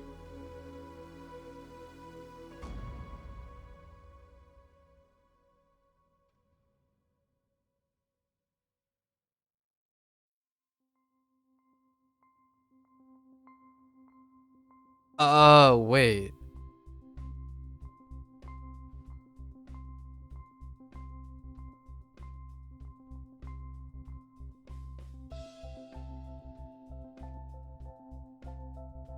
The heck is a water star?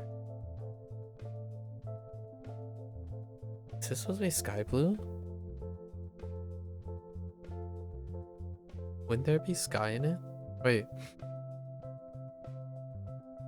Oh, wait. What? Hold. I'm freaking out right now. What the heck?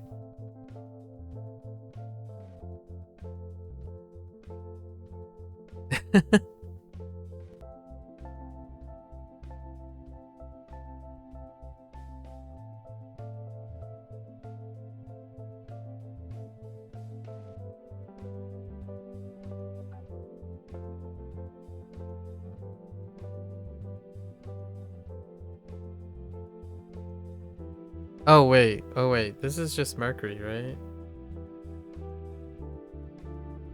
Wait a minute. Was this supposed to be Mercury? I don't remember what the mnemonic is for Mercury being water star.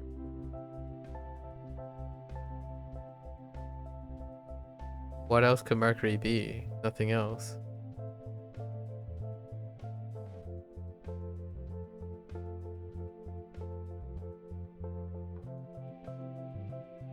Yeah, I don't understand.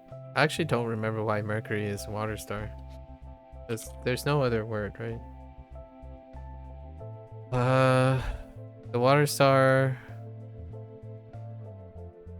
Mercury looks enough like our moon, so we put it there so no one could find it. There were we hid all of our secret moon. I don't understand this at all.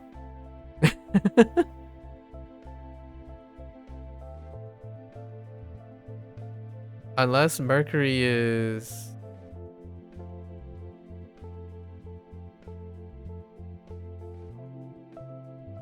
Hold up. Mercury... Supposed to be... No. Yeah, no. No, it's just Mercury. Just gotta know it's Mercury.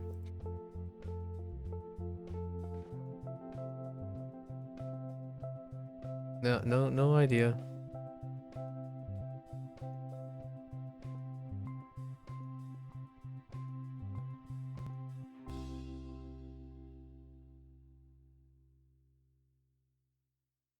This is the... Do we use from here?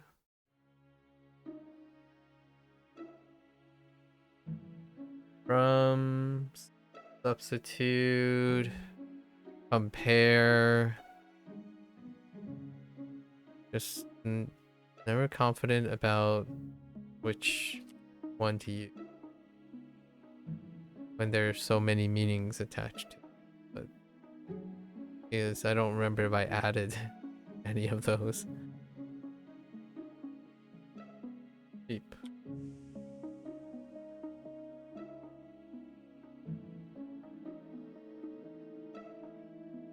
Oops. 社長 社長 社長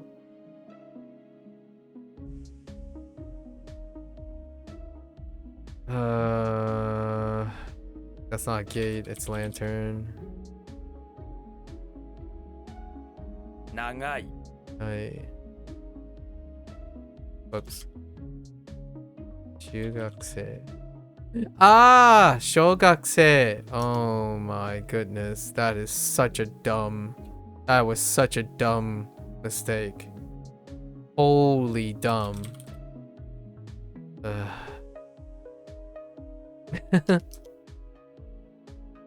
I think today I have like what 3 dumb mistakes. They're not like, it's not like I don't know them. And then there's one. Was there one? There might have been one, but oh my goodness. Double check. Where are you? 水星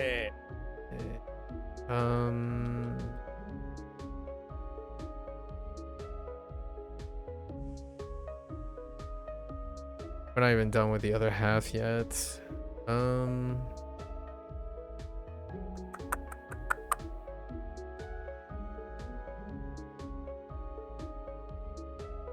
Lively use. Use.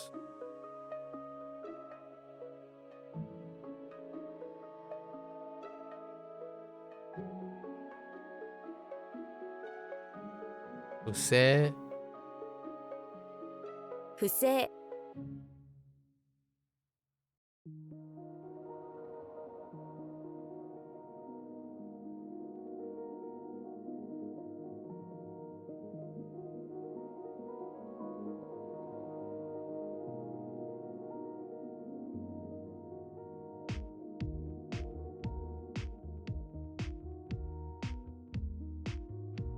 I'm done with that. It's wrong. When something is not allowed, it's wrong as well. That's BS. That triggers me. It finally got me. But for a while I would type in justice, but unauthorized is wrong as well. We're not allowed. That's not great. Ooh, that is a trigger. I got triggered. That really triggered me there. Oh, clicky key for shift. I was holding shift down too often. Oh,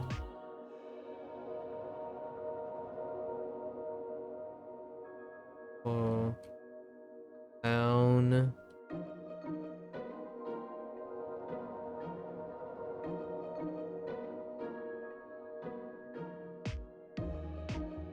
Onions. This one, that's my bad.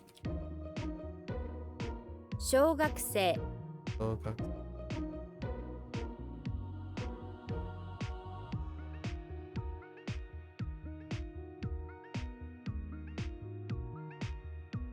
E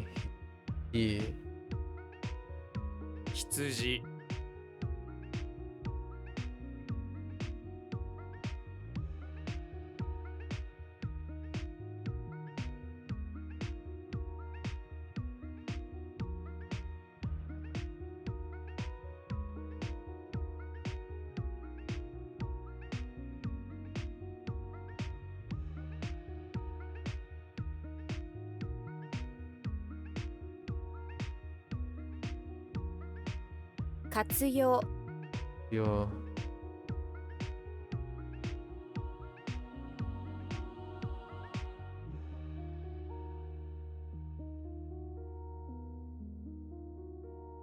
Actually, I'm gonna look at that too. Let me see. What was it?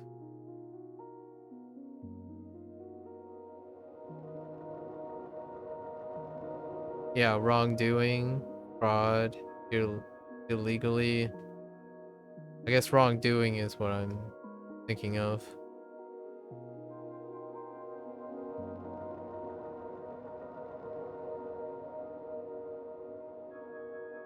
Okay. Got 16 more. We got... Oh, late. Okay.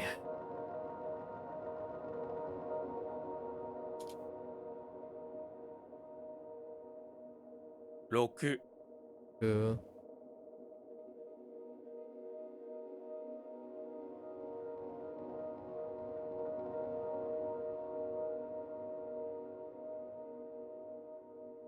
Juroku Yuroku.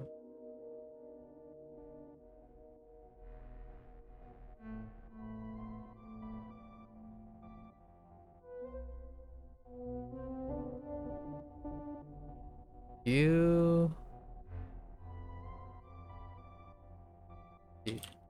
休止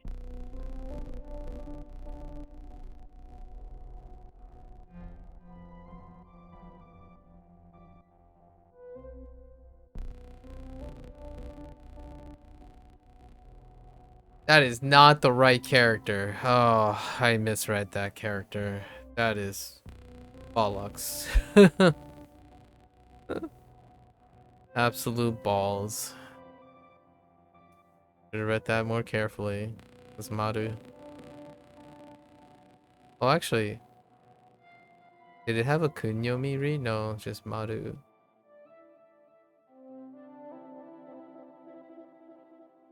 What do they want for this? Soil, ground, earth.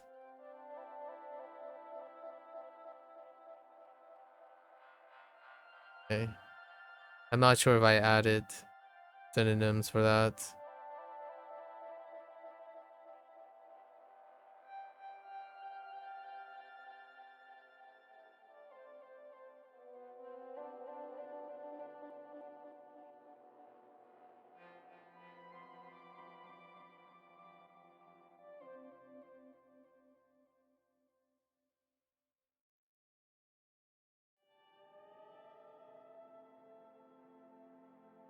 Oh, it is kun, right?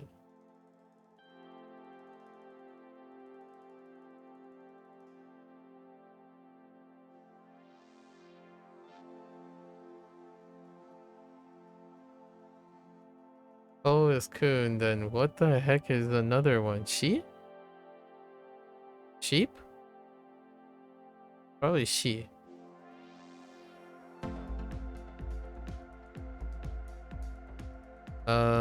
Yeah, she and ko. And ko is kun.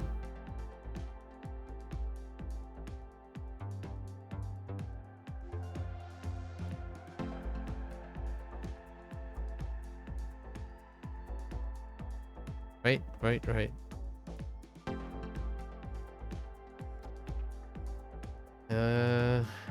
I'm thinking of children sheep.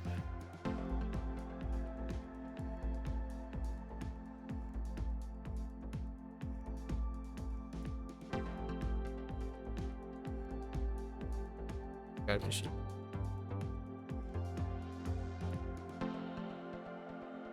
生まれる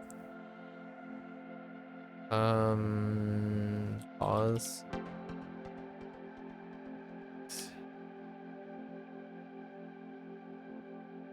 Go.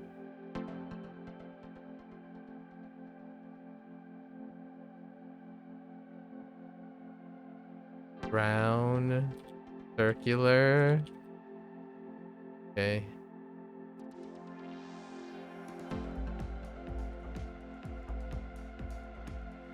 Maru.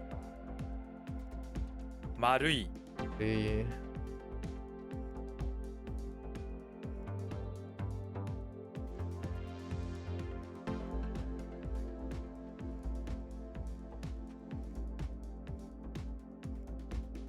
then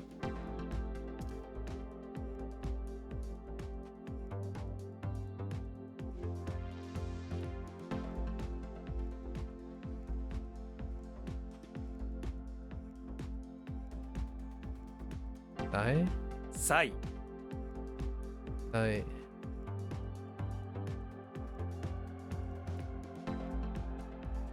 Saki. Yes. Saki. Awari.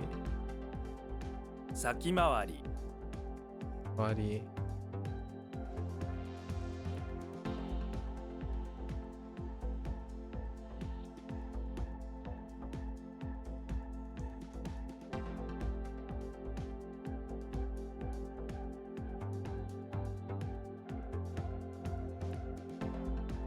The heck was this for?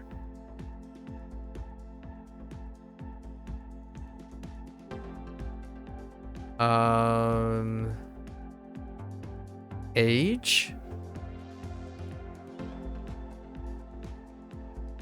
Yes.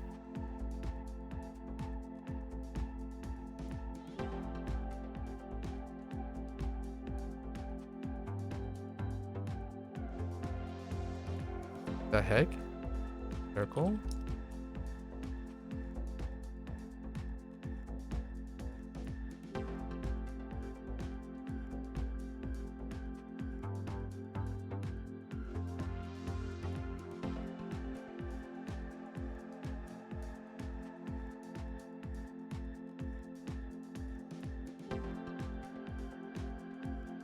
All right. So let's get to our lessons, right? Oh, that really grinds my gears right there. Um, 6 of them could be ruled out because of double checking, but you know. All right, lack is still lack. All right. And what was this? This was... Oh, we didn't have a read on this yet. Ketsu. Remember ketsu, we used the word ketchup, right? It's a perfect blend of ketchup and ketchup, yep. You're lacking something in your fridge. You look around trying to find the... Okay, ketchup. Okay, that's fine. Reinforcements. Ket 10. Oh, Ket 10. Oh, that makes sense. Ket 10. I don't know the right side of that. Seki. Ket Seki. I'm not using Kuns. That's fine. Freedom. self and reason. Self-reason. When you have self-reason, you're able to think for yourself. When you think of yourself, you have freedom. Very philosophical, this word. Okay. That's fine. And we have what?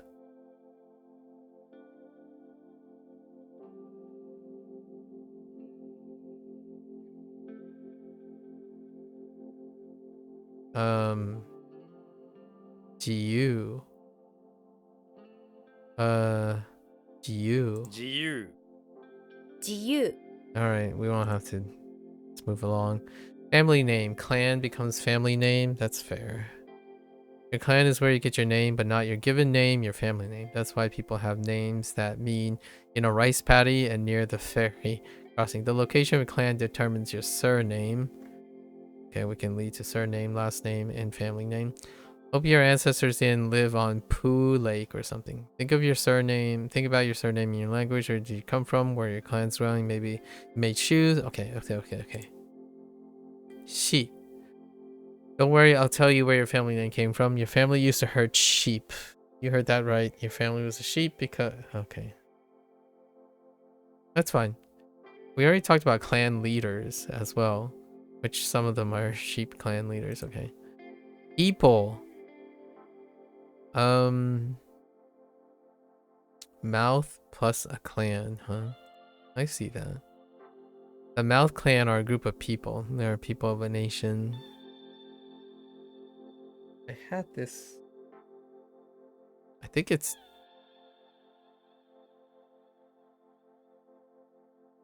So yin or jin? Oh, mean. Oh, no, it's meme. That's right.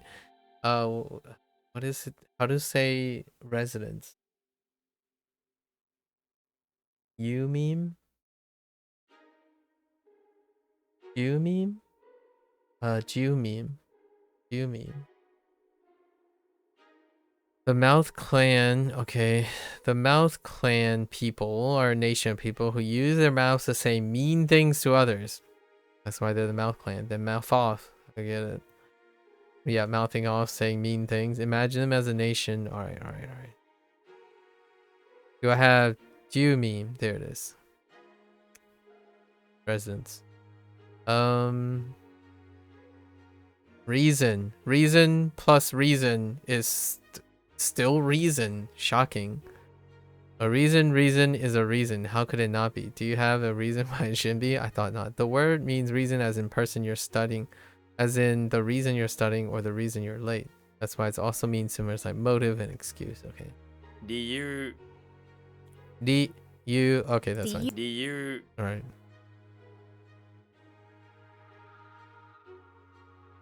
Alright.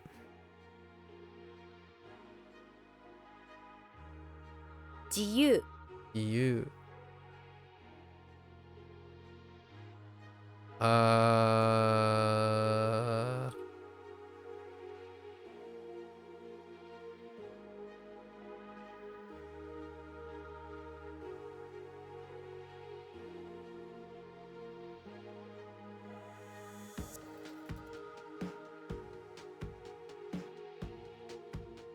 I totally read that incorrectly. Whatever. It's lessons.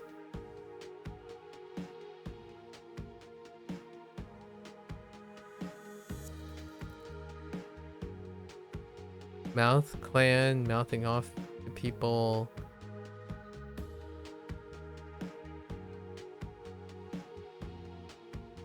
That doesn't help with the read.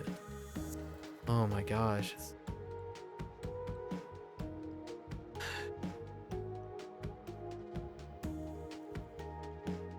Oh, did I even do the read on this? I don't even think I did the read on this. Pretty sure I didn't even do the read on this. Oh, I did. It's mean things. Yeah, meme and mean. Oh my gosh. Oh. Okay. All right. Let's try this again. I'm already regretting this. 自由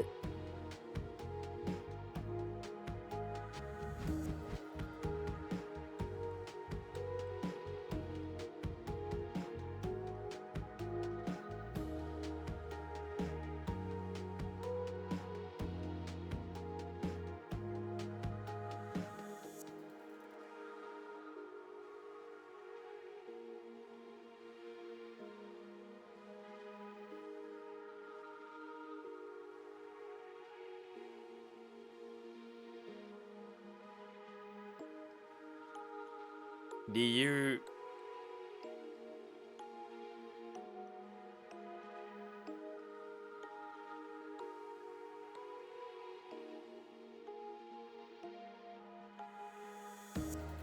So help me. Okay, to attach something. So this is the intransitive form of attaching something. Or the transitive form. Oh, sorry. The transitive form, not intransitive. I've been saying them backwards. The transitive form is to do needing something. To attach, what do we have? Tsu? It's probably, yeah, tsukeru sounds right. つける Tsukeru. つける Yeah, alright. Fault. Husband plus slide. What does dart look like? Oh, dart doesn't have the cross up here. The slide is your husband's only fault. He loves the slide more than you, and it's the only thing you don't like about him. Imagine looking out the window of your house and watching your husband slide down, his slide over. He's not even good at it. He falls to the side halfway down most of the time. You want to complain, but he's pretty decent otherwise. This is his fault. Shitsu.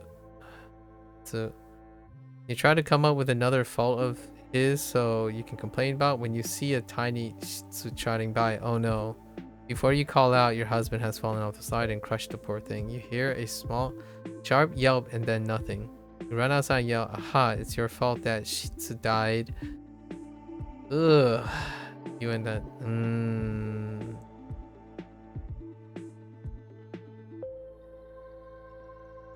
Shitsure. Shitsure. Today. They and. Don't have that one. Ball. Wait, that's ball also? Intriguing. This one's gonna stink. This is a stinker. Bolt. Okay. Other than, so from outside. Other than, okay. Compared with this, oh, or compared with this, it's outside what you wanted. You have anything other than that? Accepting, except for other, okay.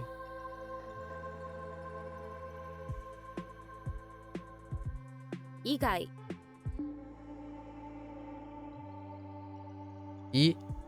Guy, okay, that's fine. Igai. 以外 What do we have here? Ijo.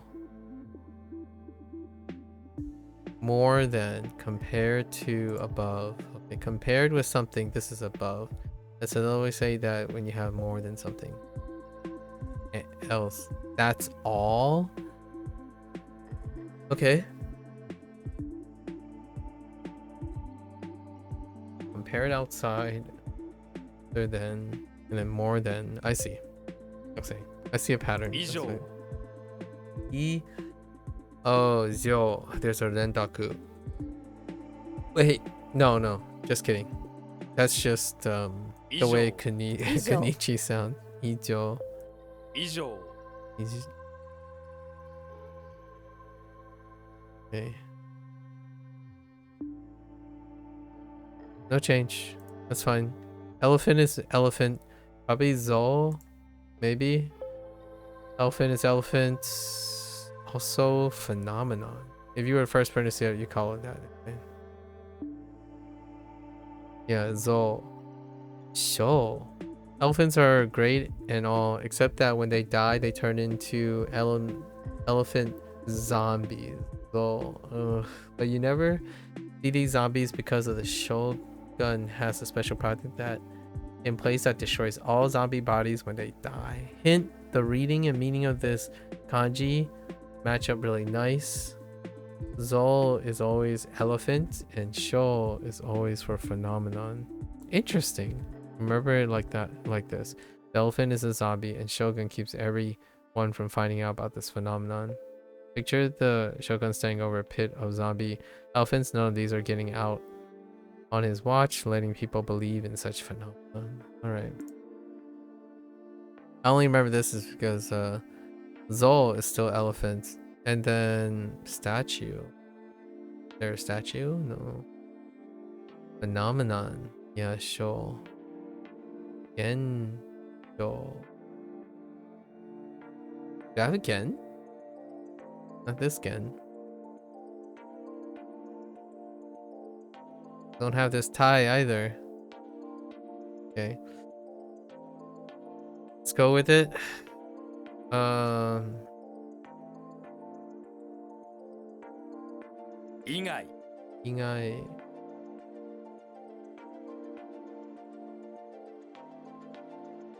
Get it. つける Get it.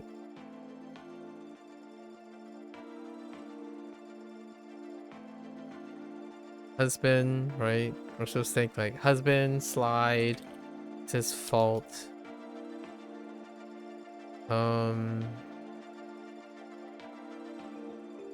Izo. 以上 Izo. Okay. Izo.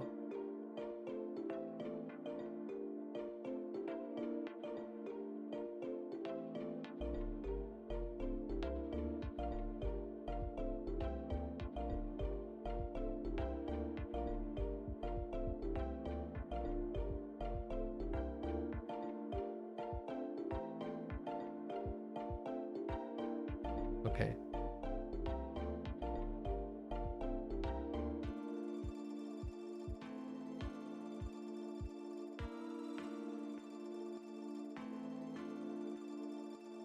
Let me guess. Less than and stuff? Oh my goodness. Previously. Okay. Oh, so compare to in front. Or technically this is before as well. Do I have before for this? Use before, please. From before just means previously or before now. Okay. Alright. And then it still means before. Yeah. In a time sense.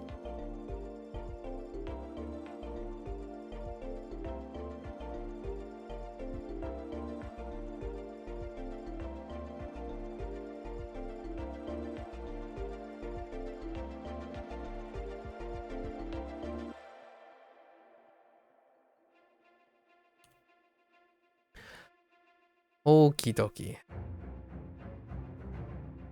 以前 Easen. Okay, 以 nothing. 前以前 That's fine. I'll take it. Time. That checks out.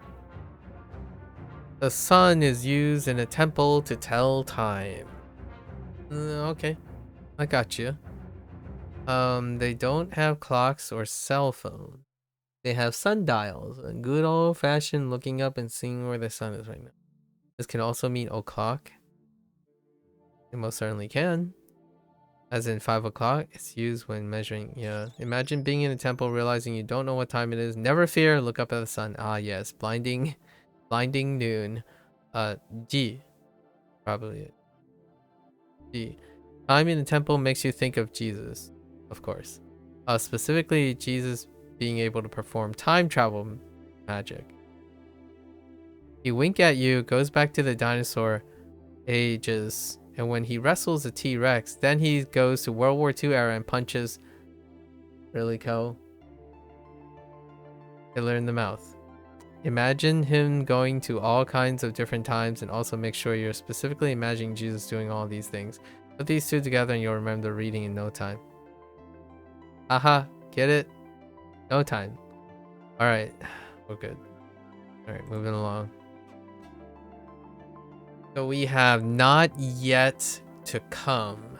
Not yet come. So the future. That makes sense. What has not yet come? The future. Is usually to talk about the distant future. And it implies that the future can't be foreseen. So you can use it to speculate about what might lie ahead, but you probably wouldn't use it to discuss more concrete plans. Oh, I see. 未来 Mirai. Mirai. Okay. 未来 Moving along. Matsu. This is still Matsu. The end.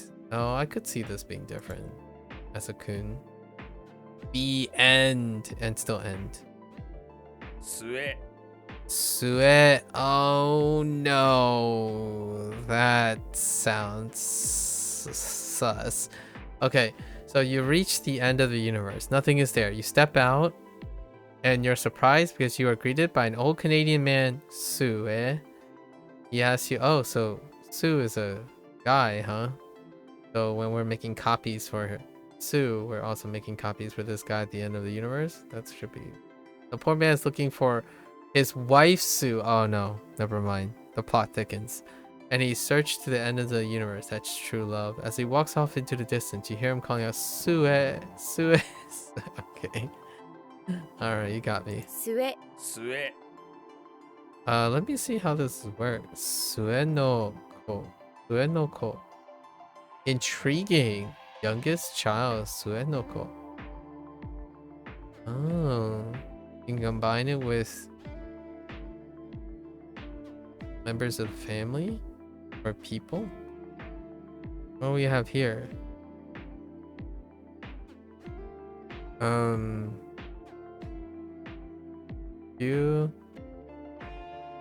Yugaku no sue. After a leave of absence. After the end of the absence? Ah. End of the absence. Sue no... I mean... Kyugaku no sue.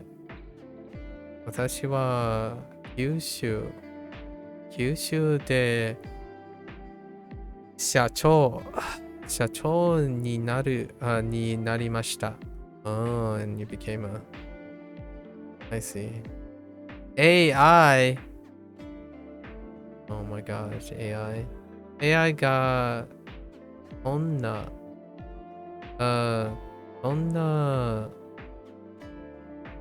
What the heck is that standalone?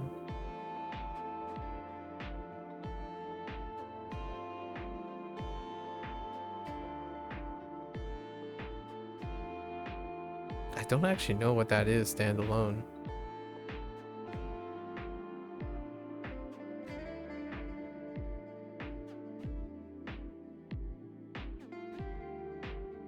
The heck?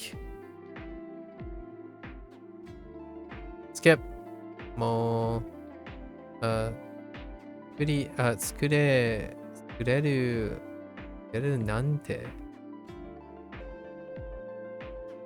作れるなんて。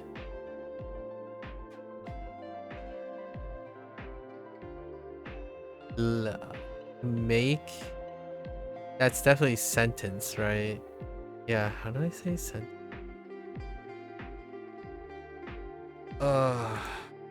Sentence. Oh, it's still Boon. Oh, interesting. Should I have known that? Boon? I haven't typed sentence as a meaning, so... But it stays Boon. So I guess that's how they rationalize that. So AI がこんな文を作れるなんて。Yes, yeah. AI can make a sentence like this. Is this an AI sentence? ライターの私にとっては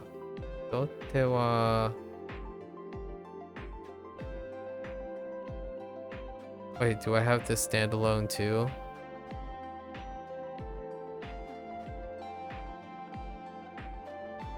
Say mo.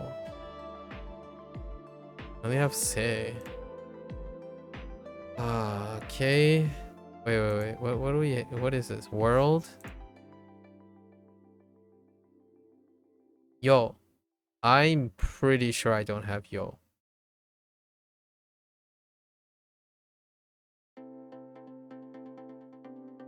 Yomo and Yomo sue desyo. I'm guessing I'm getting these soon in this lesson set. Sue no 上の妹はまだ5歳です。Okay, that's fine. Oh, there's some archaic. There are some things that are being leaped over right now. Thread and clan is paper. At least we know what Kami is. I wonder if this just straight up goes straight to Kami. The thread that ties you to your clan is paper. Your paper, that is. Your paper, that is. The paper itself was also made by a clan using the threads woven together. Okay. Kami, okay.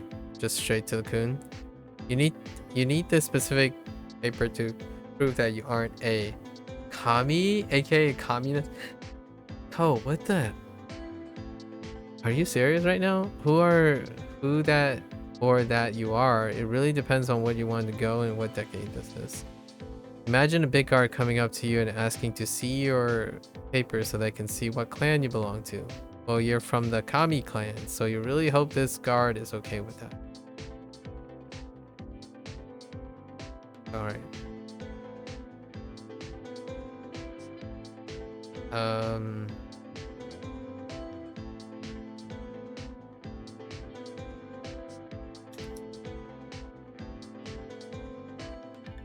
Oh. 以前 He's in.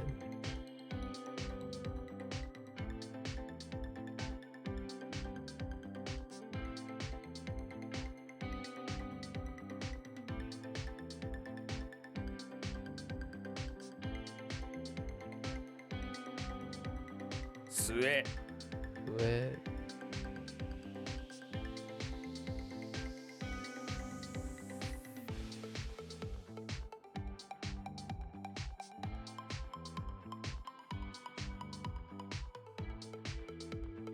Mirai. Right.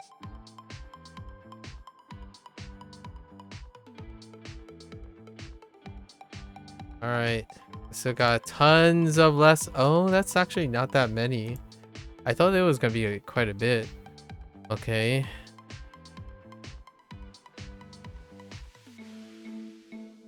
Oh, Shimatsu? No, Nenmatsu. 年末 Yeah. 年末 Okay, that's fine. Write down. It's not remember. Oh no. Okay. Unless this is also remember. Record.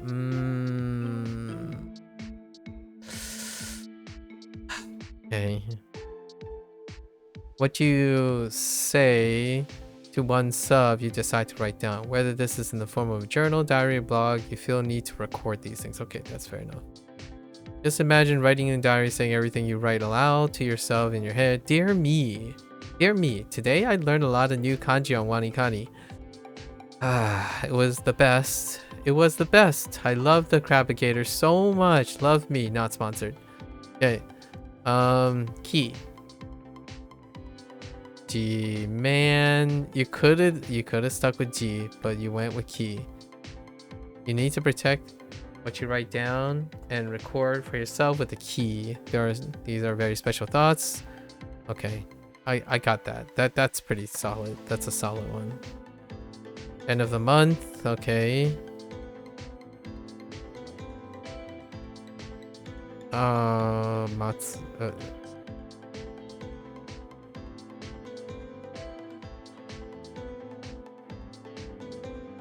Just Getsumatsu, Gatsumatsu, Toshimatsu.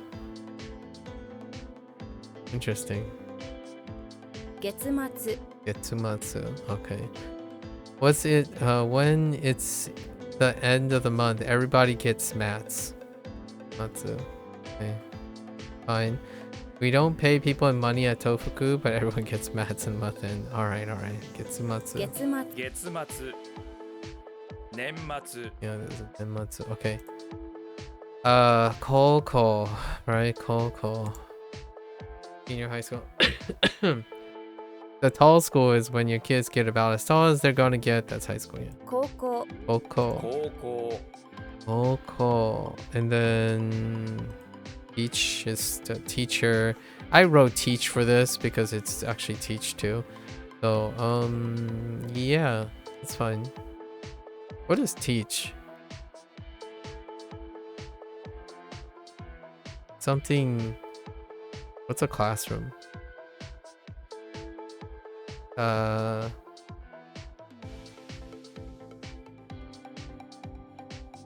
Cho?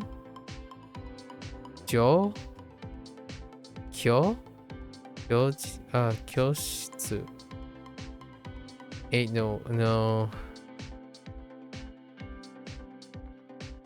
A teacher in winter is happiest because they can teach. Where the heck is winter? The kids can't go out and play because it's too cold. They have to stay in. Oh, okay. Yeah, it's Kyojitsu. Teachers can teach the most about Japan in winter by going to Kyoto. Kyoto is the okay. Yeah, Kyo. I was thinking of classroom. Kyoshitsu. Yeah. Okay, fair enough. All right, let's just hit me up, Scotty.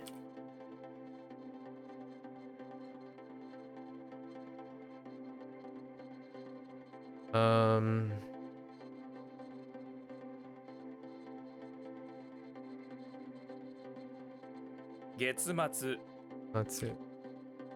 年末 Nenmatsu.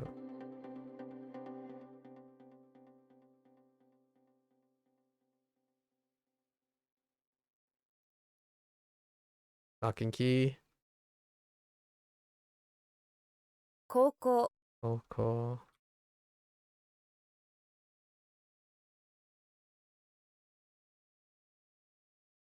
Okay. Gakko. Okay. A study school is still school. 学校 Gakko. Oh, I 学校 gotta make sure I put a. Gakko. Okay. A group.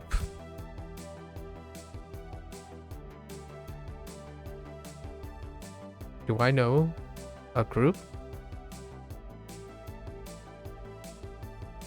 I do not. Not off the top of my head at the moment.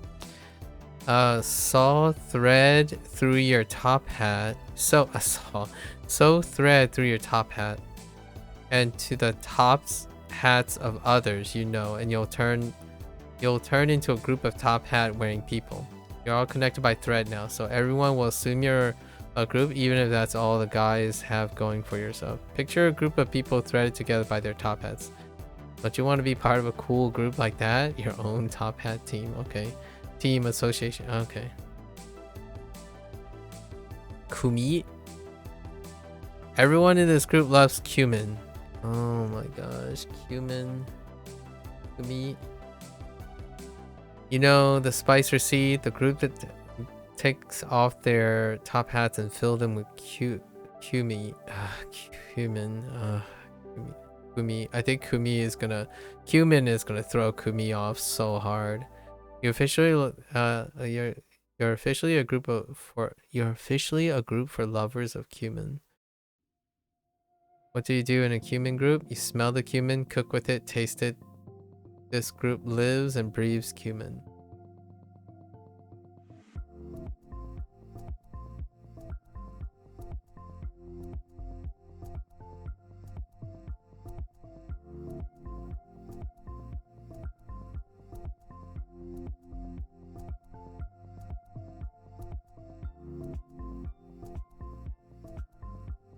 I'm trying to think of something else that sounds like cumin is. That's bad news bears. Is this still Kumi? Oh, is this Kun? Kumi? I don't think I've used Kumi. And that's Onyomi. Probably is Soul? Just Soul? Or Soshi? Shiki? Soshiki. Koichi. This is Kumi, no? Yeah. Gumi. Oh, yo, what, mate? Oh my goodness. Yeah, this one's problematic. Kumi. This is Yowai. Yowa. Yes, but it still means 弱い Yowai. 弱い You just, because we need the coon. So you just got beaten up because you're weak. Then the bully asks you, yo, why you so weak? Okay, that's pretty good actually. Cumin is not so good, but yo, why you're so weak? Yo, why you so weak is pretty good.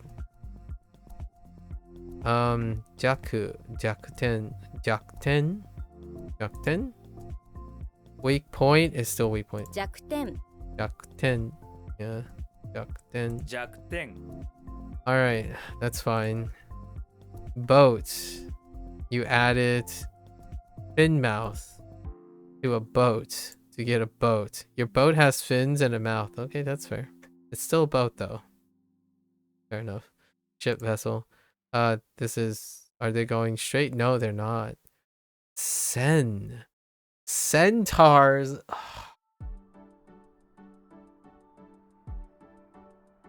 This boat belongs to the centaurs. They're probably why you've never seen a boat like this before. Picture this mouth and boat with a bunch of centaurs riding it. Centaurs have a lot more parts than humans. But it makes sense that their boats have more parts than animal parts too. Okay. So that's the connection. Alright. The fins and a mouth because they're centaurs boats. Alright. Didn't go straight to Fune. Okay. Sen.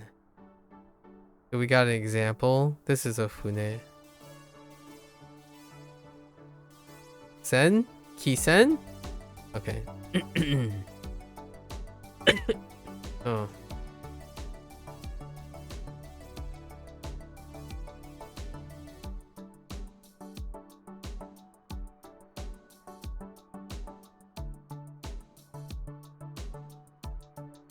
I think recently there was an OBS update, and that OBS borked the hotkeys because hotkeys don't register in different windows. I can't mute my mic with the hotkey weirdly enough. That's kind of annoying. That explains why yesterday parts of the things didn't get unmuted when I was muting my mic to cough. Yeah, I don't know why they changed that. I'll have to check how to fix it. Yeah, the hotkey doesn't work anymore. Okay.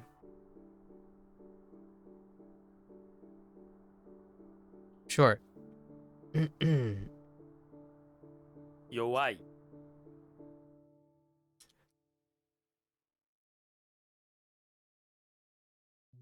Oh.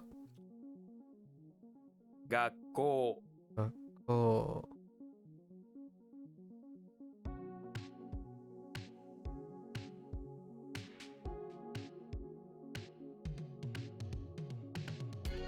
弱点 Jakuten.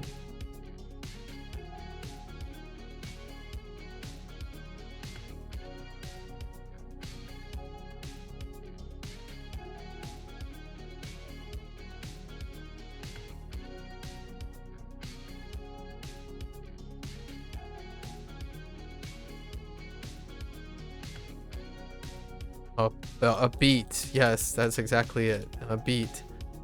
Mental state. Your heart reason. Okay. That's fine, I guess. The reasoning of your heart decides what you do. Probably when kanji was being made, people thought that the heart directed our objects, not our brain. That's fair. So if you think about it that way, the reasoning of your heart is your mental state. Nowadays, that's known as psychology. Okay, all right. 心理 Shinri. Okay, that's fine. 心理心理 All right, so far no fancy rules or reads, right? So I'm more likely to remember the mnemonics that are associated by definition than the mnemonics associated with the reads, because the reads use near rhymes, and those near rhymes aren't, in my opinion, incredibly near, and that's largely probably because if you're language learning, you're probably focused on the nuance of those near rhymes, and those things are not near enough anymore, right? You either hit the nose on the head, in my opinion, or deviate completely away from it and add a different meaning to it, right? Describe a substitution. I think it's incredibly nearly dissonant when you're focused on the act of understanding the difference between the reads, and then suddenly you're substituting cumin for kumi. Oh. It's like working against yourself the whole time. Have to think about it. Scooter circumference. A week. Use a scooter to travel the circumference of the world, and it'll take you a full week, 7 whole days. A week in Earth time is also known as a full scoot in scooter lingo. Okay. Shoe. It's fine. At least we know enough time-oriented things to be fine with this. If you want to scoot for a week, you'll need a shoe. Okay, at least that's consistent. Good shoes too, not sandals or high heels or boots. What's wrong with boots? Solid, high quality shoes so you don't fall off the scooter and hurt yourself. You can't ride a scooter for a week barefoot. Are you nuts? Get some shoes. Shiumatsu. Konshu. Yep, there we go. And senshu. Okay. Geography. Dili. Makes sense. Dili. Earth and reason. So what is this? Chi? Chiri? Oh my gosh, it's just Chiri, which is really close to Dili, which is funny. The reason the Earth is the way it is because of geography. So it may seem kind of strange that geography is bringing reason to the Earth, but if you think of geography as a study, then you can think about how you would try to get reason through that. Chiri. Chiri, yeah. Chiri. All right, fair enough. Takai. All right, lay it on me. How are you gonna get taka in this? All right, tall, high, expensive. This, yeah, okay, tall, okay. Weird that this word means both of these two things. Yeah, just imagine money piled up to be really tall. That money is tall because it needs to buy something expensive.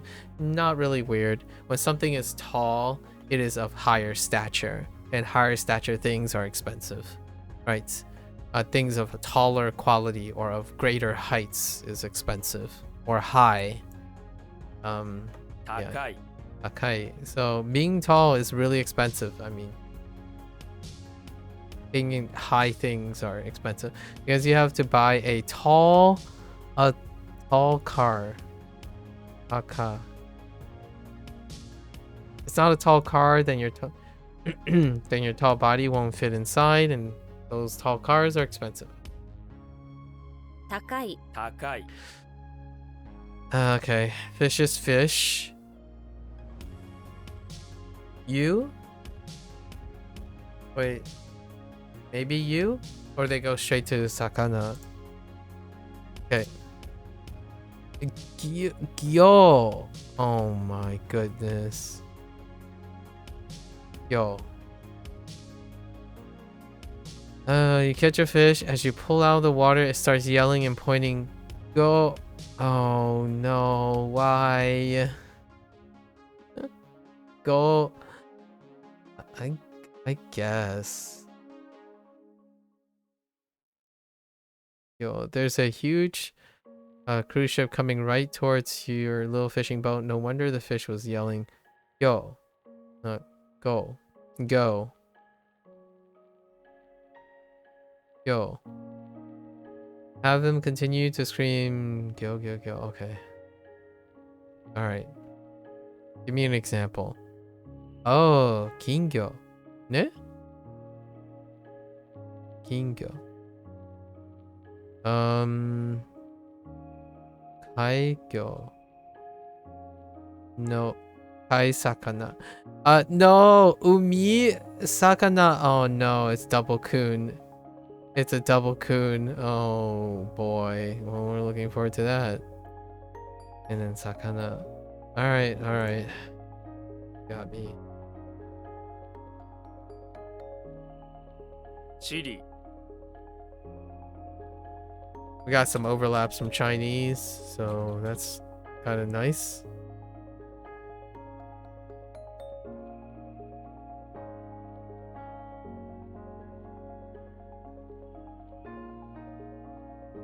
Takai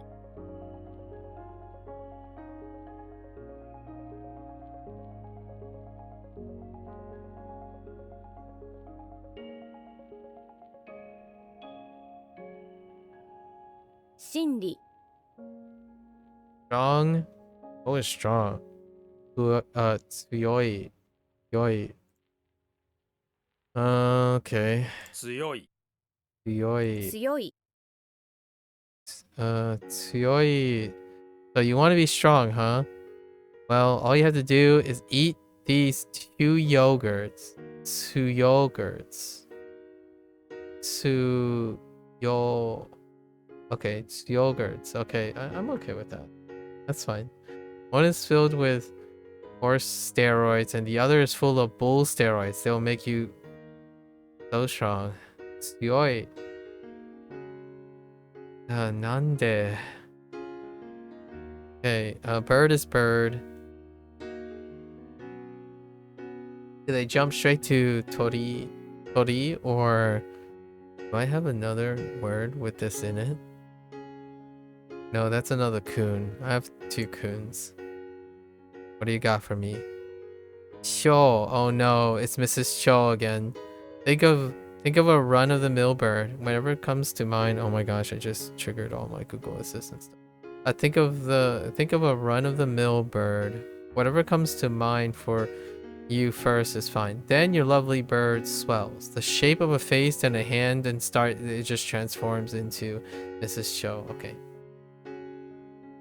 After bursting out of the bird, she turns her head sharply to your direction. I don't just own the street, I own the birds too. I'm inside every bird, and I, Mrs. Cho, can burst out of any town.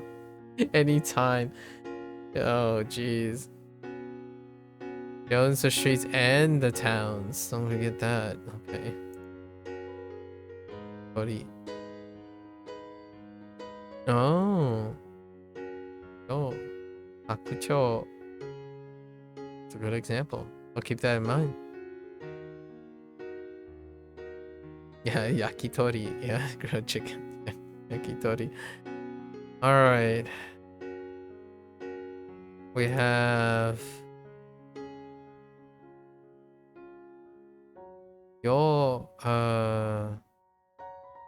Kyoroku. It could be kyoroku. Kyoriki sounds meh. Kyoroku. So strong power is powerful. Okay. Or strength or strong. Okay, powerful. Strong is fine. Strong is still strong.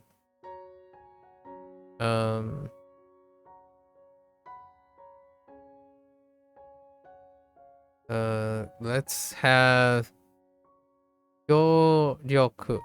Kyoryoku for 1,000. 協力 Okay. 協力 Kyoryoku. Nothing is as strong and powerful as the Kyoto Ryoku. It's a legendary lock produced in ancient Kyoto. Rumored to be the strongest lock in existence. Blah blah blah blah. Lock in existence. What magical powers do you think lie beyond the strength of the Kyoto Ryoku? I don't know.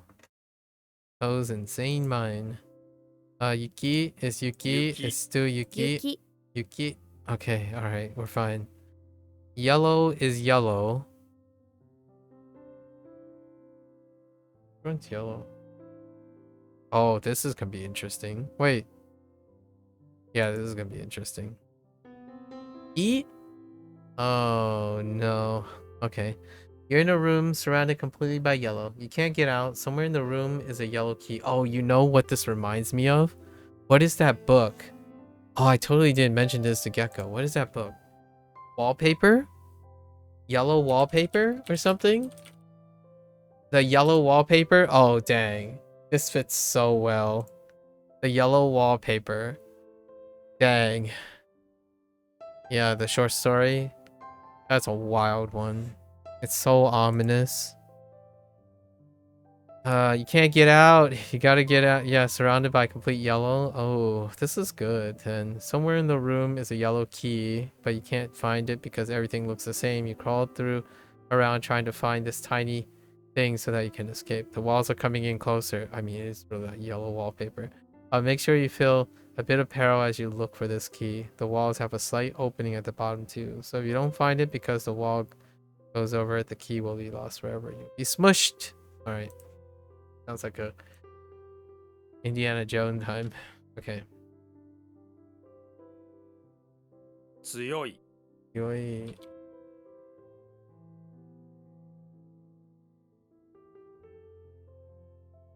So,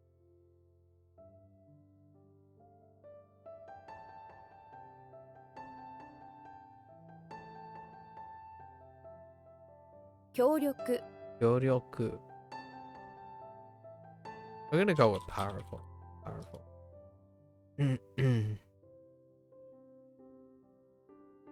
雪 Yuki.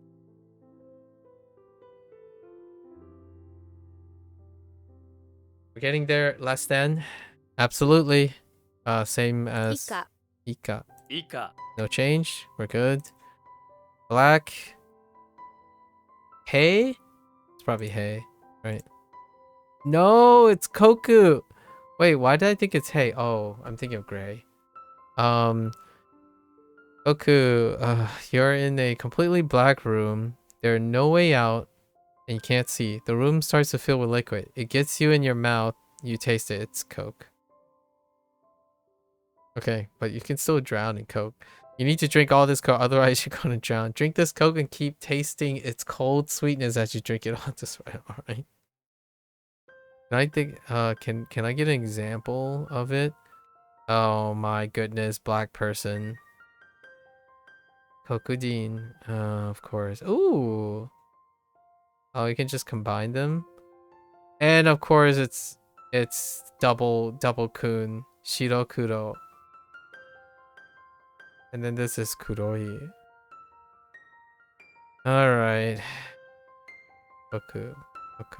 I mean, the color of Coke is black, so that's kind of useful, right? Black brownish, very dark. Okay. This is so now we're doing from after. So after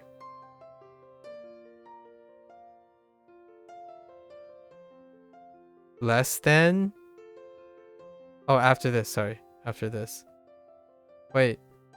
We had other than, more than, less than, previously, after this. Okay, that's fine. From now on, after, since. Okay.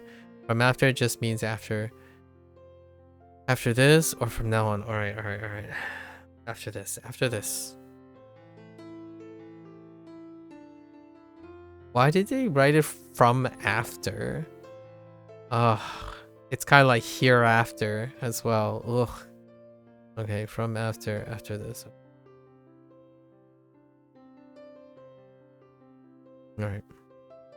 以後 Eagle. Okay, eagle is fine. 以後 That's eagle. Eagle just ends up being eagle. Okay, psychology. Oh, okay, so they added gaku to the end. So what do we have?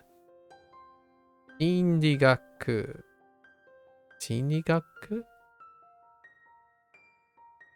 The reason your heart does what it does is all psychology, yeah. Or that whole spiel about the heart doing the decision making. And the study of that is psychology. 心理学 Shinrigaku. 心理学心理学 Shinrigaku. Yeah. Alright, wind. What do we have for wind? Table, slide, insects. Alright, neat. What is... Did it go straight to kaze? No, we had something else other than kaze.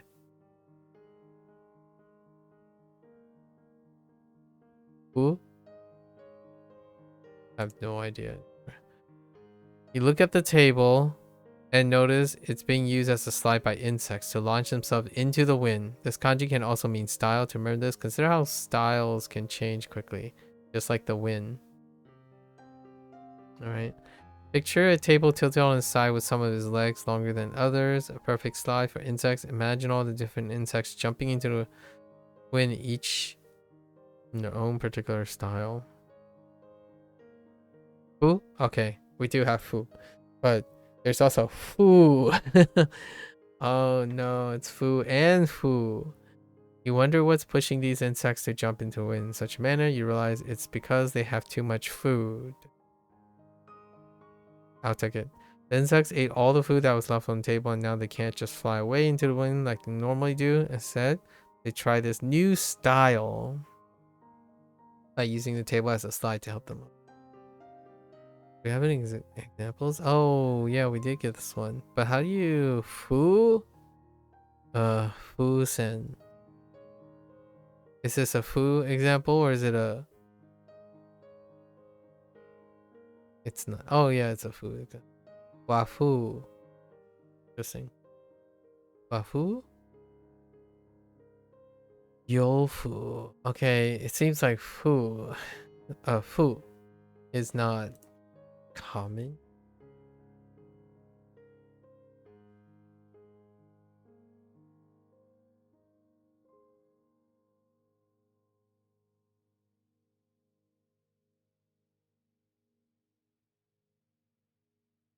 Ego.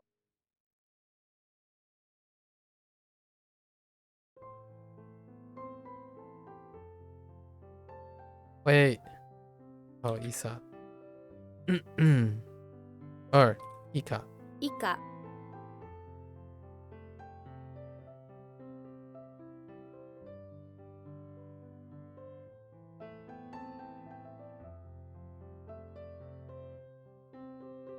That help. 心理学。心理学。心理学。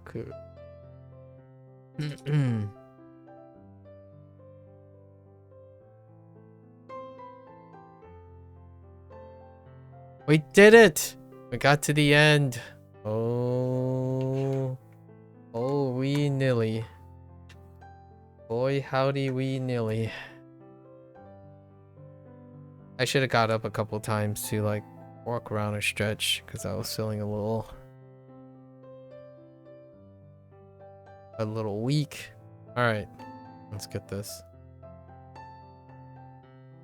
Let's complete these quick. Win, box, black, stamp, husband, clan, boat, fish, yellow, black, circumference, table, temple, gate, self, teacher, top hat, bird, elephant. A lot of these are useful now, again, because of the unlock. And then let's go here. So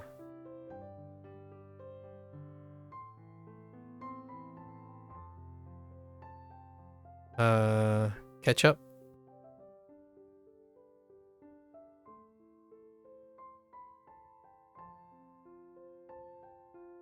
Sheep.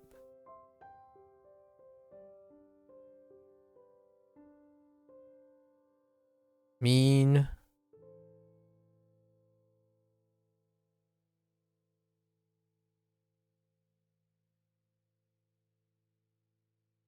Shih Tzu.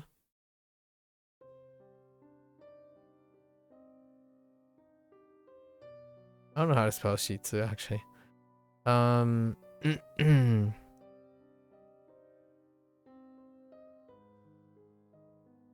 Zombie. Zombie and Shogun.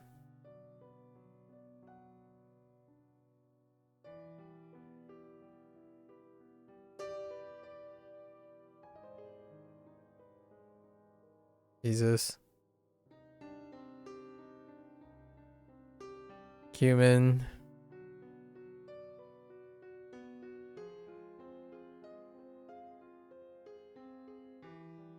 Ki.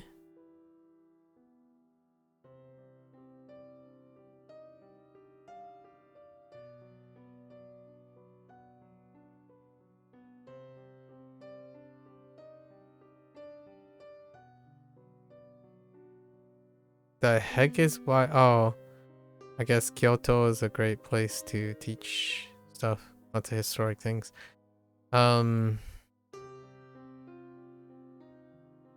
Oh wait, that's not Cuban.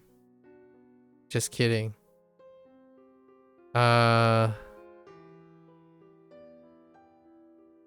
This is Cuban. I'll come back to that. Centaur. Shu.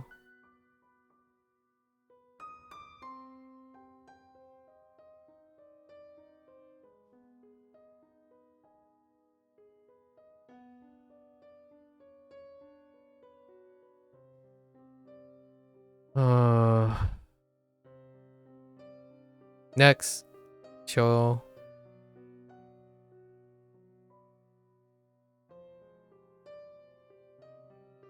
Ki.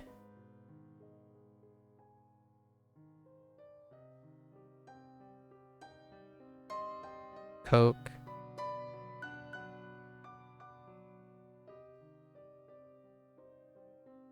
Food. Okay.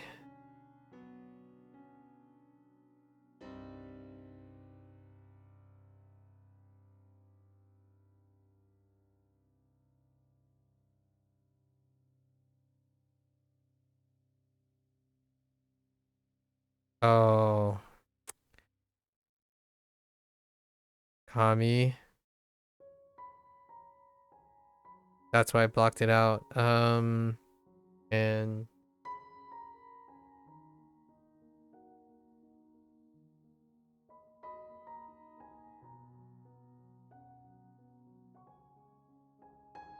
this one sucks. This one's a loser, right? Yeah, this is definitely a loser one.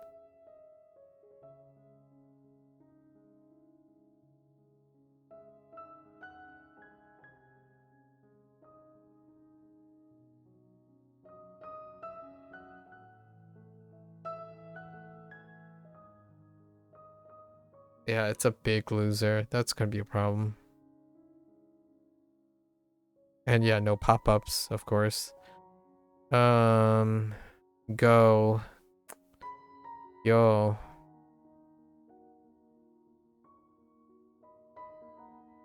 Yeah, this one's gonna be a big loser.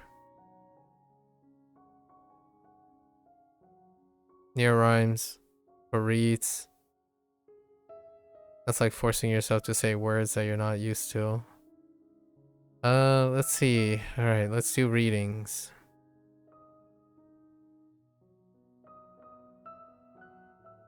Go.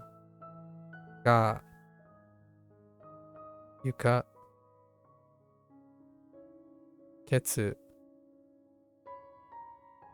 Shi. Yu. Satsu.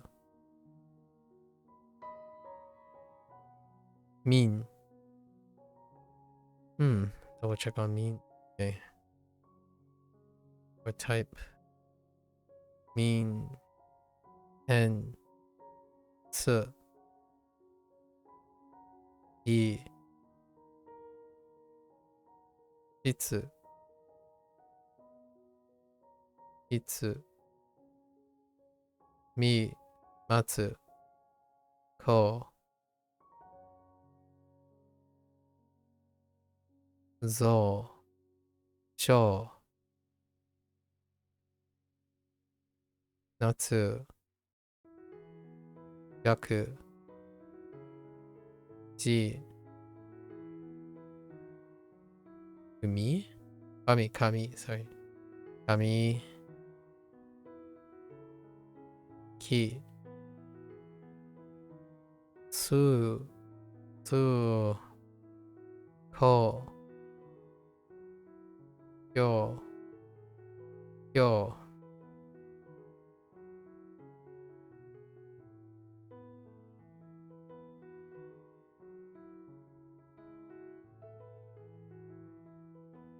Okay.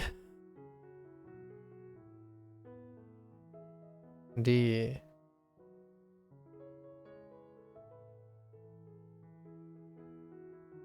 Kumi? Oh, Kumi is. Kumi.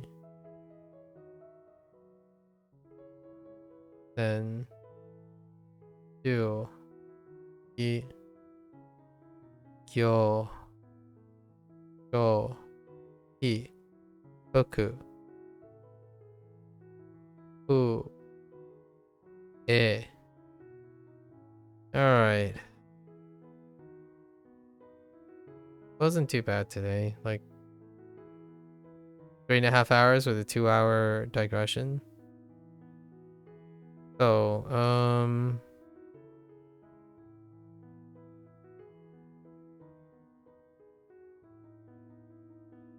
right, Shogakuse. Whoops, wrong short order. It's a non-issue. We're not gonna write anything else. This was, I just didn't read properly. Human error. So human error, let's do, like, show.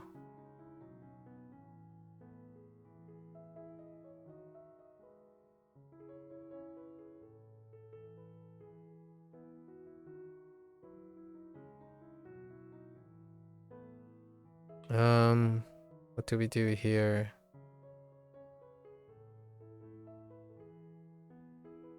Kiri. Kiridasu. No, kiritoru.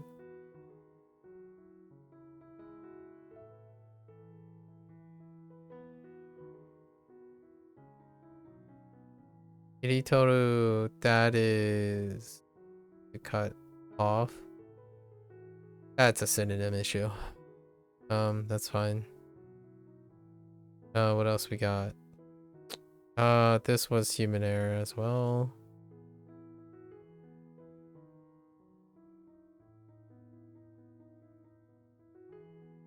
Private.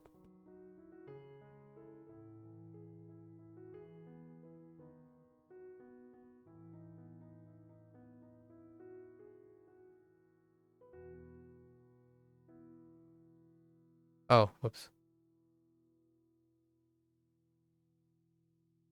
Shikoku. Shikoku was human error as well.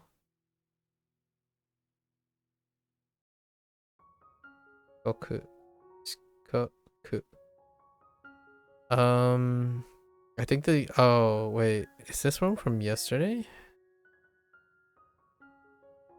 Did I get this wrong again? Did I get this wrong again? Oh. Oh no, I didn't get this wrong. It was injustice. This is a synonym thing. I prefer wrongdoing. We'll do wrongdoing. Oh wait, I don't even know wrongdoing is part of the things. No, we'll just stick to it. Or not authorized. Unauthorized, probably.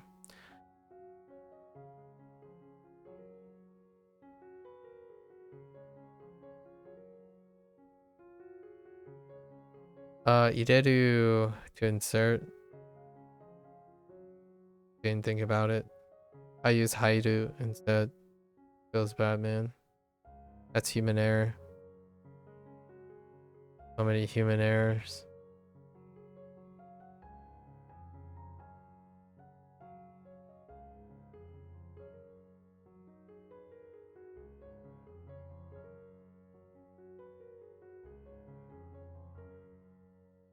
That box. Oh.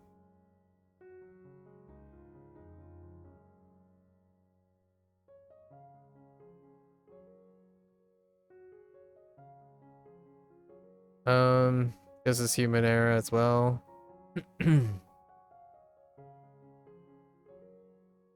It's the ko.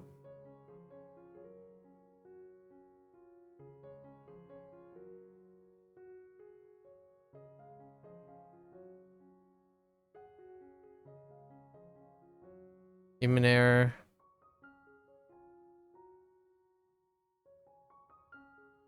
This is human error as well. Maru.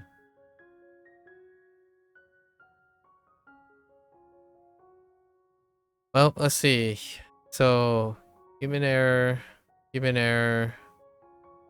We got 2 here. Human error. Human error. Human error. Human error. So that's fine. These are fairly reasonable.